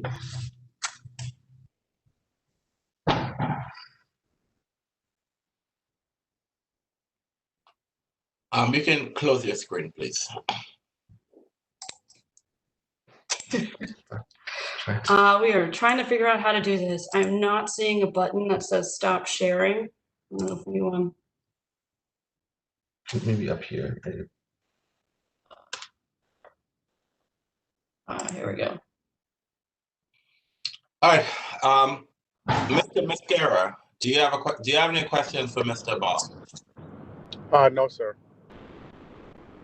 Mr. Kelty, do you have any questions for Mr. Baugh? No, sir. Any board members have any questions for Mr. Baugh? Hearing none, thank you very much, Mr. Baugh, for your testimony. Ms. Baugh, do you have another witness? Yes, sir. I would like to speak to testify, sir. So you're the last witness? Yes, although we do have 2 additional witnesses on the phone, or 2 additional protestants. They were put on the witness list. I was not planning to ask them questions, but if they have anything they'd like to say, I'm happy to give them an opportunity. No, you'd have to ask them questions. If you don't plan to ask questions, then you're not calling. You'd have to call them, and if you're not calling them, then you'll be the last witness then. That's fine. All right. I'm sorry, go ahead. What were you saying? I would like to share my screen again. All right. Well, before you do that, can you raise your right hand, please? Yes, sir. You swear or affirm to tell the truth and nothing but the truth? Yes, sir. All right. Ms. Andrews, can you elevate her profile again, please?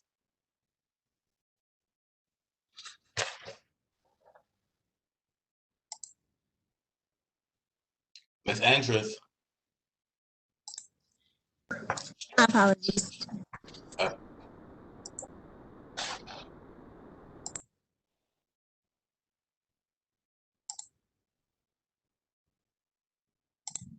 Okay. Can you see my screen now? Yes, ma'am, go ahead. Okay, great. So I live cat a corner to the alley in which Felicity Lounge is on. Mr. Ackerman and Mr. Kenobi, who spoke, live directly across the street from me. I can see their windows right now as I'm sitting in the bay window of our home. You can also see that alley going into the back of Felicity Lounge. And I would like to say that on the nights Felicity Lounge is open, it is not unusual for residents to be able to hear amplified music from the establishments in their home, as both Mr. Kenobi and Mr. Ackerman have said. And that prevents us from enjoying the ability to sleep and enjoy peace and quiet. We hear the sounds of the loud bass noise coming from the DJs and from the live bands when we're in our beds and trying to sleep. And for me personally, that's also included when I've sat in the rocking chair in my window, trying to rock my then at the time infant and toddler twins to sleep. And this has resulted in a number of noise complaints to the ABRA hotline. I'd like to show you what's on my screen. I'd like to take a moment to show this to you. What this is, and this was, included in our exhibits, this is a sampling of ABRA and 911 complaints associated that we believe are associated with the applicant. This list was made by 2 members of our protest group. And I will say that I am one of the members, I am one of the 2 individuals whose call logs we looked at, as well as one other person who would strongly prefer not to be identified. We went through our call records. We went through our phone bills and our call logs from June 2019 until January of 2020, when we filed the protest. If you look at the chart, you will see that starting at the end of July, there are regularly calls to ABRA and 911 regarding noise and disturbances of the peace. There are calls in July, August, October, November, December, and January. What you don't see are calls in June. There are no calls to the ABRA hotline or 911 by 2 individuals, myself and one other person, in June 2019 or even in early July. The calls didn't start until Felicity Lounge received their license in July of 2019. And now, it is true, as Mr. Grandis was saying, I cannot state with certainty that every call on this log is related to the applicant. However, I can state with certainty that I was not routinely calling ABRA or 911 for noise complaints before Felicity Lounge opened. Something changed, and the clear and obvious explanation is that Felicity Lounge opened. One other thing I'd like to point out here to help tie the 2 together, when there's noise, right? When I go into my bedroom and try to go to bed and there's noise, of course I look out of the window. What can I see? What can I pick up on? And I have now gotten in this history of going to social media. I can go to Instagram, and almost without fail on those instances, Felicity Lounge is hosting a promoted event with either a DJ or a live band. And those are the nights that I find that I'm having these issues and I'm calling ABRA or I'm calling 911 because of these issues that we're hearing and the disturbances of the peace that are happening when patrons are leaving the establishments. So sorry, we've gone a little out of order because I didn't realize I had to actually ask people questions. So, it's important to note again that these changes were not happening regularly on our block in the years preceding Felicity. And today they're happening now, as as the board noted, and I'm showing here on my screen. Or sorry, wrong part. But the board has noted, and we've established today that Felicity did not in 2019 and does not now have a plan to address the burdens on the community from late night drinking and entertainment. To see that Felicity Lounge is a business of late night drinking and entertainment rather than selling food, you don't have to look further than Felicity's website, which I'll bring up now. Right here on the website, when you go to the About section, it says Felicity Bar and Lounge is your go-to nightlife destination in the historic H Street corridor. There it is, publicly on their website. Felicity Lounge is a quote, nightlife destination. And of course goes on to say that they have a hookah. I know that was asked about earlier. So I did want to show everyone that right there on the Felicity Lounge website in the very next sentence, it says that we offer hookah. So, this nightlife destination is operating as a residential area, which the ABRA report by investigator Mitchell described as being zoned as a neighborhood serving retail shopping district. We all know the H Street corridor, and there is a designated arts and entertainment zone on H Street, but that is not here at this block. That starts 4 blocks down more east, where honestly, Mr. Musciri has another establishment. It is not here on the 700 block of H Street. So in addition to Felicity's website proclaiming that it's a go-to nightlife destination, Felicity's advertisements on social media, as well as the post of their promoters, make clear that they are in the business of what the board referred to as late night drinking and entertainment, not food. But before we look at Felicity's own marketing, I'd like to acknowledge again that Mr. Musciri, who owns Po' Boy Jim, he knows how to properly market a genuine restaurant. Here, this is one of our exhibits. This is a screenshot of Mr. Musciri's website, Po' Boy Jim, which is literally next door to Felicity Lounge. This is a screenshot of their Instagram account. When you look at the screenshot of Po' Boy Jim's Instagram page, you see exactly what you'd expect to find in a restaurant. You see food, and I've eaten there. I've had their shrimp po' boys. They're totally great. I'm from Louisiana. But in contrast, I'd like to show you some of Felicity Lounge's posts on Instagram marketing their business. This is a screenshot of Felicity's Instagram account at Felicity Lounge DC. It's from October 19, 2019. So just months after Felicity opened, less than 4 months, that timeline that was talked about earlier. They opened at the end of July. Here we are in October, just 3 months later. Here you see, if you look at the text, Felicity is marketing hookah and drink specials all night. The only place to be on Saturday. Sounds by DJ Problem. No food was there. Go to our next post, again in October of 2019. Felicity Lounge post, that's right, you heard it. Best place to be, Felicity Saturdays. Come out, ladies, and enjoy free shots of flavored Kettle One, bottle specials, hookah, and lots more.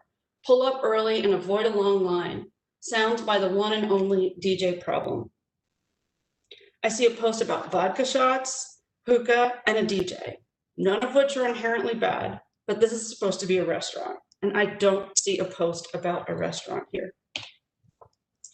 Again, another slide, another Instagram post from Felicity Lounge, this time in November 2019. I see hookah, I see alcohol, I see a DJ. I don't see a restaurant. Then I'd like to fast forward to December 13, 2021. This is during the pandemic. Not only that, it's in December 13th is when this party is. This is really important because it is just days after the board reached an order and compromise with Felicity for violations of the mayor's emergency order. And here what we have is an advertisement. This is posted by Hollywood Reds, who I believe is a DJ, and it seems to be a promoter based on his Instagram page, but I can't really speak to that. And it's advertising, it's telling you to go to Felicity Lounge for this event for Moet Rose, Henny, and drink specials. And music by Hollywood Reds at a hashtag day party. This is in December of 2021. Days, literally days after the board reached its order and compromise with Felicity Lounge. And I'd like to take you to, you can see this was posted by Hollywood Reds. This very same, on December 13th, during this party, I'm going to show you this next video. This video is a screen grab that I took of Hollywood Red's Instagram stories account. This video was posted on December 13th. You can tell by the timestamp at the top that I took the screenshot I started it at 1:21 a.m., but it was complete at 1:23 a.m. on December 14th. You can see that the video was posted 6 hours beforehand. And for those not familiar with Instagram video, with each snippet, it's going to show you the amount of time that since that was posted. And what you can tell if you look at the times is that these videos were posted online from inside Felicity Lounge on December 13th at 7 p.m., then 8 p.m., and 10 p.m. I'm going to go ahead and press play and let the video play through. And it will tell you there's no sound on the video. And the reason for that is my error in recording. This is the first time I recorded a video on my phone.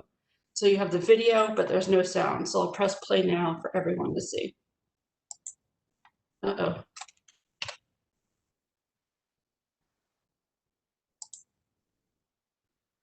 So the video's playing.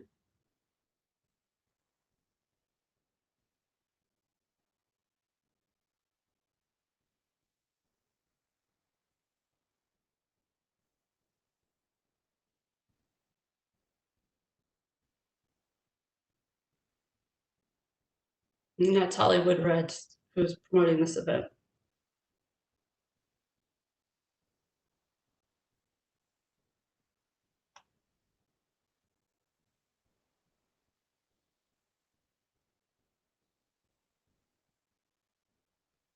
And so let everyone else finish watching. Oh, here you go, it's still going.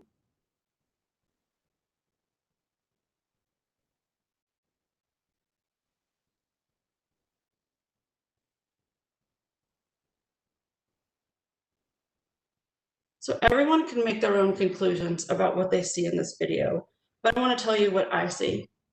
I see people without masks. I see a lack of social distancing. I see dancing. I see hookah. I see alcohol. But what I don't see is food. I do not see a restaurant. So now I'd like to return to Instagram. What I'm showing you now this is screenshots. This is a side-by-side of screenshots of the Po' Boy Gym Instagram account and the Felicity Lounge Instagram account. The Po' Boy Gym account undeniably is marketing food. I look at this and I see a restaurant. And I see a restaurant owned by Mr. Mascari. But on the picture on the right, I see a screenshot. That's a screenshot of Felicity Lounge. I don't see food. I don't see a restaurant. Instead, I see an account promoting late night drinking and entertainment that's permitted as a restaurant.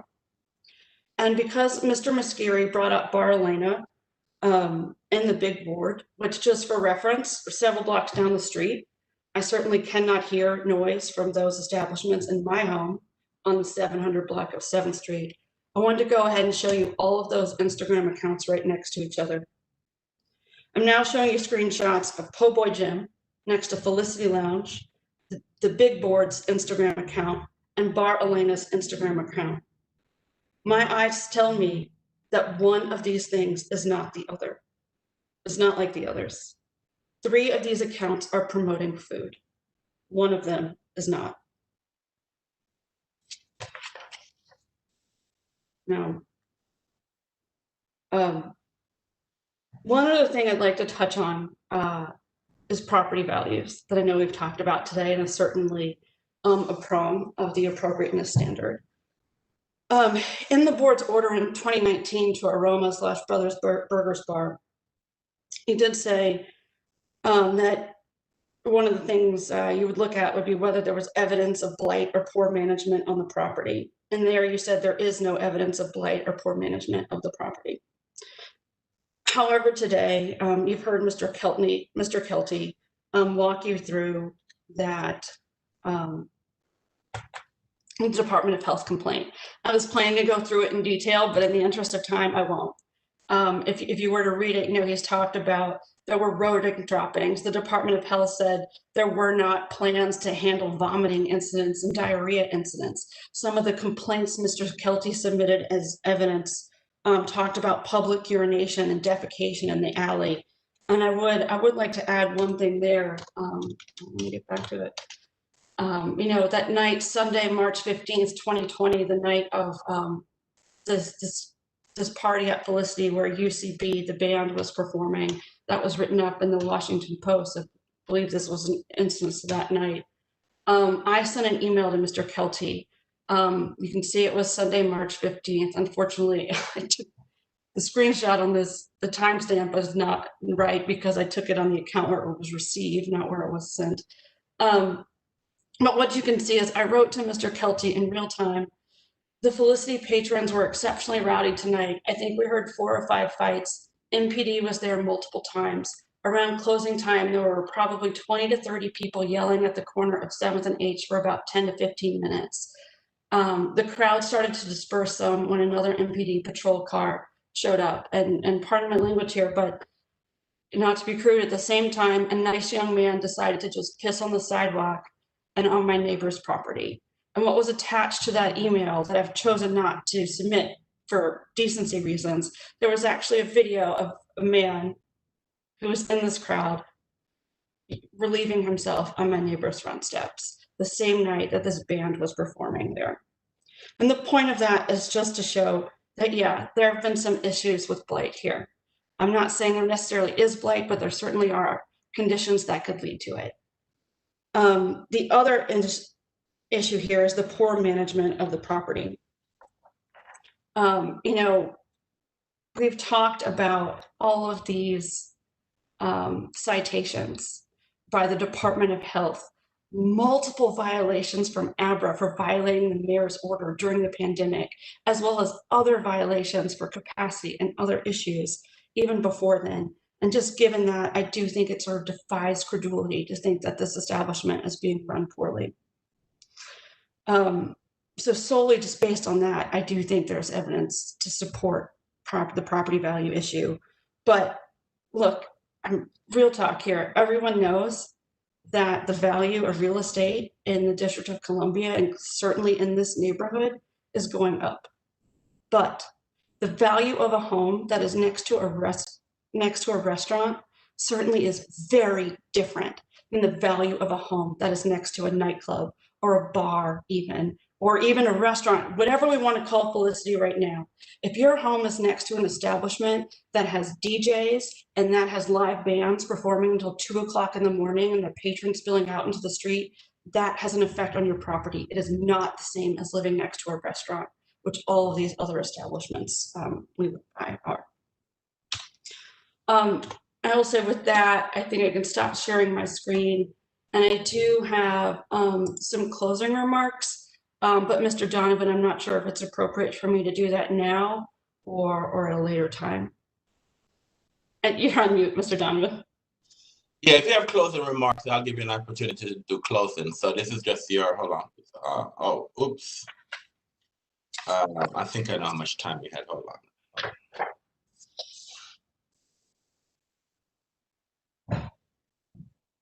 Well, I don't have to keep track of time because I just messed up my timer, but that's fine.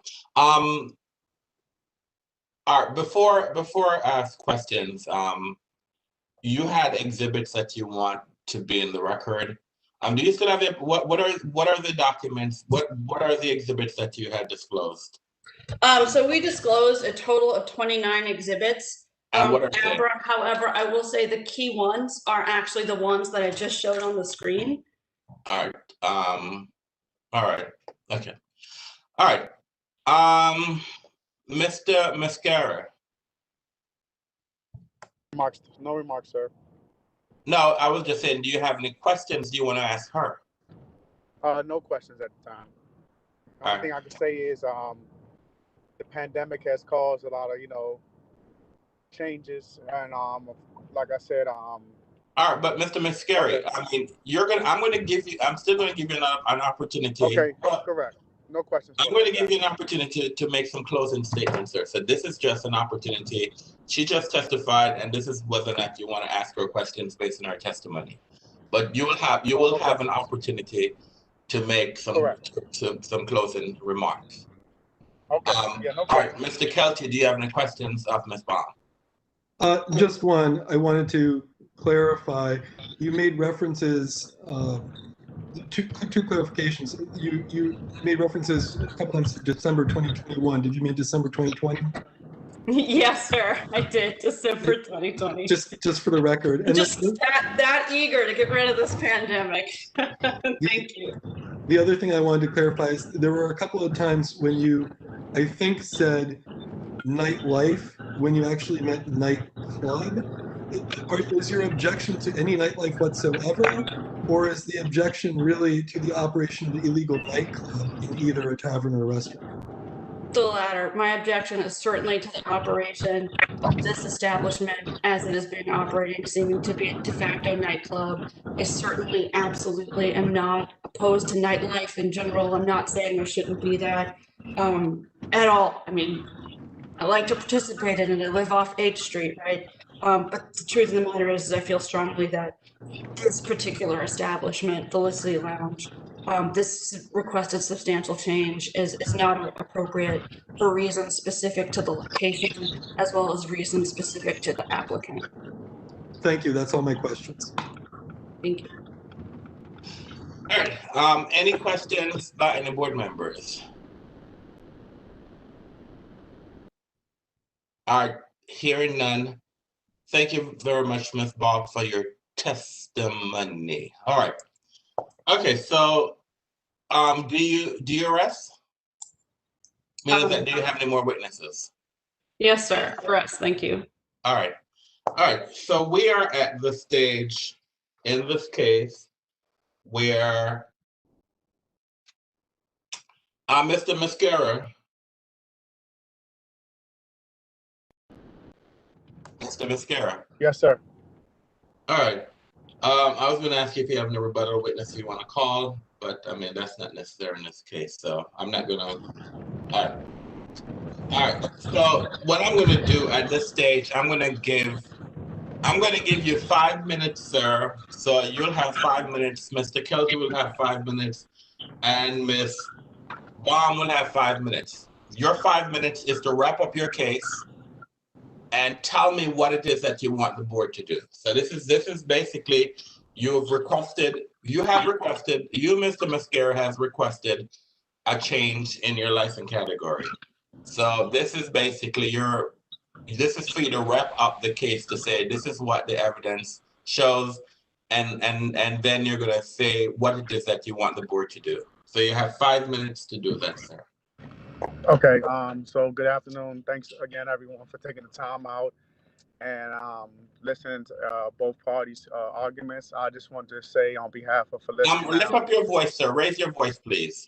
I would just like to say on behalf of Felicity Lounge that we've been being a small business and only been in business for a year and some change, that we haven't been perfect, but unfortunately and fortunately due to COVID, we know that we have to make some changes to be able to have a profitable business and a blossom business, such as Po' Boys, and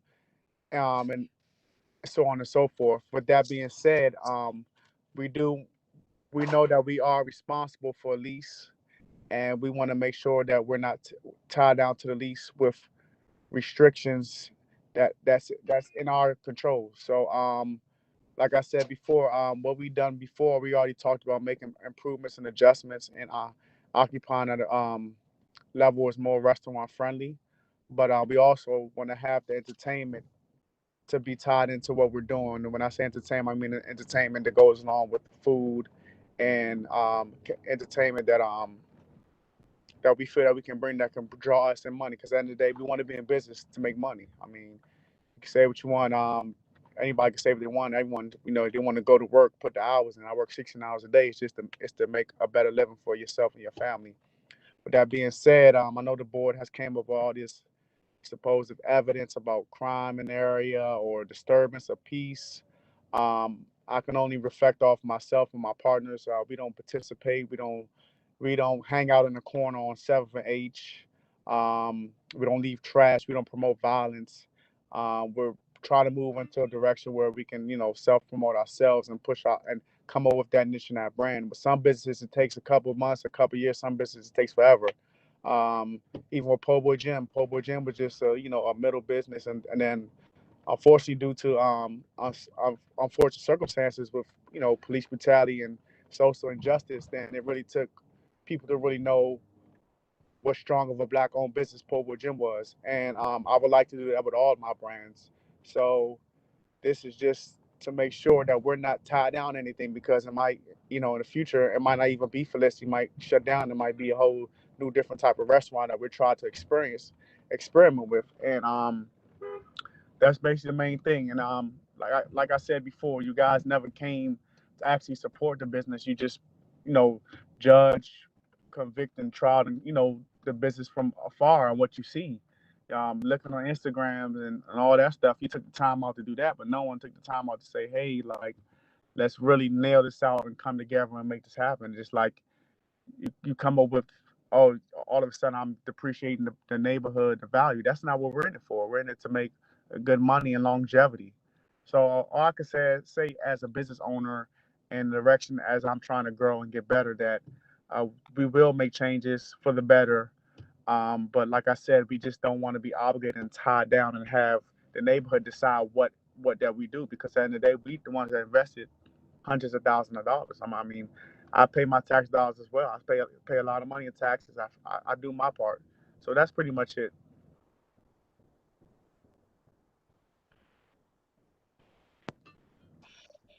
Thank you, Mr. Muscara. No problem. Mr. Kelty, you have 5 minutes. Thank you.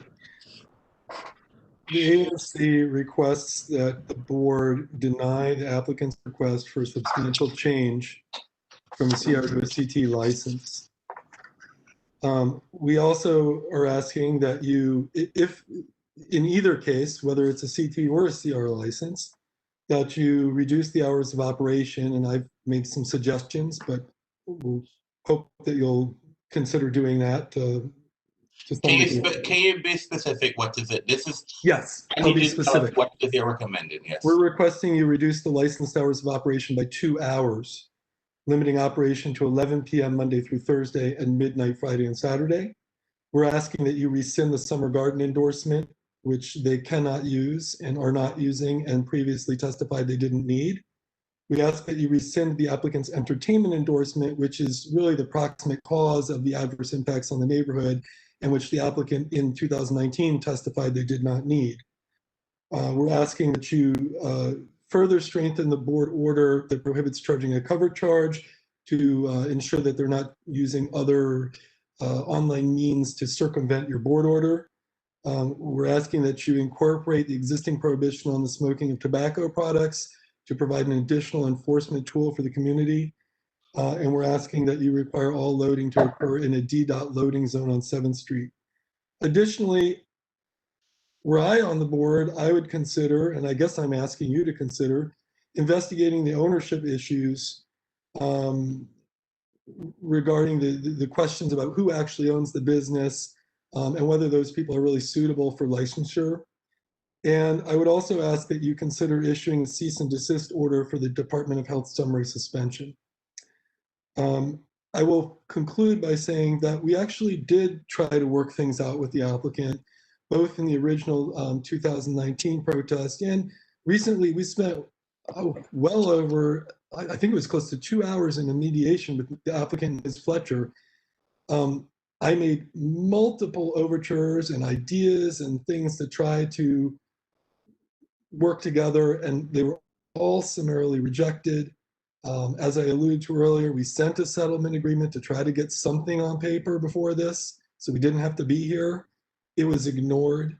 So I think it's really unfair to say that the community did not try to work with the applicant. And I'll conclude with that. Those are our requests. Thank you. Thank you, Mr. Kelty. Ms. Baum. Thank you, Mr. Donovan. So again, the protestants, we do ask you not to grant this substantial change license. We think it's wholly inappropriate. As the board said in this 2019 order, a restaurant was appropriate for the area, but an entertainment and nightclub type establishment was not appropriate for the area. In furtherance to that, you issued a number of conditions, and a number of these conditions we just don't think have been met. We've shown you, for example, how I think they're clearly charging a cover charge for entrance. They're selling tickets to getting general admission to the property. And just on a bigger picture, they're simply not operating as a restaurant. There's a reason none of us have ever eaten at Felicity Lounge, and it's because it's not operating as a restaurant. We heard testimony from Felicity Lounge that less than 4 months in, they were already talking to Abra to operate as a tavern instead of a restaurant.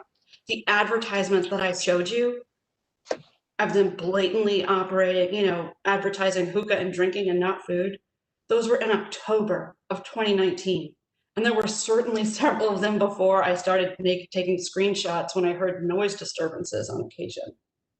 And Felicity also testified that they have a security person at the counter when you walk into their supposed restaurant. And maybe there are restaurants with security people and counters at the front, but I don't know that I've ever been to a restaurant with a security guard and a counter at the front door. This establishment simply is not acting as a restaurant.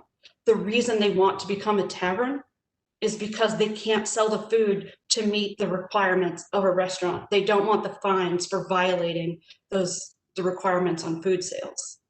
And Abra itself, the board, you have already issued an order that said a restaurant was established, was appropriate for this area, not a nightclub. That, that's what's in that order. Also, like what Mr. Kelty was saying, we tried to have settlement negotiations. We've heard a lot of platitudes. We want to be a part of your community. We want to get along. We want to do things. We don't want you to hear sound in your home. But what we're not having is any follow-up after that general platitude. We were promised that Felicity would submit us a soundproofing plan. I've not received one. Mr. Jones says he didn't send one to the ANC. There's not one on file in Abra. There's never been any soundproofing plan submitted. There's never been any security plan submitted. We've sent this settlement agreement. We heard nothing. We contacted them saying we would like to talk about it. And was told, oh, I'm busy this week, but we can talk this weekend. We said, great, we've got all weekend open. We'd happy to talk. Never heard back. And here we are today. We did not want to be here today. We genuinely wanted a settlement agreement, but you can't have a settlement agreement with someone who refuses to engage with you and just offers platitudes and refuses to actually dig in and do the work to reach an agreement. Other establishments, as Mr. Ackerman was saying, have reached an agreement with the neighbors, and we've gone on to have really fruitful relationships. And we go to the other establishments very regularly. During the pandemic, it's been a priority for us to support those local businesses. You can go to the taqueria for lunch. You can go to the taqueria for breakfast. Felicity Lounge isn't open because it's not a restaurant. They're not selling food. You can't do a takeout order from Felicity Lounge because it's not a restaurant. So, as I said at the end, when Mr. Kelty asked me a question, we don't think the substantial change is appropriate for reasons that are specific to this applicant, this location, the management of Felicity Lounge itself. We gladly welcome businesses that provide economic diversity and growth for the area, but taverns with entertainment endorsements that operate as de facto nightclubs are not appropriate for this residential neighborhood that's comprised primarily of single-family townhouses and a DC public elementary school. If you want to be in an entertainment and arts district, there's one down the road, but it's not here on this block where this location is. I counted last night. There are more than 17 elementary aged and younger children that live on the 700 block of 7th Street alone. That doesn't include the ones that are on the way, and that doesn't include any on 8th Street. That is just on my block, 17 children. These children deserve the ability to go to sleep in their homes without regular late night disturbances related to Felicity Lounge. Mr. Ackerman told you that his 11-year-old daughter, her son, could hear the sounds coming from Felicity and the late night loiterers. I also have told you that when I'm rocking my children, they could hear the noise. We could feel the bass while I was in the rocking chair on nights that live bands were performing at Felicity. DC law provides these children, and it provides all of us, the reasonable expectation to be free from disturbances and other nuisances. And we simply do not have that when Felicity Lounge is open. And we are asking for your assistance to restore this reasonable expectation. Should the board nevertheless grant Felicity Lounge's application for substantial change to operate as a tavern, we very humbly ask the board to impose restrictions on that license, going beyond, including, but certainly going beyond the current restrictions that have been in place on the license since July 2019, because those very clearly are not working in the opinions of all of the 24 people who signed that letter, which represents the diversity of people in terms of gender, in terms of race, in terms of socioeconomic class, right? This is a big swath of people who signed that letter, right? And we all strongly agree that this has been a problem for us. And so some specific steps, I just want to quickly outline. Most of them, many of them are duplicative of what Mr. Kellner said. I'm sorry, Mr. Kelty. But we do strongly encourage you to rescind the entertainment endorsement. The noise that accompanies the Felicity's entertainment, both the live DJs and the live band performances, absolutely can be heard in our homes, as 3 or 4 of us have said here today. Given this, as well as candidly in 2019 in that board order, there was a statement from Mr. Jones that he had no objection to the issuance of a license without an entertainment endorsement. We seriously ask that you impose this condition on their operations. We also seek reduced hours. We ask, given the current, given what we've lived through, given their past history, that hours be further reduced by 2 further hours. We'd ask that you reduce capacity. We've heard a number of issues regarding capacity and safety and DCRA, and it seemed like Felicity Lounge didn't even know what the capacity was of their establishment. And that's at a time when during the board orders, they should be keenly aware of the emergency orders, exactly how many people are allowed in their establishment. They didn't even seem to know that. We'd ask you to continue prohibiting a cover charge, and that would include, we need to make clear that the cover charge includes prohibiting charging for all forms of entry fees, including charge fees at the door and in advance through ticket sales or event promotion, whether in person, online, Eventbrite, whatever. You are charging a fee to get in the door, and that is a cover. Along those same lines, we'd like to ask you to prohibit the use of nightlife promoters who advertise events with live entertainment at this establishment. We'd also ask that you, sort of make clear the tobacco restrictions. This place should not be serving hookah. It doesn't have a license to do so, and it's currently shut down because of those violations. And also one last thing, there was a complaint. We filed a valid ABRA complaint in January of 2020 that this establishment was acting as a de facto nightclub. We received confirmation from ABRA of the complaint. We have followed up asking for the status of it, and we heard nothing.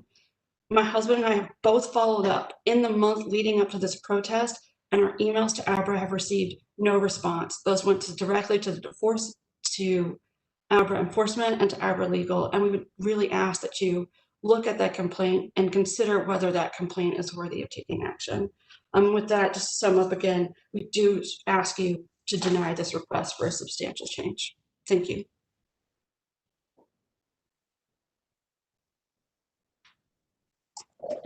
Thank you, Ms. Ball.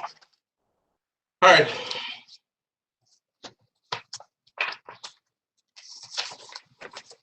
So we have come to the end of this hearing. A question I'll ask the parties, and this is something that normally doesn't necessarily happen in protest hearing.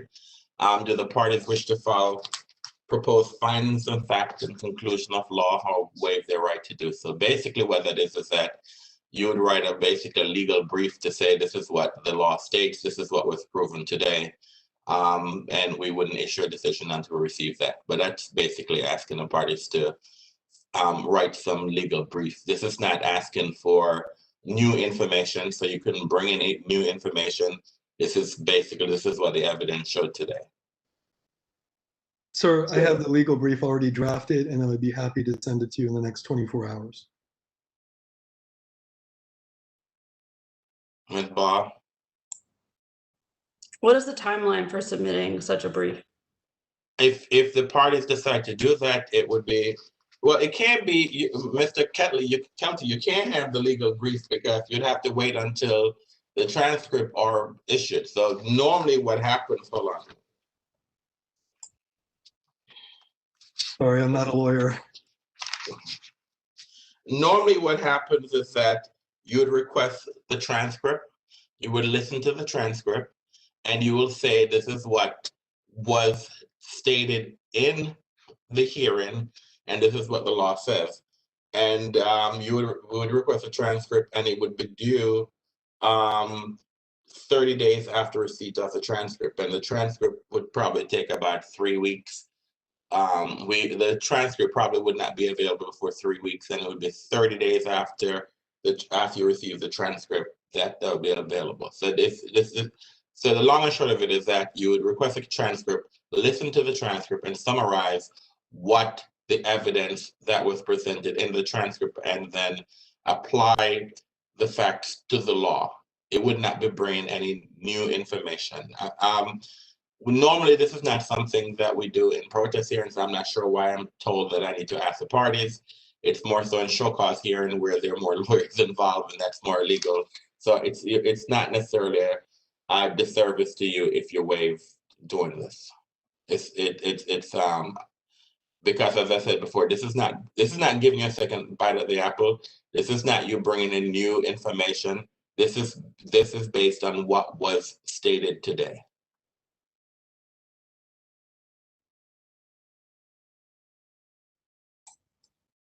I'm inclined to waive that and just get it done. What do you think, Ms. Ball? I'm also happy to waive. However, I do want to point out when the protestants filed their protest is actually written as if it is a legal brief. It's very lengthy in nature. It goes through the application of the facts we discussed here to the law. And I would submit that perhaps that complaint in and of itself. Well, your protest filing is a part of the record because it's a part of it. It is included in the report that was put together by Mr. Mitchell. Great. So, and yes, I have read it. Although it was single space, I had to put bifocals on to read it. But I did. I just want to let you know, I did read it. That's why I'm making a point that please change the font next time. All right, not to tell you to do, but please use a different font. Okay. Well, I hope to never be in this position again. But I promise you, if I am, for some reason, that I will change the font. All right, I'm letting you know that I looked at it. Okay, and I read it. I just want to let you know that. We appreciate it. All right. So we do waive. All right, Mr. Muscari. Yes, sir. The question I asked, do you waive? Yeah. Both of the other parties waive filing proposed findings of fact and conclusion of law. Just want to make. Yes, I do too, sir. All right, thank you. All right. Hold on a minute, please. All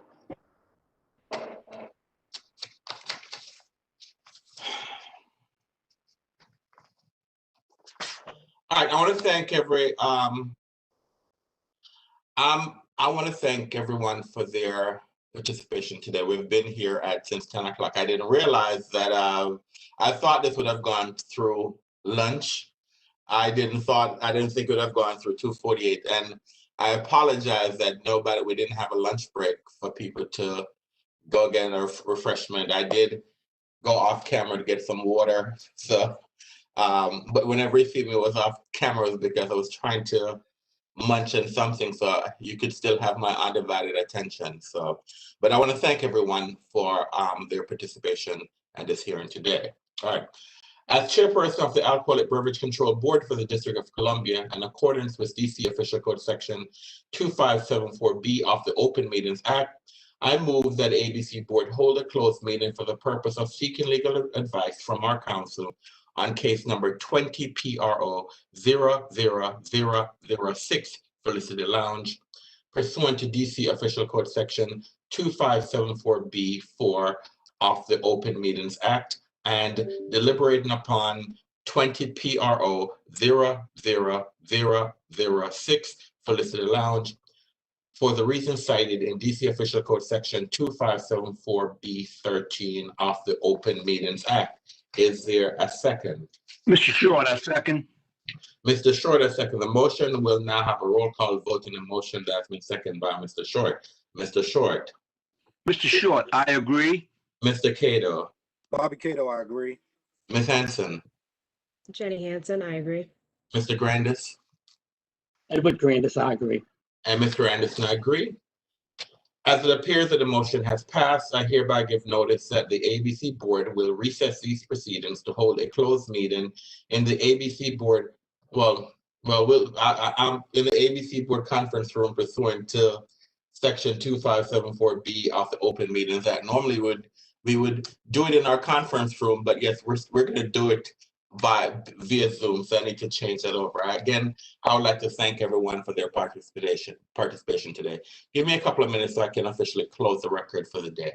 All right, as chairperson of the Alcoholic Beverage Control Board for the District of Columbia, in accordance with Title III, Chapter 405, Office of Open Government, I move that the ABC Board hold a closed meeting on March 17th, 2021 for the purpose of discussing and hearing reports concerning ongoing or planned investigations of alleged criminal or civil misconduct or violations of law or regulations, and seeking legal advice from our legal counsel on the board's investigative agenda, legal agenda, and licensing agenda for March 17th, 2021, as published in the DC Register on March 12th, 2021. Is there a second? Bobby Cato, second. Mr. Cato, second. The motion will now have a roll call vote to the motion that has been properly seconded by Mr. Cato. Mr. Short. Mr. Short, I agree. Mr. Cato. Bobby Cato, I agree. Ms. Henson. Jenny Hansen, I agree. Mr. Grandis. Edward Grandis, I agree. And Mr. Anderson, I agree. As it appears that the motion has passed, I hereby give notice that the ABC Board will hold this aforementioned closed meeting pursuant to the Open Meetings Act. Notice will also be posted on the ABC Board Hearing Room Bulletin Board, placed on electronic calendar and ABRA's website, and published in DC Register in as timely a manner as practical. Again, thank you very much for your participation today, and we are formally adjourned for the day. I now direct the board members to log on to our executive session for us to continue our business for the day. Thank you very much, and thank you for, we'll issue a decision within the next 90 days. Thank you very much. Thank you very much. Goodbye. All right, goodbye.